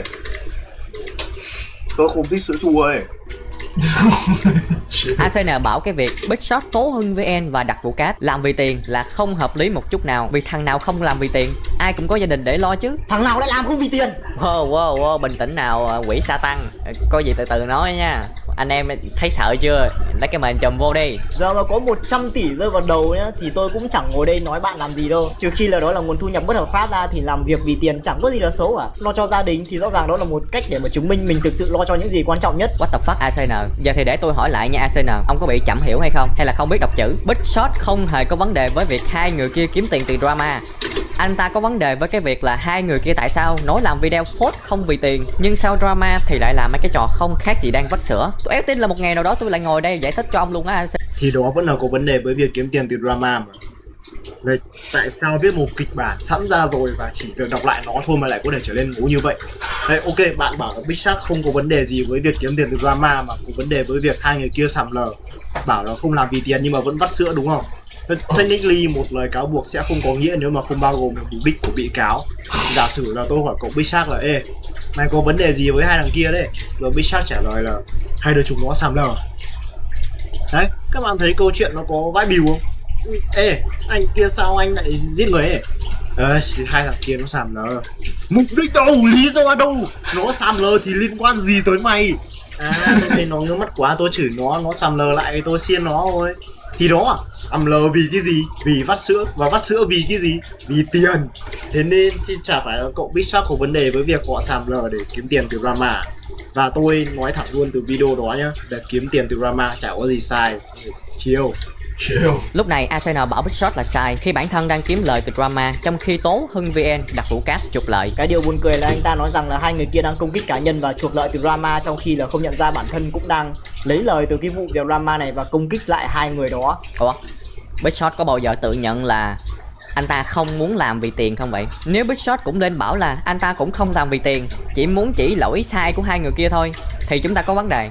Đằng này Big Shot chả nói cái mẹ gì về việc anh ta không làm vì tiền cả, nhưng mà ACN nói là Big Shot là sai khi mà bản thân đang kiếm lời, nhưng mà cũng nói là Hưng VN đặt vụ cát trục lợi. What the fuck? Bạn thấy một thằng ấm dâu đi chỉ trích một thằng ấm dâu khác vì tội ấm dâu thì bạn thấy nó sai hay là nó đúng? Đúng là nó không sai khi mà nó lên tiếng chỉ trích thằng còn lại, nó cũng chẳng nói mẹ gì về việc nó không ấm dâu cả. Nhưng mà tôi cũng không nói là Big Shark sai đâu. Chịu. Này, đi check lại video đó, có lẽ tới lần thứ 30 sau khi phân tích để mà viết cái kịch bản của bạn xem tôi có nói một lần thẳng ra là Big Shark sai không. Tôi chỉ bảo là trong khi anh ta cũng làm thế với hai người kia thì đúng là anh ta làm thế với hai người kia thật. Bạn thậm chí còn chẳng chứng minh được tôi sai mà thay vào đó bạn lại cố chứng minh Big Shark đúng. Thế thì để tiêu đề lỗi sai làm cái chó này. Nó giống như kiểu xét về lý thì Big Shark có thể nói thế, nhưng mà xét về đức tính làm người thì không đâu. Bạn còn dám chửi thẳng một thằng học dốt trong khi mình cũng học dốt như một con chó không? Hay là bạn giống mấy cái thằng vào danh rồi chửi đờ mờ mấy thằng danh vàng rách, trong khi mình đánh 2000 game rồi vẫn chưa ra khỏi danh vàng ngó như nó không? Đừng có nói như thế và đừng có a dua cho việc nói như thế là bình thường. Nhục lắm ấy. Arsenal bảo là hai cái người Hưng VN đặt vụ cát thực sự làm việc vì cộng đồng, bởi vì họ cà khịa bết shot để cộng đồng có thể tránh xa cái lỗi này, và cũng phục vụ luôn cái việc muốn xem drama của cộng đồng. Không những là để cộng đồng tránh xa cái sai lầm đó mà đáp ứng nhu cầu xem drama của fan. Hả? Cái thứ nhất nha, Hưng VN chưa từng nói là anh ta làm việc vì cộng đồng. Từ vẽ ra câu chuyện nơi mà Hưng và Đặc Vụ Cát là những người làm vì cộng đồng, trong khi không có một đoạn nào đi kèm để chứng minh là chúng mình nói về điều đó. Bây giờ mỗi lần tôi đi phát cháo từ thiện thì tôi lại phải hét lên là ê mọi người, tôi làm vì cộng đồng nè, bọn tôi là người tốt. Thì lúc đó mới có nghĩa là tôi đang làm vì cộng đồng. Nói thật là hồi xưa tôi từng ở trong đội ngũ thiện nguyện ở quê tôi và bọn tôi chưa một lần nào tự gào to bọn tôi có tự hào vì cái đít cộng đồng của bọn tôi như thế nào. Mà vậy bạn là ai mà phải bắt bọn tôi phải áp dụng cái lý luận bullshit đó. Cái thứ hai, nếu mà vắt sữa lâu dài với cái người bị phốt là ok với Arsenal á, thì từ bây giờ trở đi tôi sẽ liên tục làm video nhắc tới viewer. Arsenal chính là một thằng thiên vị, không chịu đứng nhìn tình huống từ hai phía mà đã vội phán xét. Thằng Arsenal nói chuyện với Hưng VN một lần. Tôi xin lỗi nhưng mà một lần nữa bạn là ai? Cho dù người ta có hấp diêm con heo hay là đẩy bà già xuống biển thì toàn bộ video tôi luôn luôn xưng là anh ấy, cậu ta, cô ấy vân vân. Đó là một cách rất là tôn trọng mà tôi muốn dành cho những người mắc sai lầm vì tôi tin vào họ có thể sửa sai lầm của họ. Còn bạn gọi tôi thằng Arsenal, tôi xin lỗi nhưng mà bạn đỡ đẻ cho tôi. Đó còn không phải là cái xưng hô đùa bởi vì anh bạn này chật vật để tạo ra một câu ở trong video. Anyway, lý do tôi tỏ ra thiên vị cho Hưng không phải là vì em ấy đỡ hộ tôi một nhát phóng lợn, mà đơn giản là vì tôi thà thừa nhận bản thân là người xấu còn hơn là người xấu giả vờ làm người tốt. Tôi không hề nói việc làm của Hưng và các trong video đó là đúng. Tôi nói thẳng luôn là do cái tôi của Hưng nên là thằng bé là một pha ốc chó như thế. Nhưng mà cậu ta tỏ ra có trách nhiệm và nói rằng đã giải quyết hẳn hoi và xin lỗi. Toàn bộ video của Cát và Hưng đều là video dạng phòng thủ, chỉ có phản biện những thứ đẩy về họ thôi mà chả đưa ra cáo buộc gì cả. Còn Big Shark thì cậu ta có nguyên một video đổ lỗi và thêm 2 video đổ lỗi khác. Nếu tự tay bắt đầu thứ gì thì phải tự tay kết thúc nó. Và để mà nói thật thì kết thúc kiểu xin lỗi 10 giây đầu video là dạng xin lỗi bullshit nhất mà tôi từng thấy. Thậm chí là Logan Paul có thể làm tốt hơn như thế, và những gì anh ta có là 7 phút của việc khóc trước camera. Cho nên tôi rất là không thích việc giả vờ làm người tốt. Arsenal nói là Hưng VN không cần xin lỗi khi kênh chat mom chốt người khác, vì căn bản là người xem bình luận gì YouTuber không có cấm được. Nhưng mà theo tôi thì xin lỗi làm cái chó đi nhờ. Tại sao cái thằng Arsenal này lúc nào nó cũng trong cái hành động là chuẩn bị nhảy ra khỏi màn hình để mà cắn người xem vậy nè. Tôi đéo hiểu. Bọn tôi không phải là bố mẹ hay là thầy dạy giáo dục công dân để mà chỉnh đốn tính cách của họ, nên là tranh luận mà tự dưng lôi fan vào nó khá là mất quan điểm. Cái này thì 100% đúng khi mà Hưng VN livestream cái thứ chẳng liên quan cái mẹ gì tới cái việc cà khịa. Ví dụ lúc đó Hưng VN đang xây cái ngôi nhà hiện đại trong Minecraft đi, xong cái thằng khứa nào đó nó mong chốt thì lúc đấy Hưng VN là người không hề có lỗi. Nhưng đằng này Hưng VN lại đang livestream để mà cà khịa những cái người ở trong cái server Mega SMP, khiến cho cái việc cà khịa người khác là bình thường trên cái kênh chat. Từ đây thì cũng sinh ra cái mom chốt luôn. Nếu là một người có não á thì ai cũng nhận ra Hưng có một phần sai khi mà livestream cà khịa người khác, đúng không Arsenal? Tôi đéo hiểu nha. Hưng VN lịch sự xin lỗi người khác cũng khiến cho thanh niên Arsenal chịu không nổi. Đừng Hưng em, đứng phía sau anh này, anh lớn Arsenal này, em sẽ không cần phải xin lỗi vì em của anh luôn đúng. Ngoại trừ việc anh bạn tự dốc và tự ép bản thân để cười ra thì tôi không biết mục đích cái thứ năm này tồn tại để làm gì, ngoài việc nó cho tôi thêm 2 phút thời gian gắn quảng cáo. Anh biết là bạn nào mà tôi bảo Hưng đúng. Sau đó anh ấy nói gì đó về việc viewer mom dốc lúc đang xây nhà hiện đại thì Hưng không có lỗi, mà mom dốc lúc đang livestream đá đều thì mới có lỗi. What the fuck, hai cái đó thì khác gì nhau đâu. Viewer đứa nào ngáo ngáo thì nó muốn mom dốc lúc nào chả được. Nó chỉ sai như thế khi mà Hưng livestream đá đều đang cổ suý cho việc mom dốc lúc đó. Còn người bình thường thì ai cũng biết là mom dốc không phải là cà khịa. Tôi livestream đá đều suốt đấy, có bao giờ viewer của tôi mom dốc đâu. Để mà nói đến việc bình thường hóa đá đều ấy thì kênh của tôi phải gọi là bố của việc đó luôn. Nhưng mà chả bao giờ lại có ai đi mom dốc cả, bởi vì mom dốc ai cũng hiểu là một câu xúc phạm chứ không phải là cà khịa. Vậy mà bạn lại nói là do việc cà khịa được bình thường hóa trên kênh chat nên là mới sinh ra mom dốc. Nói như bạn thì nói nó sinh con đẻ cái ra cái méo gì chả được. ACN nói Big Shot là một cái thằng dắt mũi và cộng đồng của anh ta dễ bị dắt mũi như thế nào. Vì anh ta nhận thức được là khán giả của mình dễ dắt mũi một chiều như thế nào nên là anh ta phải nói như vậy. Bỏ cái việc Big Shot có dắt mũi hay không qua một bên đi, vì tôi có thể nói ngược lại cái điều đó vào ACN. Ông có chắc ông không phải là cái người cũng đi dắt mũi không ACN? Khi mà ông không tìm hiểu kỹ mọi việc đã đưa ra kết luận. Ông biết là nếu ông đăng cái mẹ gì đi chăng nữa thì cộng đồng của ông cũng sẽ tung hô nói người ta dắt mũi, nhưng mà bản thân mình cũng không hơn không kém. Fuck. Không, tôi chả nhận bản thân tốt đẹp gì đâu. Nói thật luôn cho bạn biết là drama là về việc ai dắt mũi giỏi hơn ai cho tới khi có người nhận sai. Ok, drama sẽ không có ý nghĩa nếu mà anh qua mai còn tin được bạn gì. Đó là một phát thêm về mạng xã hội thôi. Còn về tôi thì những thứ tôi nói hoàn toàn là quan điểm cá nhân. Tôi nói thế nào là việc của tôi, bạn như thế nào kể mẹ bạn, chứ không thể bắt ép suy nghĩ đó lên nhiều người được. Mà bạn bảo tôi dắt mũi thì nãy giờ bạn dắt rồng dắt phượng à? Bởi vì tôi có nói gì sai đâu. Xe nói là cái việc mà đặt vụ cát đăng bài viết xin lỗi đá điểu Big Shot là bình thường. Thì đây là Cát đang đăng bài đá điểu Big Shot vì đã sử dụng phù phép Aqua Infinity lên cái cuốc, thứ mà tôi nghĩ hoàn toàn là xứng đáng. Ủa gì ạ? Ủa?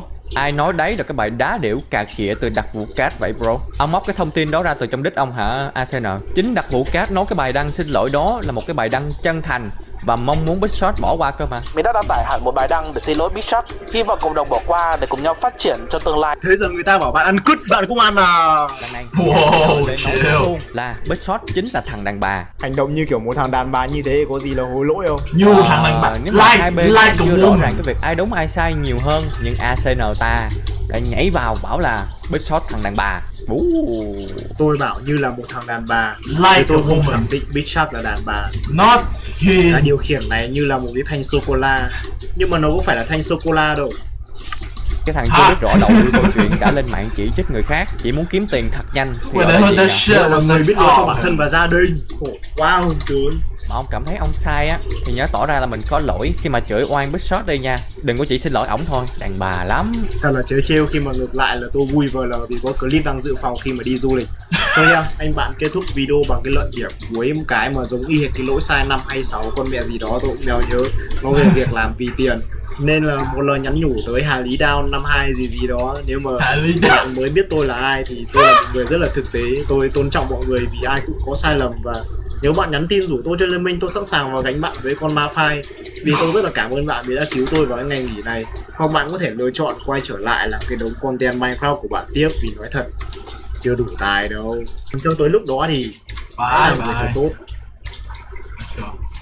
Bình thường muốn bật điện ta phải ấn như thế này. Rồi. Với công tắc thông minh thì ta chỉ cần ấn vào trên này. Vậy đúng không phải ấn? Mẹ. Good night, Captain.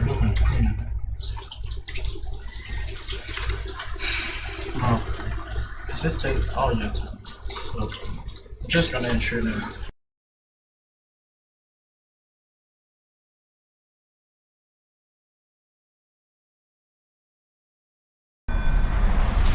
Budweiser chúc mừng 10 người đại thắng chuyến đi Mỹ.